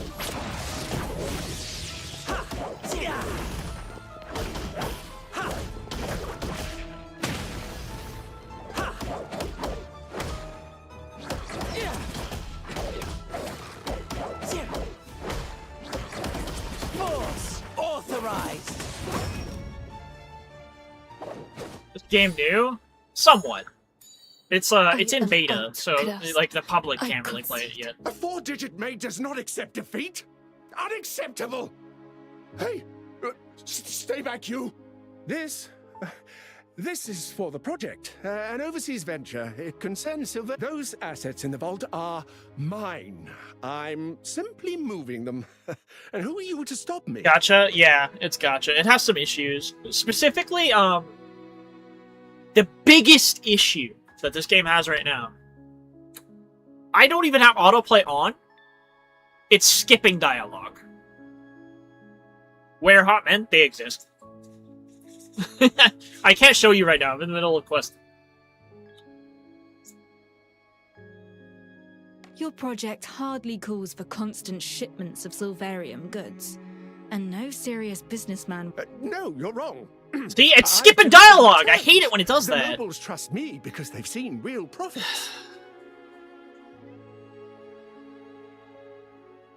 This is definitely something they need to figure out by the time the game So actually long comes as out. new funds keep coming in, the cash flow sustains itself, and the illusion persists. Yet the bubble was bound to burst.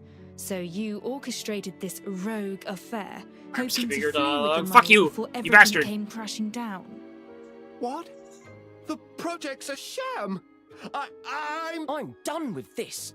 To think we put our trust in you! You scoundrel! Smuggling Silverium goods is a major offense. Bolden shall pay for his crime. This guy's playable. Apologies. if that's what you mean. We shall double our security measures. Detective, I thank you on behalf of the River Constabulary.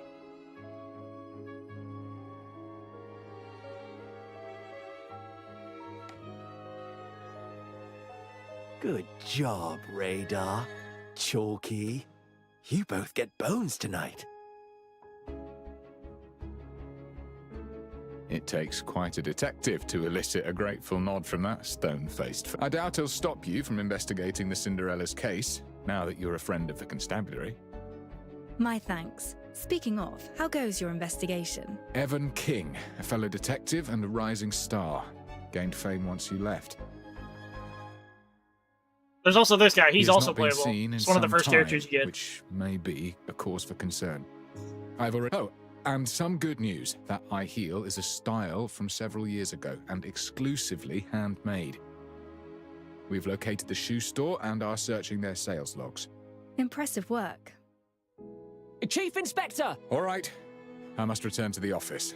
Let us hope our luck continues, Detective.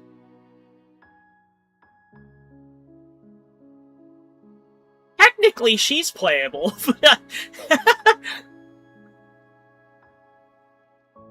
Ashley, you seem in high spirits. I am indeed. You're absolutely trustworthy. Thanks to you, we're that much closer to the truth. Want the dogs more than the men. That Moneybags is in cuffs, and we're on the rising detective's trail. Soon we shall find their link to the Cinderella's case. What shall we investigate next, Detective?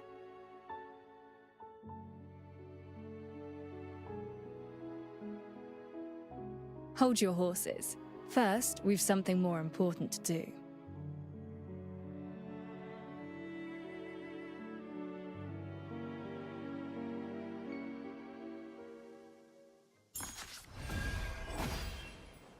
Alright. Well, I'm no longer in a quest, so I can kind of show you.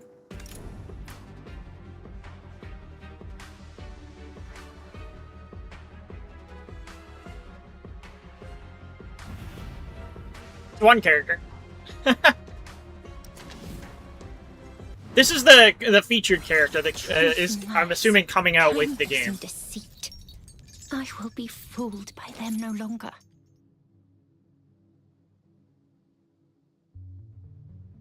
Also 4-star characters. I saw myself in those creatures, existing in a shade between life and unlife. People say kabooms bring bad news, but that's not true. We're good kids, keeping things lit bright. Can you not pull yet? You can.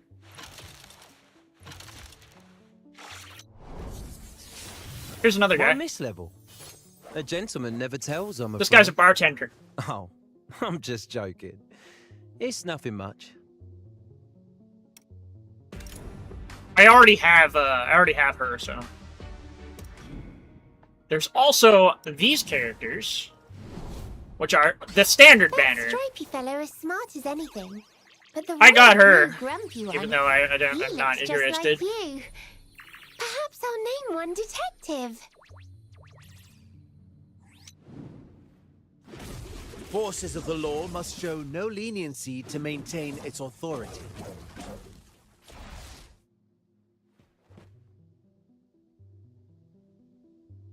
And now I'm gonna show you the most fan service character in the game.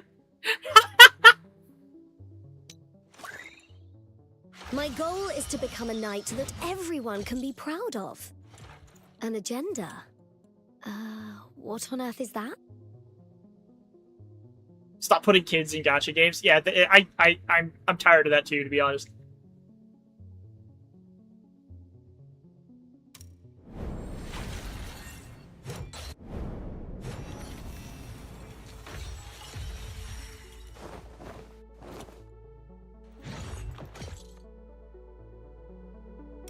Anyways. It actually reminded me that since I have those characters, I can kind of swap this out around a little bit. I don't know how I should set this up, actually.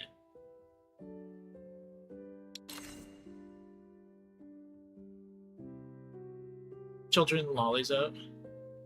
Yeah, pretty much.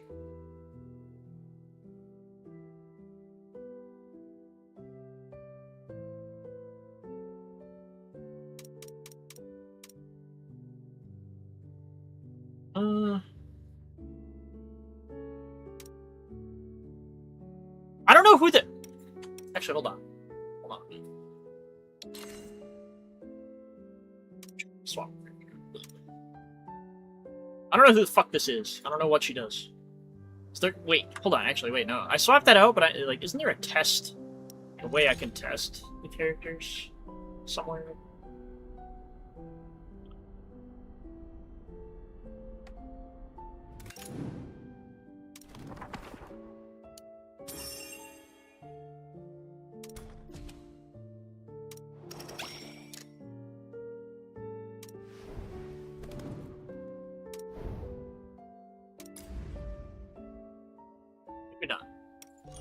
I swear there was. I can't remember where.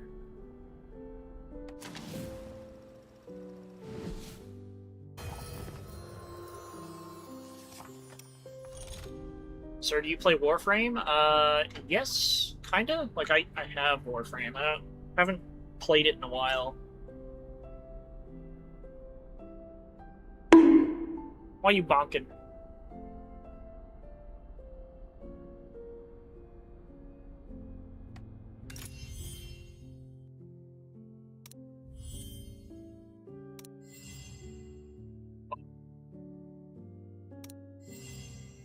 Oh, here we go. This is what I was looking for.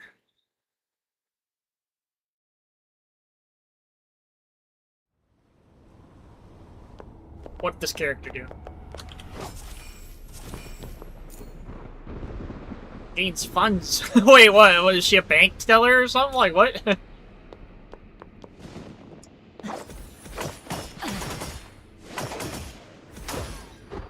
Wait. Is she fighting with her heels as weapons?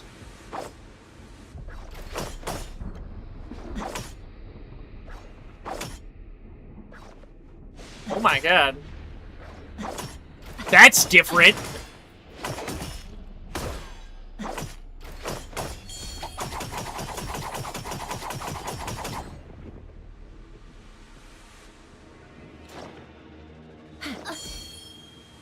Oh.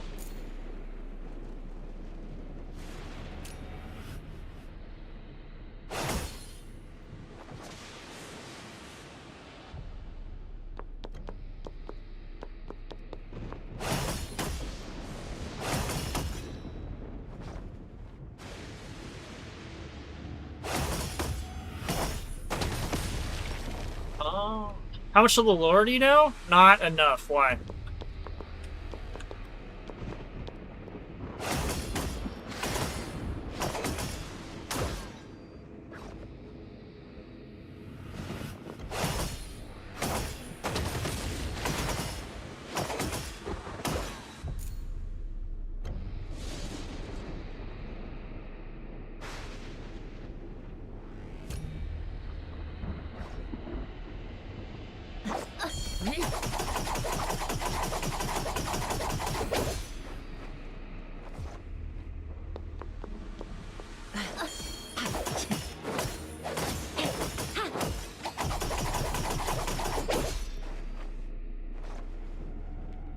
I need opinions from people who get the lore. I don't know, really.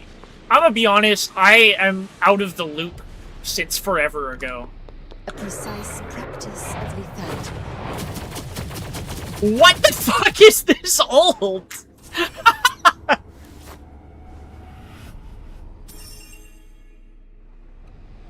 That actually kind of that caught me off guard.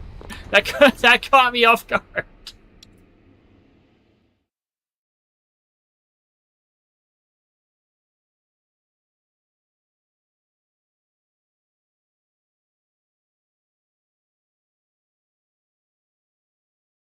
Yeah, maybe I should do this for more of the characters though. It actually it seems to tell you more about how the fuck the character works. Oh, wait. It just put me in front of a fucking chest. That's 2. Wait, shoot it. There we go.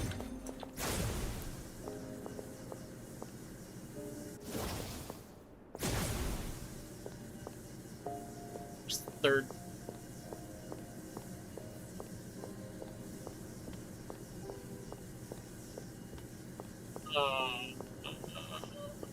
What? Where's the 3rd going?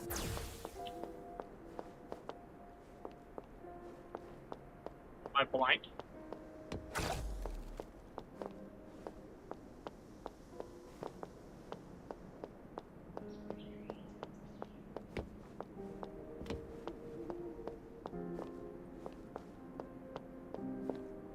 Oh, I see it.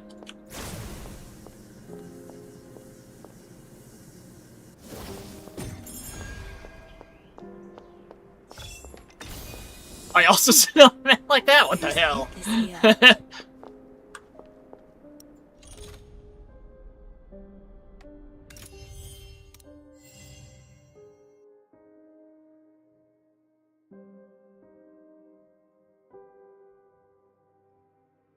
Secretary. She's a secretary. Okay, yeah, sure. Because the secretary sits on people.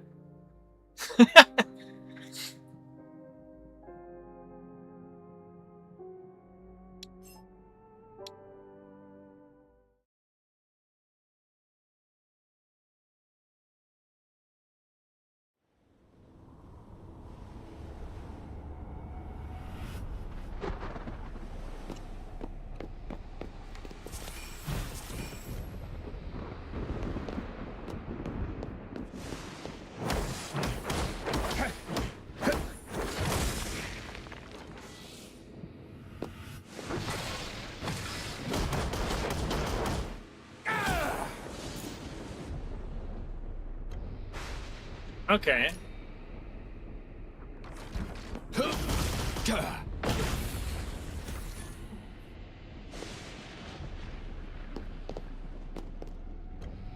initiate sway, immediately afterwards, press left click for a third or fifth hit of basic attack combo. Okay. Oh, hey, wait, that's actually kind of cool. All right.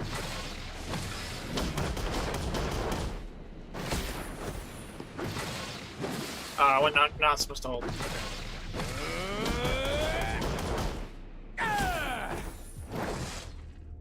What?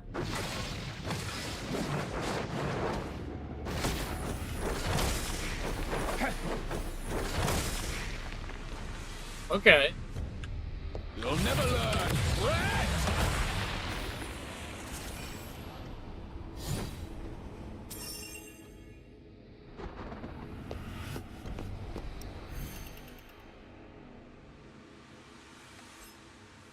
Honestly, the characters are a little more unique than I expected them to be. Because there's, like, some mechanics the characters have that others don't. They're, like, really specific.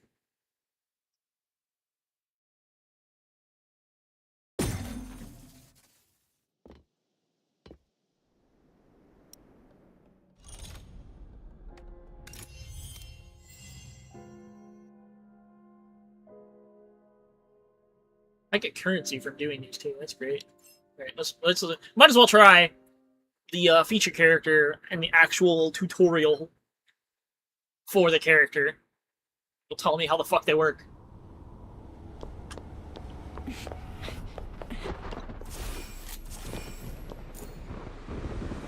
Gains Vengeful Flame and Overheat through some of her attacks. Wait, 2 different stats?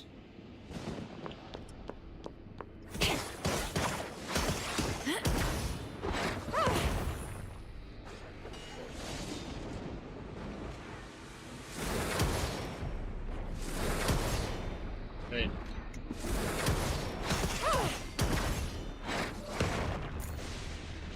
Vengeful Flames exceeds 25%. Unleash your skill to gain Overheat. Oh!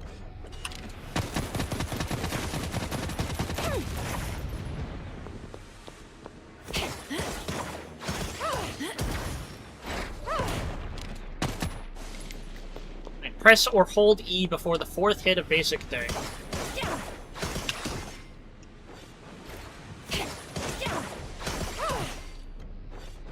To gain a large amount of Vengeful Flame.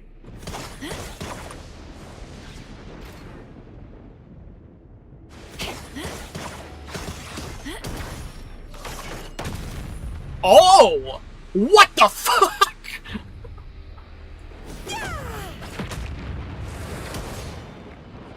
Your death is insignificant. After unleashing... It didn't tell me!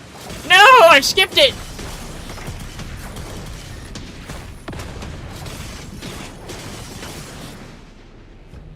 It's because I'm clicking.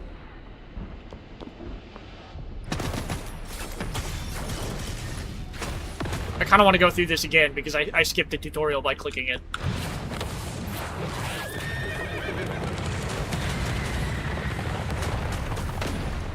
kind of want to actually see that explanation. I think you let's redo this, or is it just gonna make me exit? Like it's just gonna make me exit. God damn it.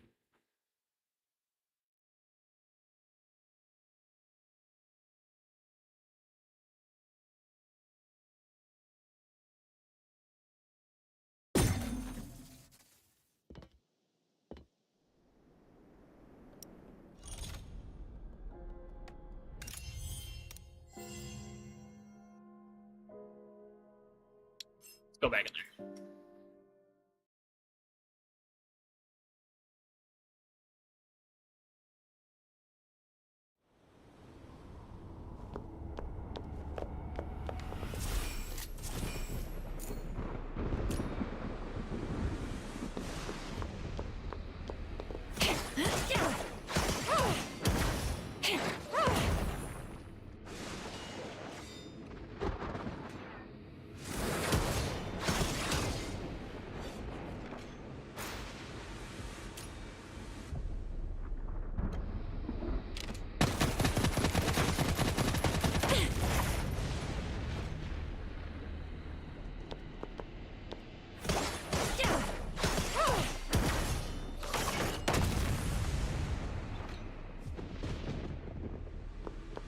Enhanced heavy attack phase 1.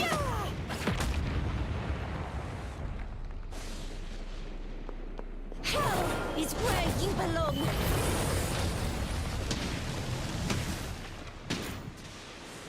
After unleashing ultimate and gaining clash, some of Ashley's attacks will become enhanced. It automatically skipped that. Why did it automatically skip that? I didn't get to read all of it. What the hell? If you're gonna give me a tutorial, let me read it at my own goddamn pace! While clash, press E to dodge enemy attacks or spray fire at enemies in range while it's gaining overheat. Okay. Yeah, it's auto-doing it. That is a big issue with this game, I'm noticing, actually. They don't let you do things at your own pace. Instead, it just fucking auto-plays certain things against your will.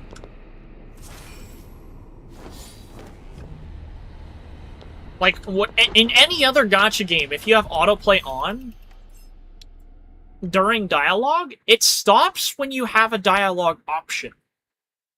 In this game, if you have autoplay on during dialogue, it automatically picks the first fucking option or whatever you're hovering over.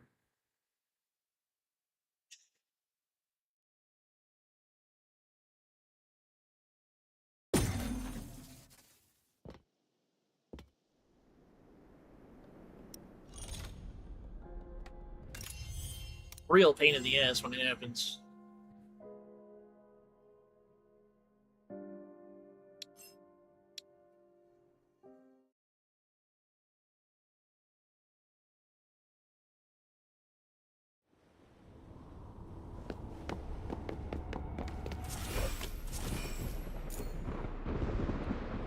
Argos gains confession over time. Fine.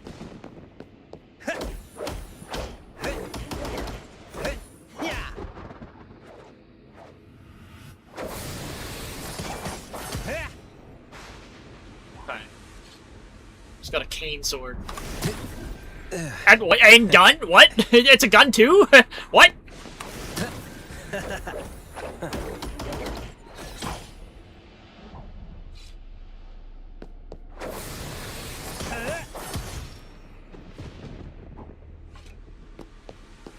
You owe me a cocktail shaker.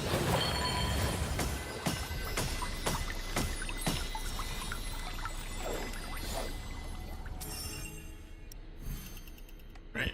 That wasn't too bad.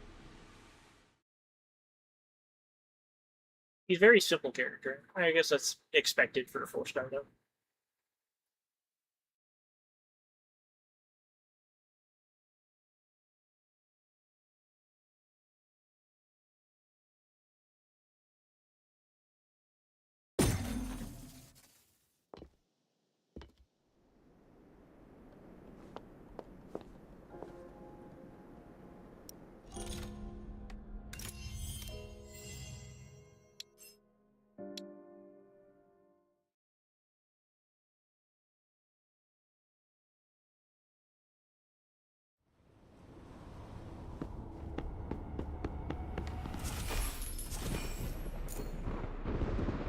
She gains erudition through various actions.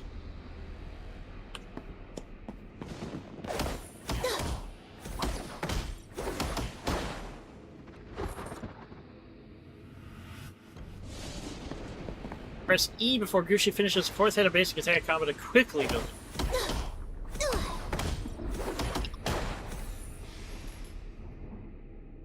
Wait, really? Press that, hold. Fine.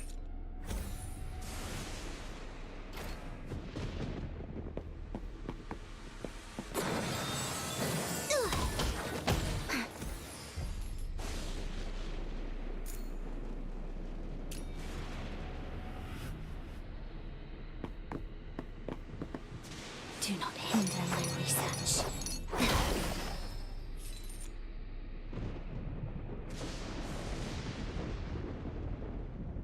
Go forth, my little specimens.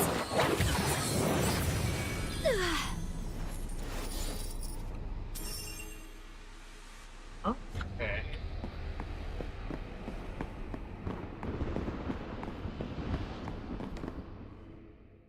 I'm gonna have to remember that because I do use that character. And I guess she like does buffs, kind of like buff to damage or something.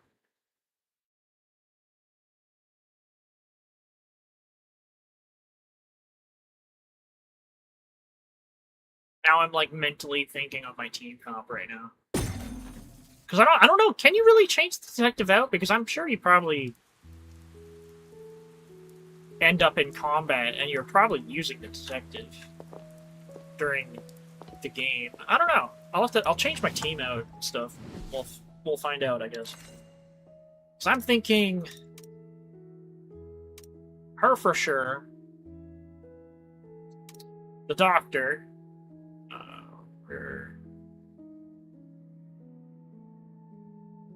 Oh, she's already selected. She's number 3. Okay. It's just the 4th slot. I don't know what to put there. I don't know what to put in this position.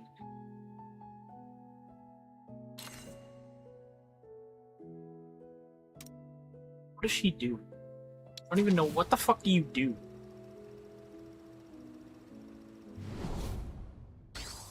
Combat support. As smart as anything, but the royal. Oh, okay. Hey, it shows you combat style. Okay. Looks just like you. Perhaps I'll name DPS one versus CPS, detective. break, suppressor, survival and healing, combat support. Striker DPS, survival and healing, Life has not. combat support. Okay, and she's also a Let's cut. DPS. Break suppressor. Explosion. People say kabooms bring bad news. Resonance Sylvania's DPS. future hinges. Let's keep those brats in check, and then we'll get to have our vacation. Every fight in this world is a struggle for the right to dictate how. Honestly, I might use Lauren. Let's keep those brats Because in he's a check. break suppressor. It's him or fucking, Explosion? Alf. Oh, no bombs here. Let's keep those brats in check, and then we'll get to have our vacation in peace. Truth and lies, kindness and deceit. I will be fooled by them no longer.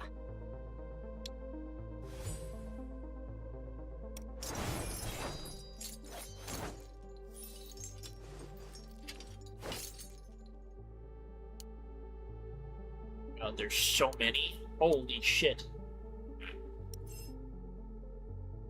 Outlaw. This one only shows Outlaw.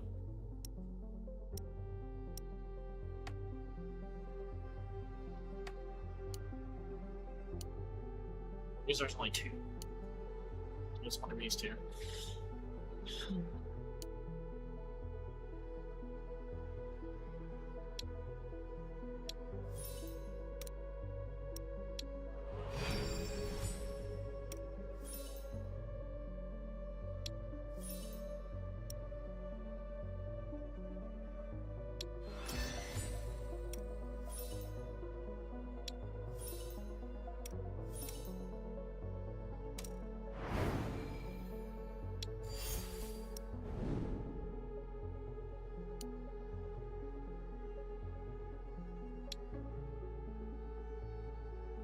levels.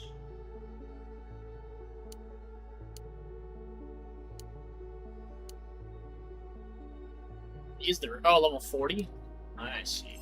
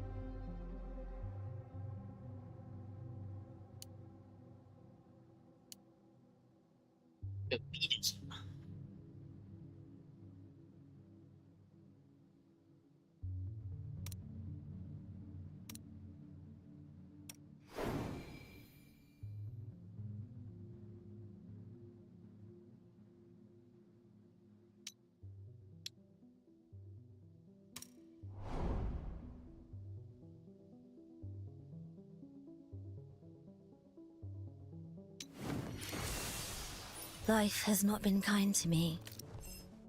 Death, on the other hand, has been a truer friend.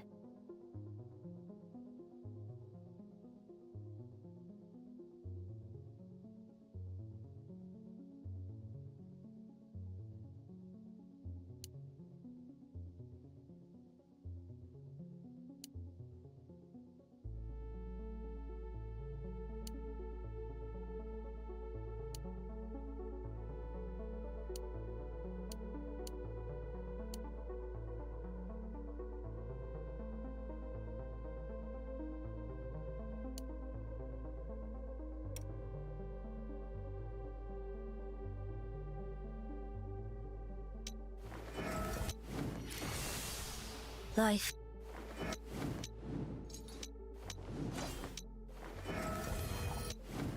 She's got her own element, Life has I not guess. been kind to me. The other characters don't really. Death, on the other Just hand, not the ones that I have.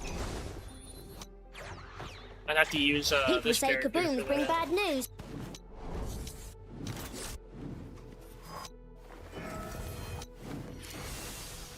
life has not been kind to me. Death, on the other hand, has been a truer friend.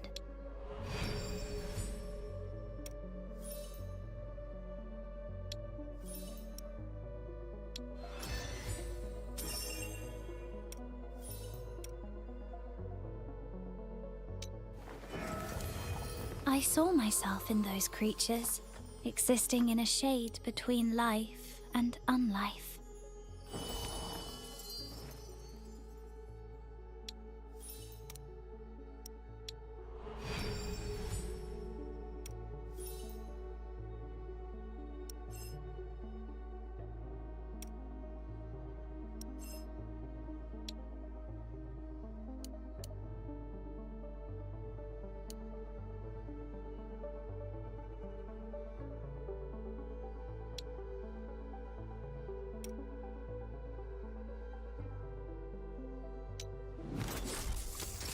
Let's keep those brats in check, and then we'll get to have our vacation in peace.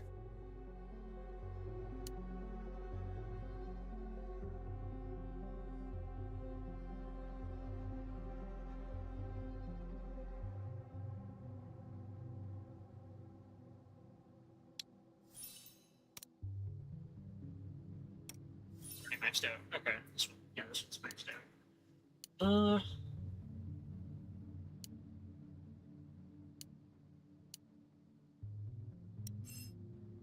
He's a guardian.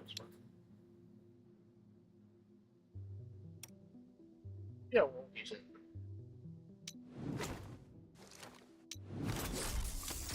Let's keep... Does this really matter? Oh, no bombs here, nope. Only flour. Oh, and Alf's flamethrower.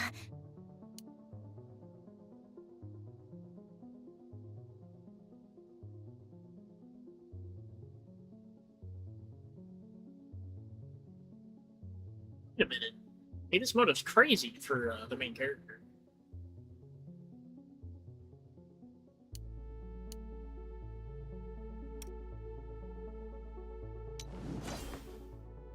Let's cut to the chase before you are silenced for good.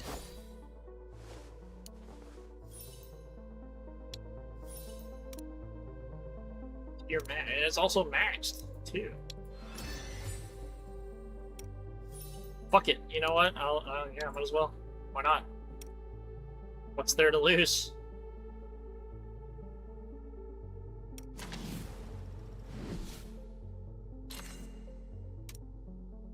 It's time.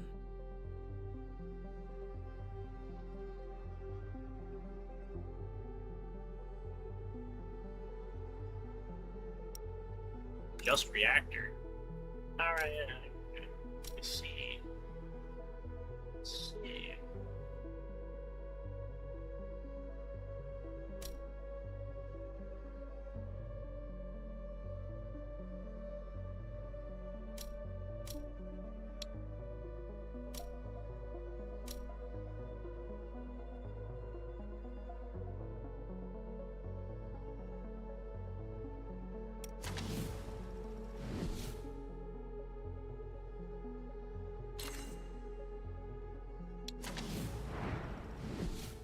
Truth and lies, kindness and deceit. I will be... Life They has all not take been different materials to give the potential break. I saw myself. Let's cut to the chase before you are silenced for good.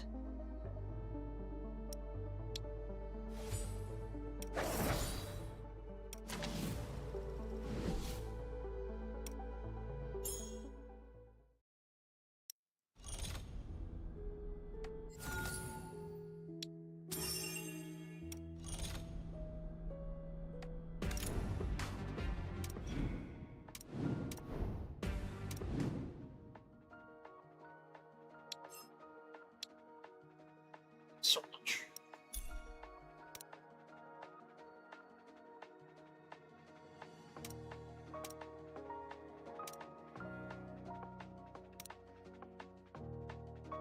Yeah.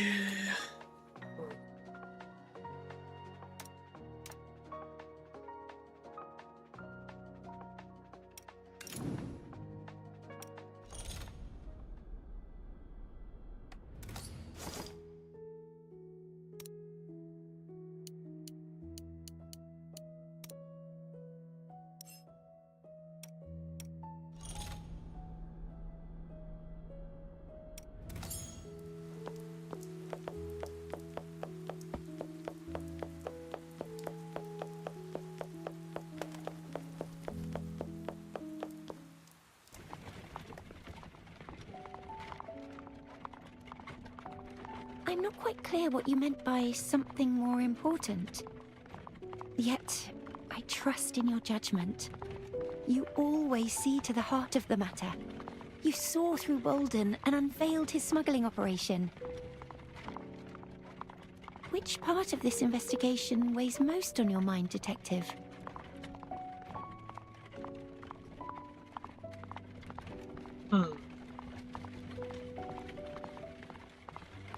You, mostly. Your age belies your heart and your maturity. I don't have much experience. Only housework, really. But I'll do what I can to help. Your hands are calloused from manual labor, perhaps? Oh, yes. I just do whatever I can to help out. Nothing worth mentioning.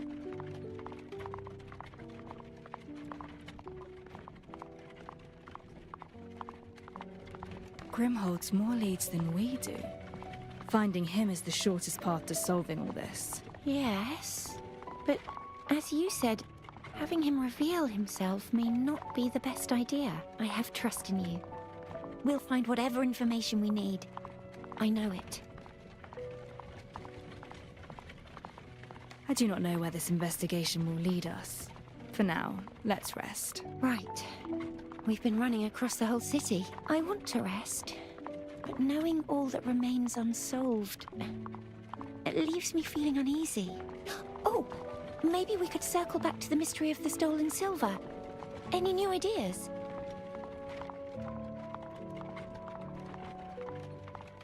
Well, first, you never answered me. What is this riddle about, really? It's Just a riddle, that's all. In any case, perhaps you might try your hand at it first. I think I might have a new theory. The silver theft was orchestrated by the rich man himself.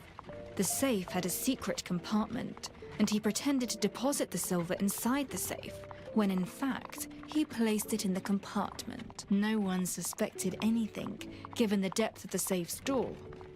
When he next opened the safe, the compartment was closed, and his silver coins were nowhere to be found. So everyone thought it was going into the safe, but it was actually going into the compartment. What a clever gadget. Did you get the inspiration from the royal bank theft, with Bolden pocketing the silver coins stored in the bank? But if the coins had been in the secret compartment all along, then the shavings inside the safe doesn't make sense. So that can't be the right answer either. A wonderful idea, Master Detective. But I'm afraid you're just one step short. It's clear this is more than a mere word game. What does the riddle mean?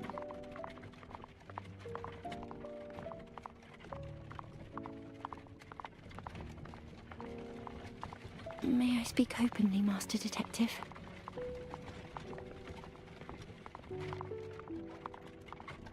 It's up to you. Everyone's got their secrets after all. I haven't told you why I took on this case either. You're my employer, though. You're within your rights to keep things from me. No, Ashley, I am your partner. A detective and their aide should be equals and trust each other completely. Equals? That's the first time anyone has said such a thing to me.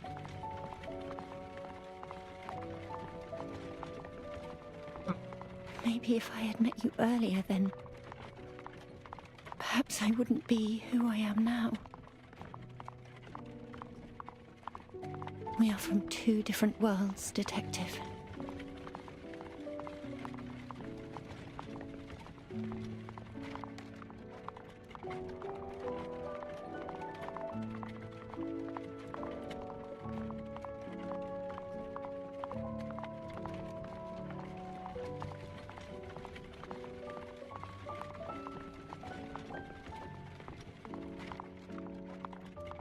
So, just as I thought, she's not a student.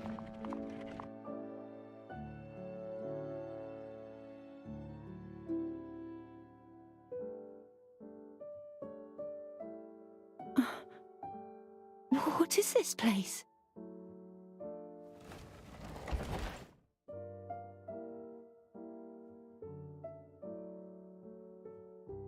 Oh, no. Master Detective? I don't like where this is going. I think we're buying her clothes.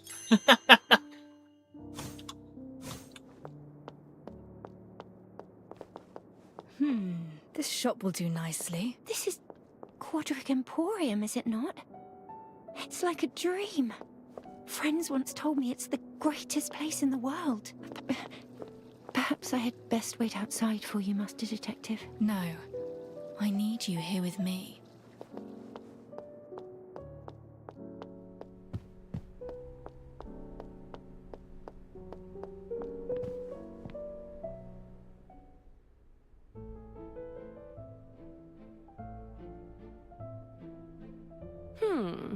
This...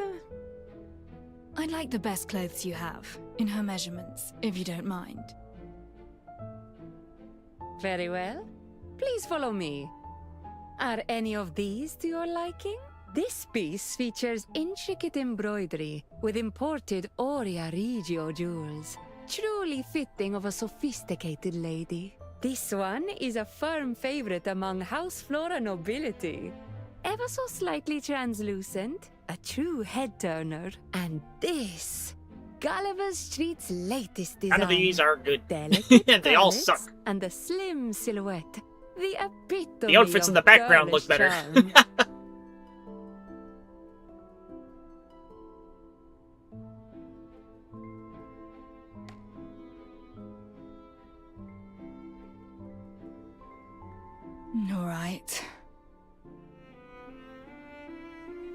I see this one's caught your eye. Would you prefer this piece? Huh? Oh, well, it just reminds me of something that friends of mine sewed once. That? It's been out of season for ages. Popular in its time, yes, but too drab for today's crowd. Hardly worth the price. Shall I pick out some others? No, just bring that one over. At least try it on to see how it fits. Master Detective, why are you doing all this?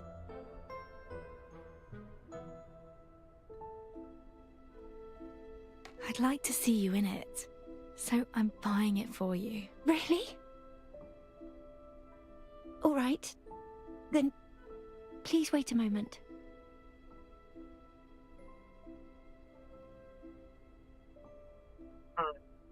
This isn't gonna go very well, I don't think. Accessories next. Something's gonna We should head happen. to a specialty jewelry shop. The first floor will have some. I can feel it.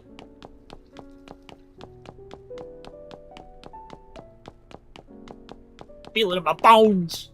Would these gems hold their value better than silverium? Taste is the most enduring currency. This way. It's packaging.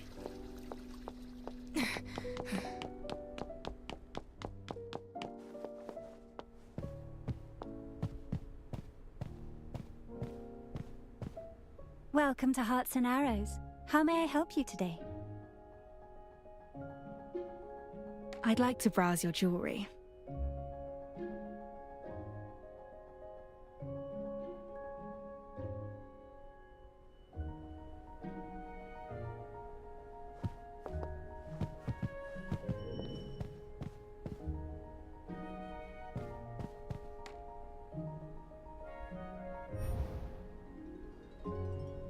The pearl bracelet. Perhaps not the best choice. Ashley's hands are still bandaged.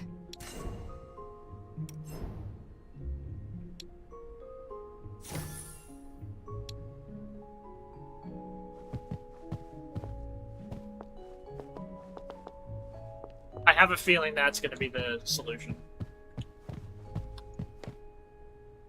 Do that one last. Oh, a sapphire tiara. The hue would work well.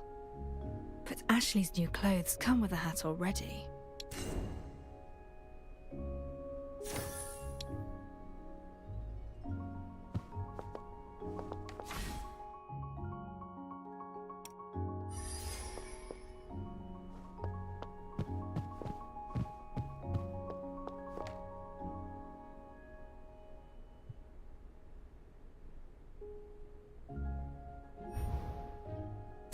A ruby necklace. The colour clashes with Ashley's new clothes, though.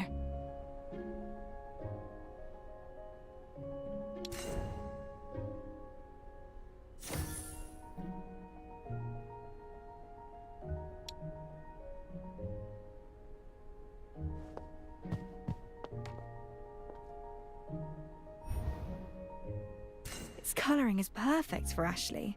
It would suit her well. Very nice.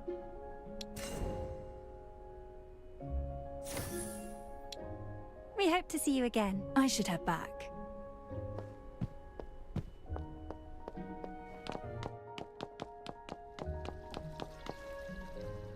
Oh, it's a flower stall. We've sorted clothes and jewellery. A few flowers will go nicely. Welcome. Oh, Detective. Bryony's the name. From the Hypnos Garden. Just opposite the detective's office. Remember me? Sure. It's been too long. Welcome back. Looking for flowers? Oh, for a date, perhaps? Oh, you've got the wrong idea. She's just a young lady I know. The flowers are only to go with a gift. My mistake. Well, in any case, I'm sure my flowers will do the trick. Spoilt for choice? Why don't you describe the lucky lady's personality and I'll recommend some to you?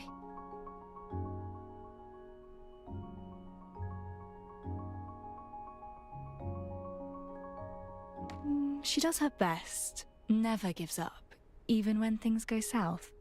The resilient type, eh? Just as I'd expect of your friend. I have just the thing. Camellias. Symbolic of modesty, ideals, and of course, an unwavering spirit. They complement almost any colour outfit too. A fine choice. My thanks. They'll suit her well. I think so too. In fact, have them for free. Consider it a welcome home gift. Oh, no, just take them. I must attend to my customers. Until next time, Detective. Hello there. We'd like some flowers. Are you sure? We've plans for 11. Won't they get squished along the way? The event over at Toroid Spine? Oh, don't you worry. I'll package them well for you.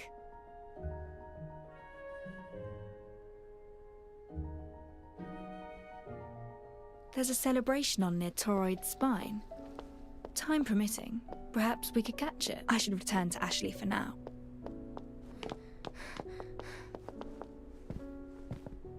Greetings.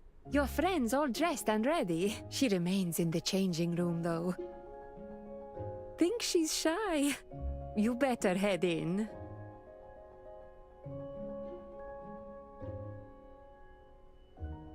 An accessory to match, and some flowers for you.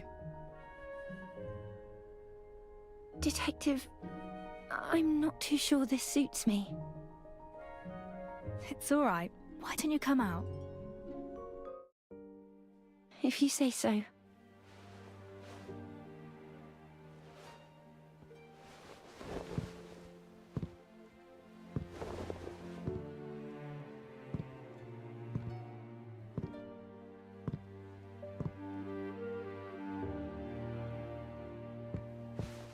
It's just perfect on you, miss. Isn't that the poor girl from earlier? That dress is wonderful. What season is it from?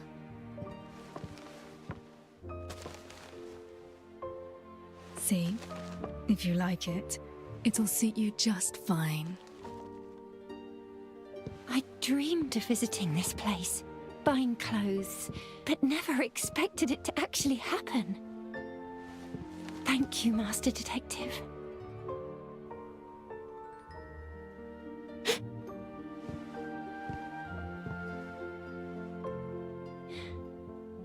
That's me.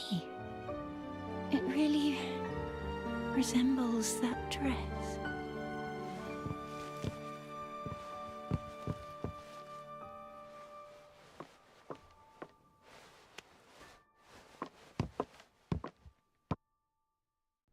I'd like to make another stop. Have you heard of Toroid Spine? I've read about it.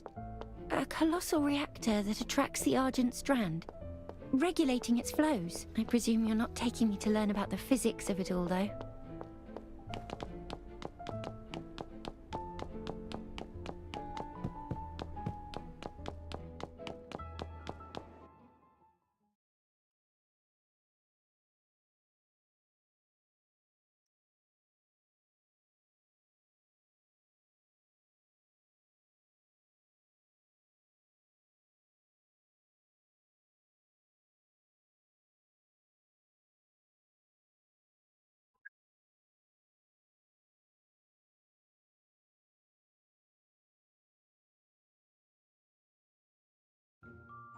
Whoa! There are so many people. Is there some kind of celebration? It feels so full of life. Fancy trying our wares, you two? We've prizes galore. Welcome to the Toroid Spine Trade Fair. We're showcasing the latest Emporium goods. A chance to try before you buy. You won't want to miss this. What's a trade fair? It's where the latest prototypes are exhibited. 4 Crown Street has long been known for its pioneering aesthetics, tech, the lot. Take a peek into the future.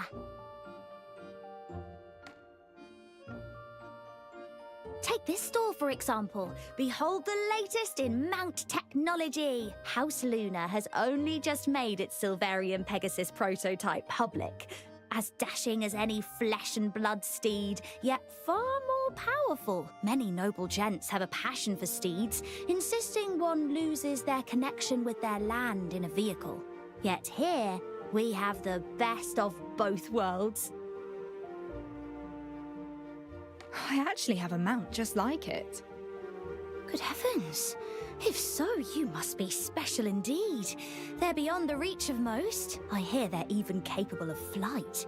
You know, some blame the tragedy on the Order of the Tide's lack of air combat capability, hence House Luna's decision to make this invention public, taking air superiority from House Ventus.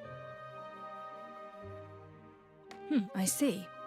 What about that horse there? Oh, just a failed model. Already outdated, that one. Meant to utilize Silverium in emulating horse behavior. Artisans tried everything, experimented hard, yet never reached true efficiency. It's an interesting relic, though. These'll be taken to Bushes Street for decommission after the fair. Decommissioned? But it's clearly still usable.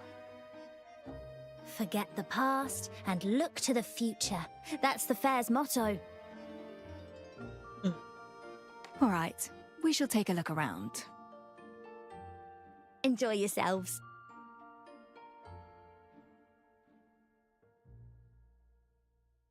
Fancy giving those a go? Me? I've never tried these before. I'll just watch you play.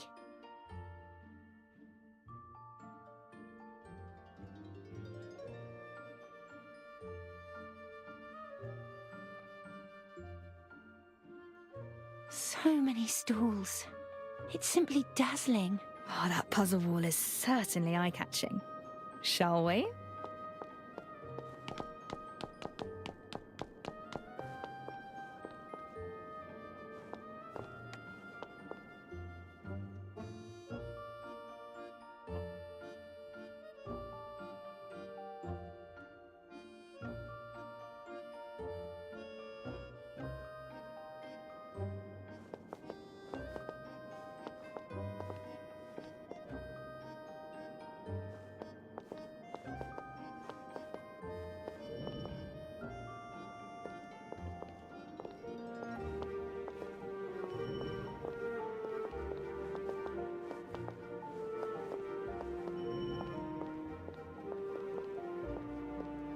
What exactly am I inspecting?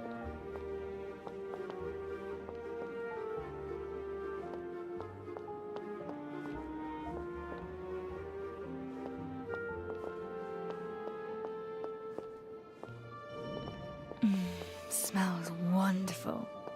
But you get more for your money at the bakery.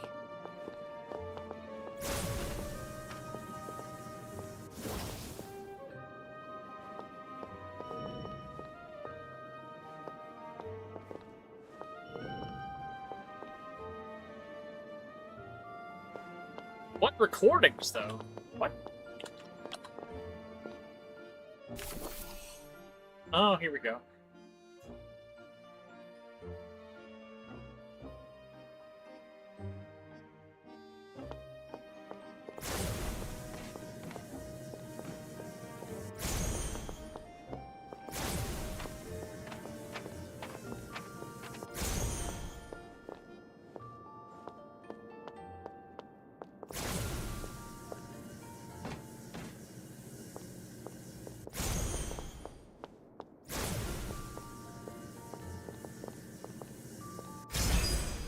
The Fullman reactor you just used was invented early on in Silverium tech development.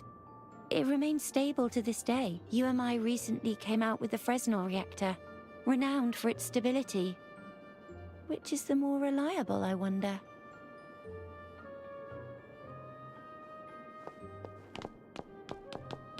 You got the hang of it in no time, Detective. All thanks to your explanations, Ashley. Don't just stand and watch. Give it a try. Next time, perhaps. Oh, a bookstall. I was wondering, might we take a look?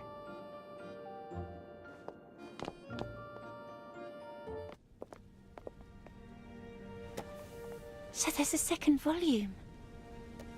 Ashley. Yes? Magic. Look over there.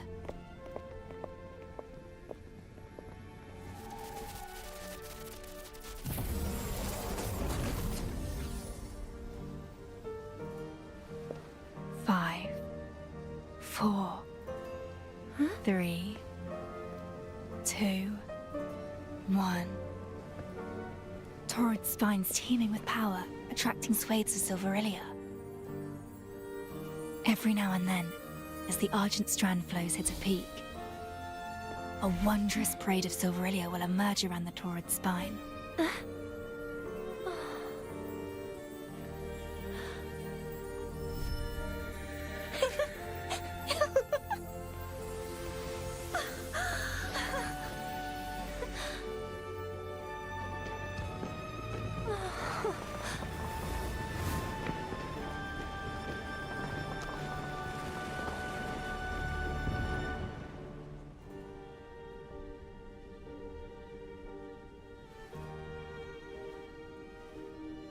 It's beautiful, even if fleeting. They'll fade, but once the cycle repeats, they come back, and it begins anew. I didn't know Silverium could be so beautiful. Thank you so much for all of this. Actually...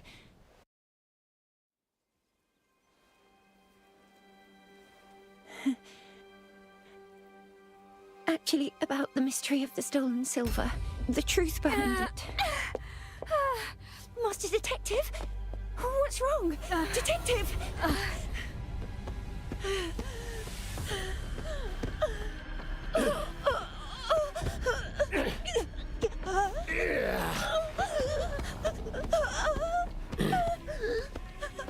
What the hell is going on?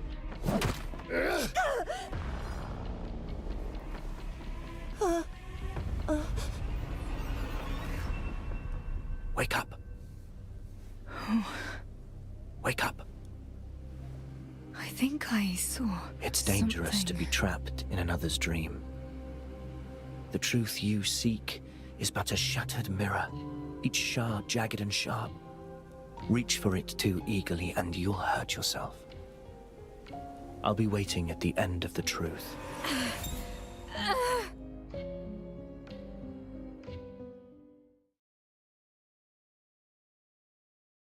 Damn it.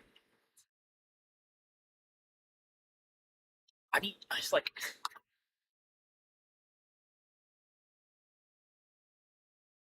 At this point, when this game actually comes out, I need to play it just for the story. Like I need to know what happens.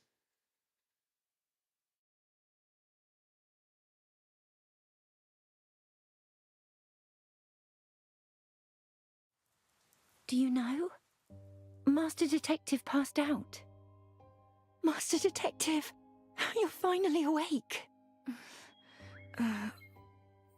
What? You passed out all of a sudden. I couldn't wake you, so I brought you here. Your clothes? You changed back? Oh, yes, I put the new clothes away. But that's of no matter now. Doctor, why did Master Detective... Before, stabilizers were enough to placate your nightmares. Not this time, though. What did you see? Strictly speaking, it was not my nightmare. I was someone else. I relived their experiences, like some bizarre mental phenomenon. It was all jumbled. I couldn't make out much. It seems you've developed a resistance to the stabilizer, and it's caused some unexpected side effects. Rest for now. I will think of something. No, I have slept enough. Actually, any leads on the doctor in the photo? That keen to escape my clinic, are we? The doctor is Rome of the Skier Private Hospital in Meadow. Presides over surgery and infectious disease treatment, and works day shifts. Thank you. Come along, Ashley. Wait. Come with me. Just you, Detective.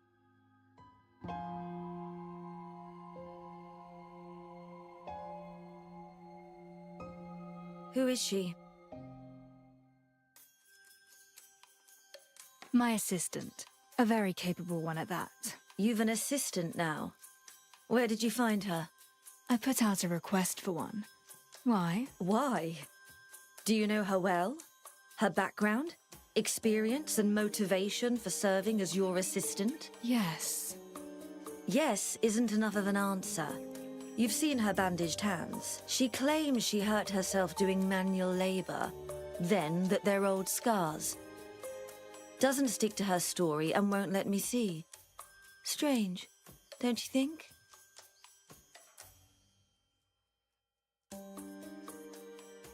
It is a little odd, but don't worry. I have it under control. Do you now?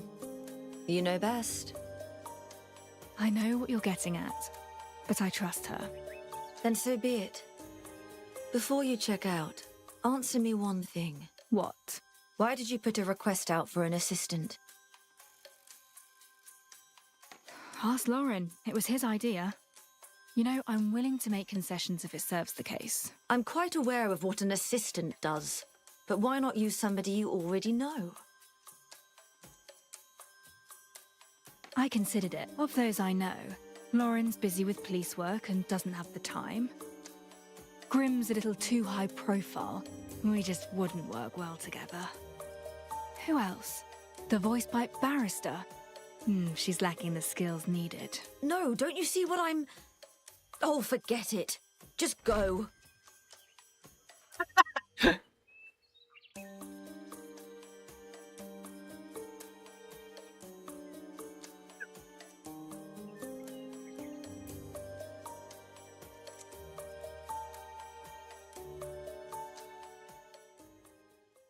What did you say? She looked so angry. Really? That's just how she is. You'll get used to it. Anyway, Firtho said that doctor is named Rome and works in the Skier private hospital in Meadow. Let's go.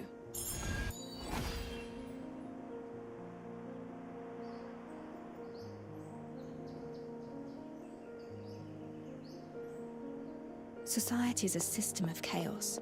What link?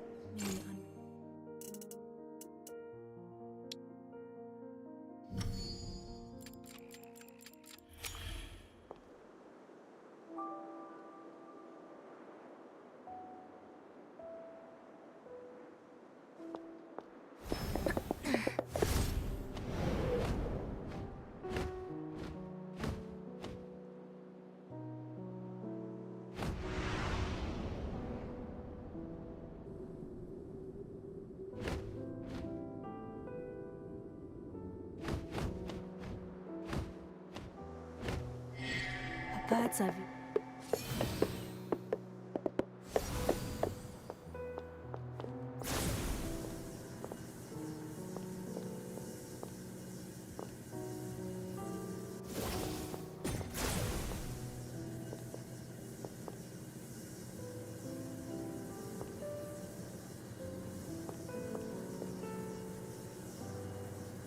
Fuck is it going? I can't tell. Line is going all over the place.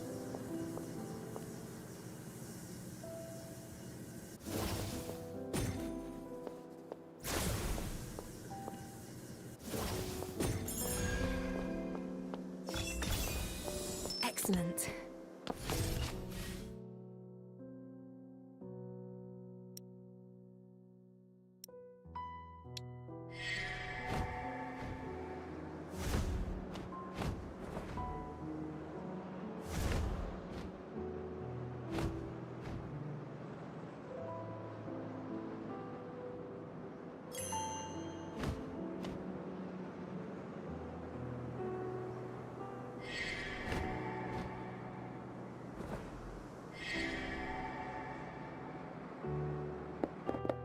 We're here. Skier Private Hospital. Oh, Ashley. Must be something I ate. You clutched at your chest. Are you sure that's all it is? I'm still not too fond of hospitals. I'm fine. We should look for Dr. Rome. Wait, you should rest a while. I have something I need to do.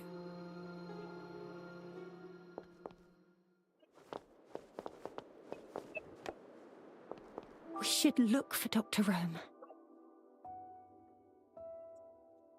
All right, let's head inside.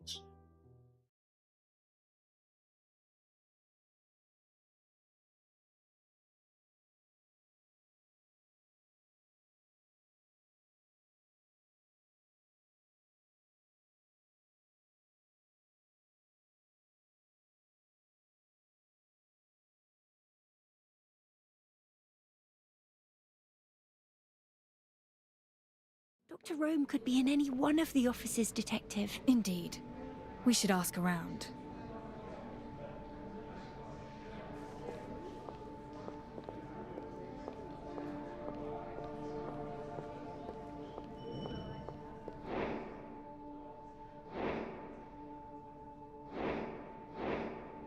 Those days are numbered. Wow, okay.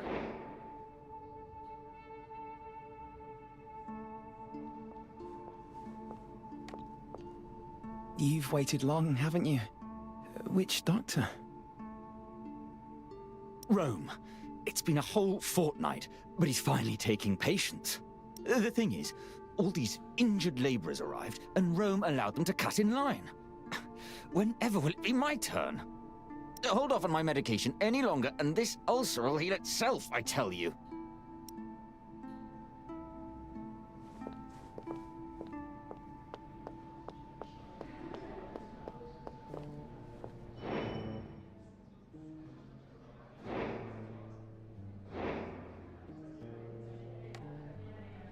I can't afford this. Those private clinics' medicines are so pricey and never even work anyway.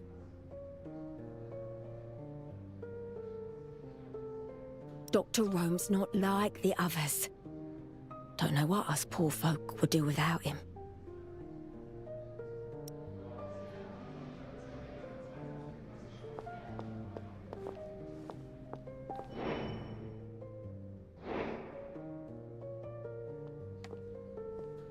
I've hardly seen Dr. Rome at all as of late. He vanishes, we pick up the slack. I've had nary a hot meal in 2 weeks. Don't worry, he's here today. We shall have this patient build-up dealt with in no time. Hogwash. He's yet to see a single one. No sense of duty, that man. Oh, don't be like that. Rome's a kind-hearted man. After all, he prioritizes those from the poorer outskirts. Apparently, Rome is a fine doctor of some renown. Keen to treat the poor. It is time to find him. I should ask at the reception desk.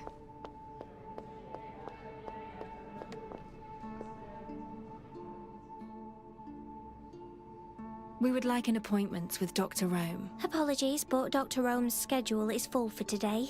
Come back tomorrow. No, listen, I'm a labourer from out of town. I need his help, please. All right then. Head upstairs and wait by his office for a moment. Thank you.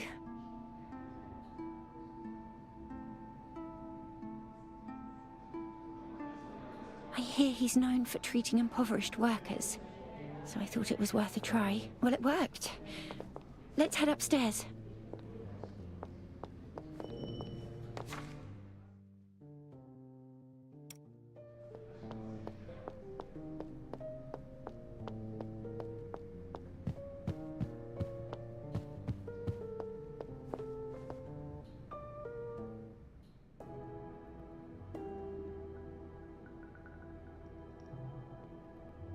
Ashley?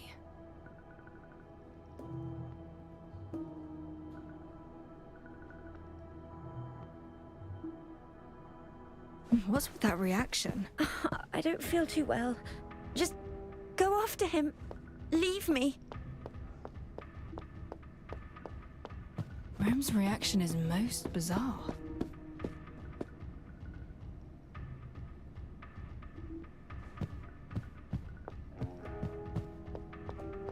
This is his office. I'm not taking any patients, none at all. There's something very off about him. Let me see. Atropine, tourniquets, syringes. Rome's treatment seems to rely primarily on subcutaneous injections. Huh? A flash from the window.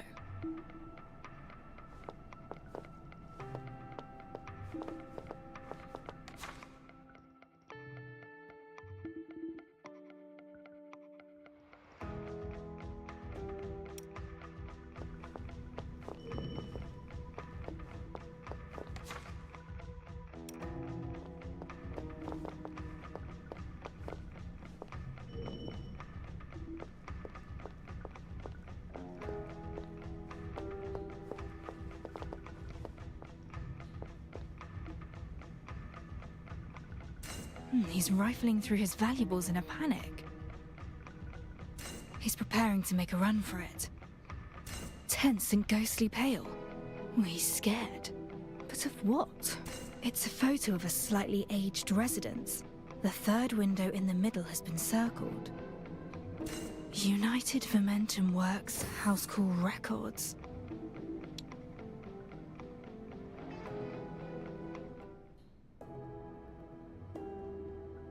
Why are you running? Where are you going? Unhand me, or I'll end up dead. Anyone who gets tangled up in this, they're finished, just like Grimm. But Grimm... It's too late now.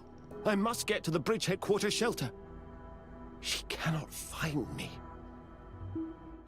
Yes, the shelter. Safe house.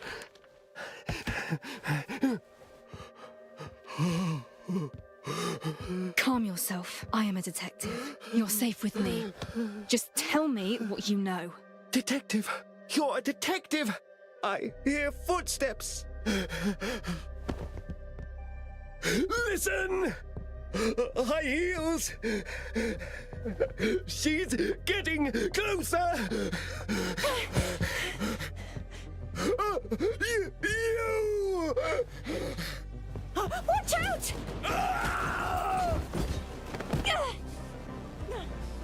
What the hell? Run!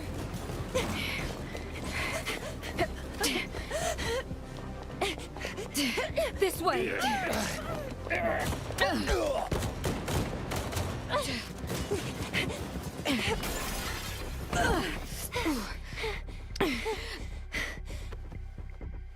That way!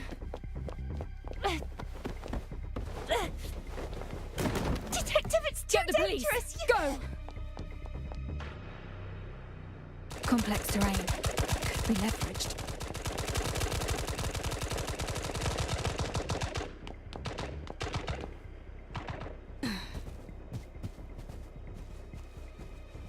Where is she? Huh? This road's blocked. Find another way! They're stuck by the fence. I'm safe for the time being.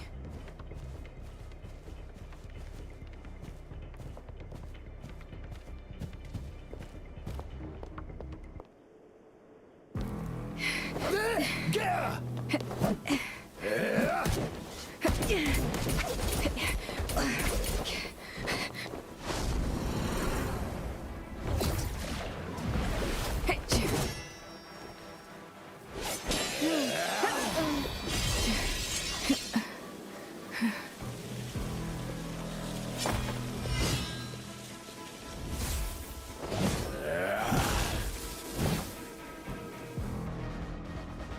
They came prepared.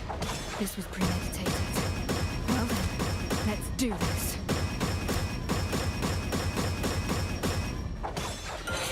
Reset the board.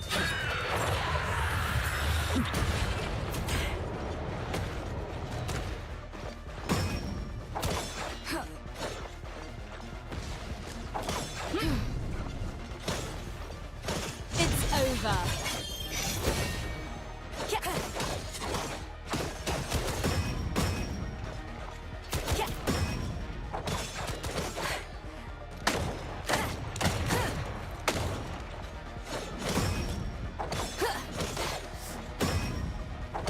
Stay sharp. Tried so hard.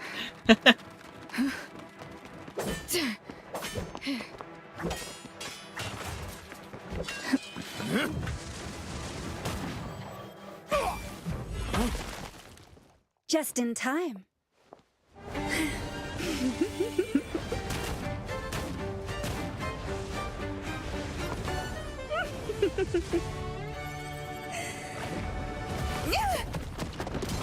All taken care of? You've been keeping me busy. Detective, are you all right? After all the times I've helped you, isn't it time we officially work together?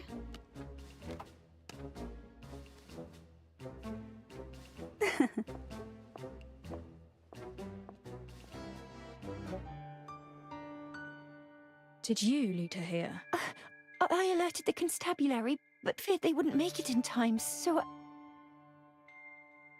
Unless you've spoken before, how do you know how to find her? This area is to be sealed off. Non-police personnel, please leave. Someone's gravely wounded on the second floor. Please hurry. At once.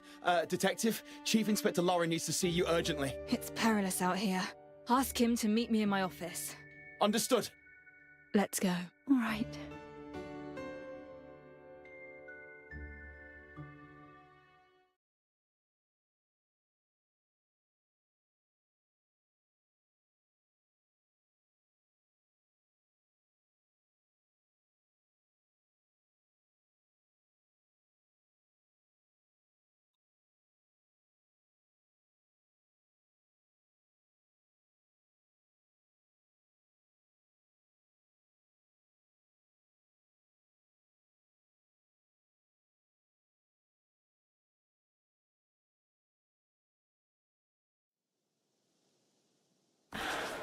It would be unwise to linger.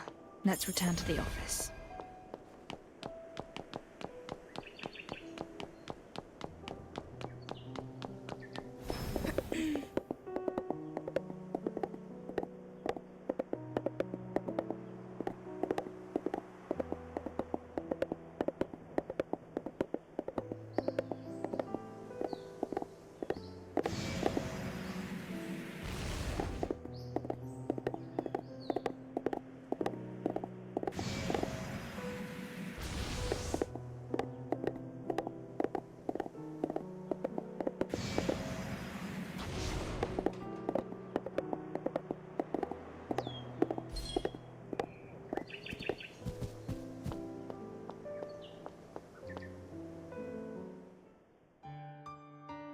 Master! Alf was worried sick. Oh. It seems things really kicked off at the hospital. Are you quite all right?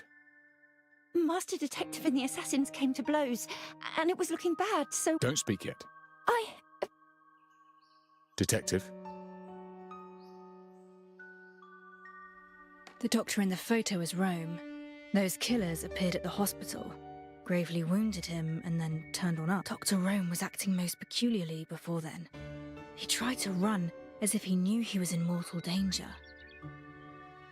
I held him down at first, then Ashley came looking for me, and Rome looked terrified. Then he was shot. I felt out of sorts and rested outside for a while. Then I saw a black-clad group surround the hospital, so I rushed to warn the detective and... And that's when the assassin struck. Rome knew something of value, but I'm afraid we'll never know what it was. I've just received word that he's dead. Most of the assailants fled. We searched the bodies left behind, but found nothing of note. So why were you so eager to see me? We had decided that the mysterious noblewoman who'd lost a shoe in the Grimm case was our main suspect. So we investigated the shoe store and traced back who bought those high. Progress has been made. Although we're yet to locate the buyer, we found an employee who'd serviced the same model of high heels. According to them, the shoes belonged to a blue-haired woman. Blue hair? Huh? And as it happens, after the blue-haired woman left, a man in a suit arrived and inquired as to her whereabouts. Your assailants earlier also wore suits, did they not, Detective?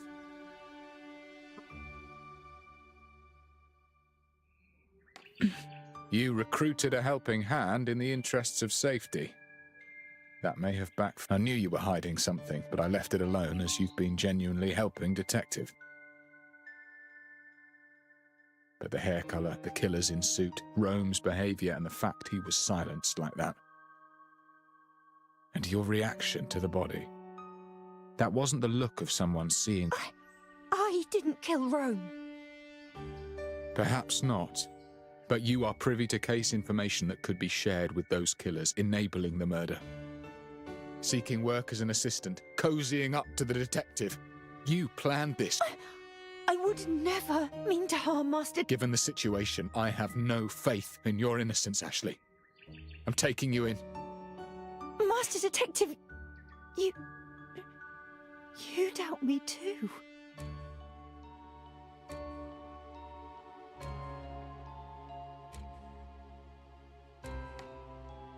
The police hold the burden of proof. Unless you have evidence, she stays. But she is suspicious enough as— Perhaps, but suspicion is not evidence. If we are to gain that evidence, then we must... The shoe left at the scene of Grimm's fake death was an unusual size, tailored to fit. That if the shoe fits, then Ashley is the mysterious lady. Isn't this just like the Cinderella tale? Ashley, try it on.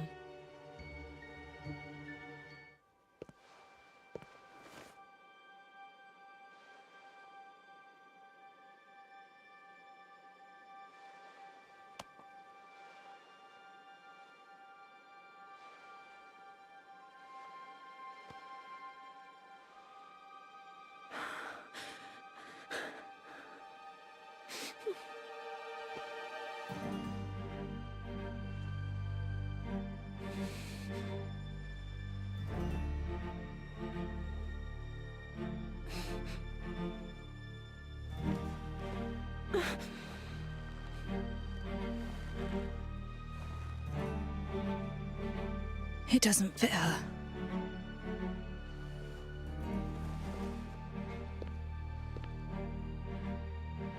She's not the Cinderella you're after.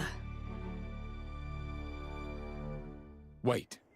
Regardless of whether or not she's that mysterious lady, you can't deny she's suspicious. There have already been casualties, Detective.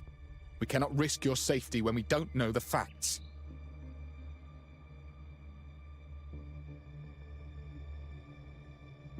Chief Inspector, we agreed she's not a suspect unless evidence proves otherwise. We must stand united, or else the enemy will tear us apart. But...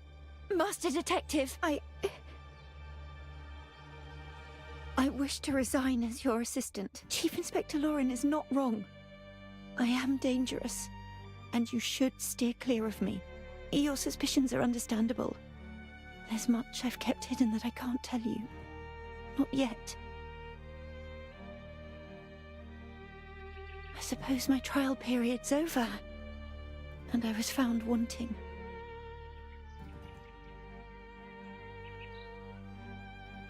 Enough of that for now. Ashley, you look unwell. Please rest. I need to rest indeed. In my current state, I can no longer serve as your assistant. But where will you go? Back to my old job.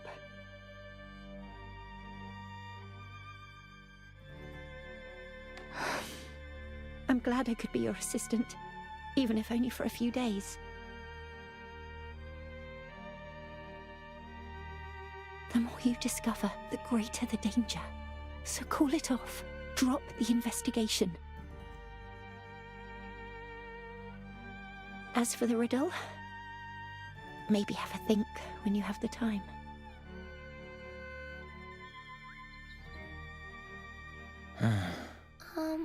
Where will she go, Master? I don't know. Just like that, she's gone. I can't even see her in the distance.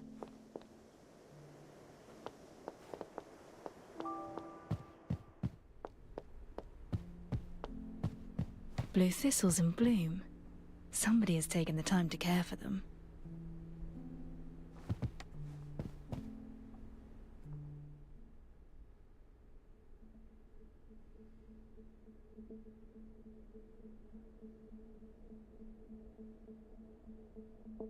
I'm sorry. It all happened too fast. Perhaps I was wrong in the first place to have you seek an assistant on short notice. There is much more to this case than I had imagined, Detective. I shall withdraw it. You needn't investigate this further. You may withdraw the case, but I must see this to the end, if only for myself. Well, what now then? She wasn't the suspect, yet refused to elaborate further. We've no leads. That leaves us with but one avenue to take. Ashley enlisted that odd dancer's aid before. I'm not sure how they communicated, but they did.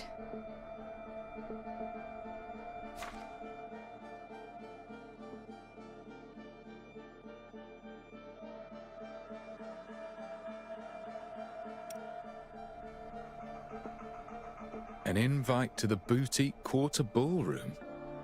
What has that got to do with anything? It's a hint left to me by a mysterious informant. It's time I sought her out.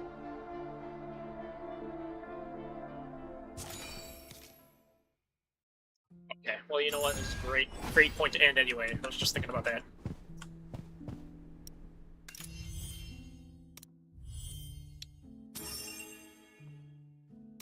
There's so much more to do.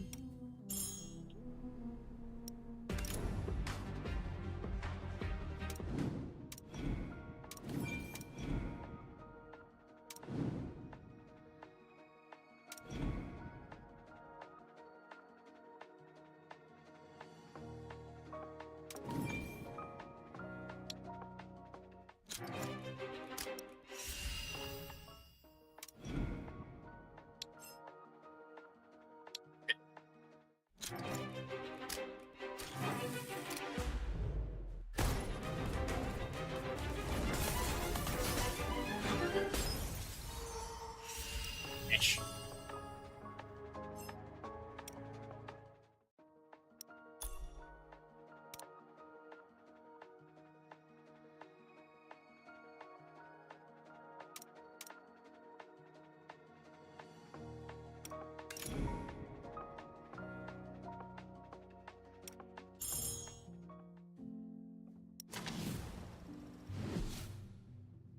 Let's cut to the chase before...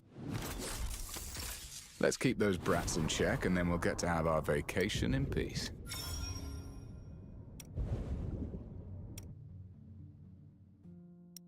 Okay.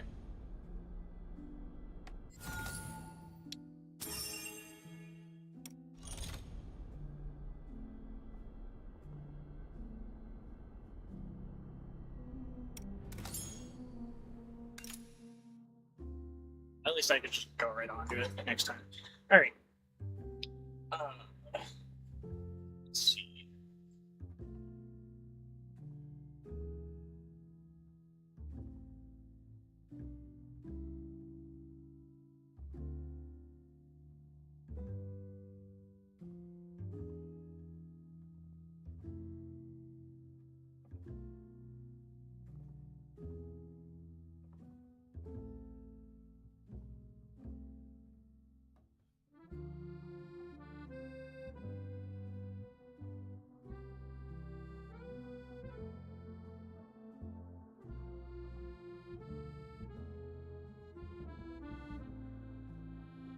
My Twitch. I do have something playing.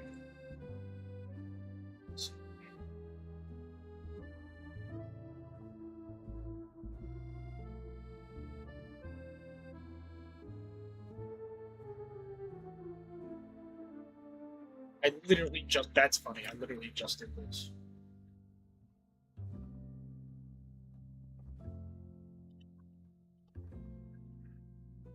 Alright, we're gonna raid.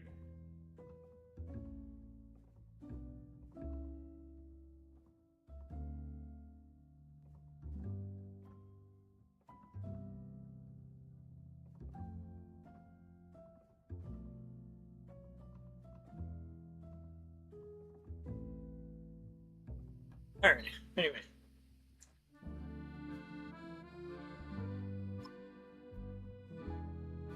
Take care, everybody. Have a good night. I'm out of here.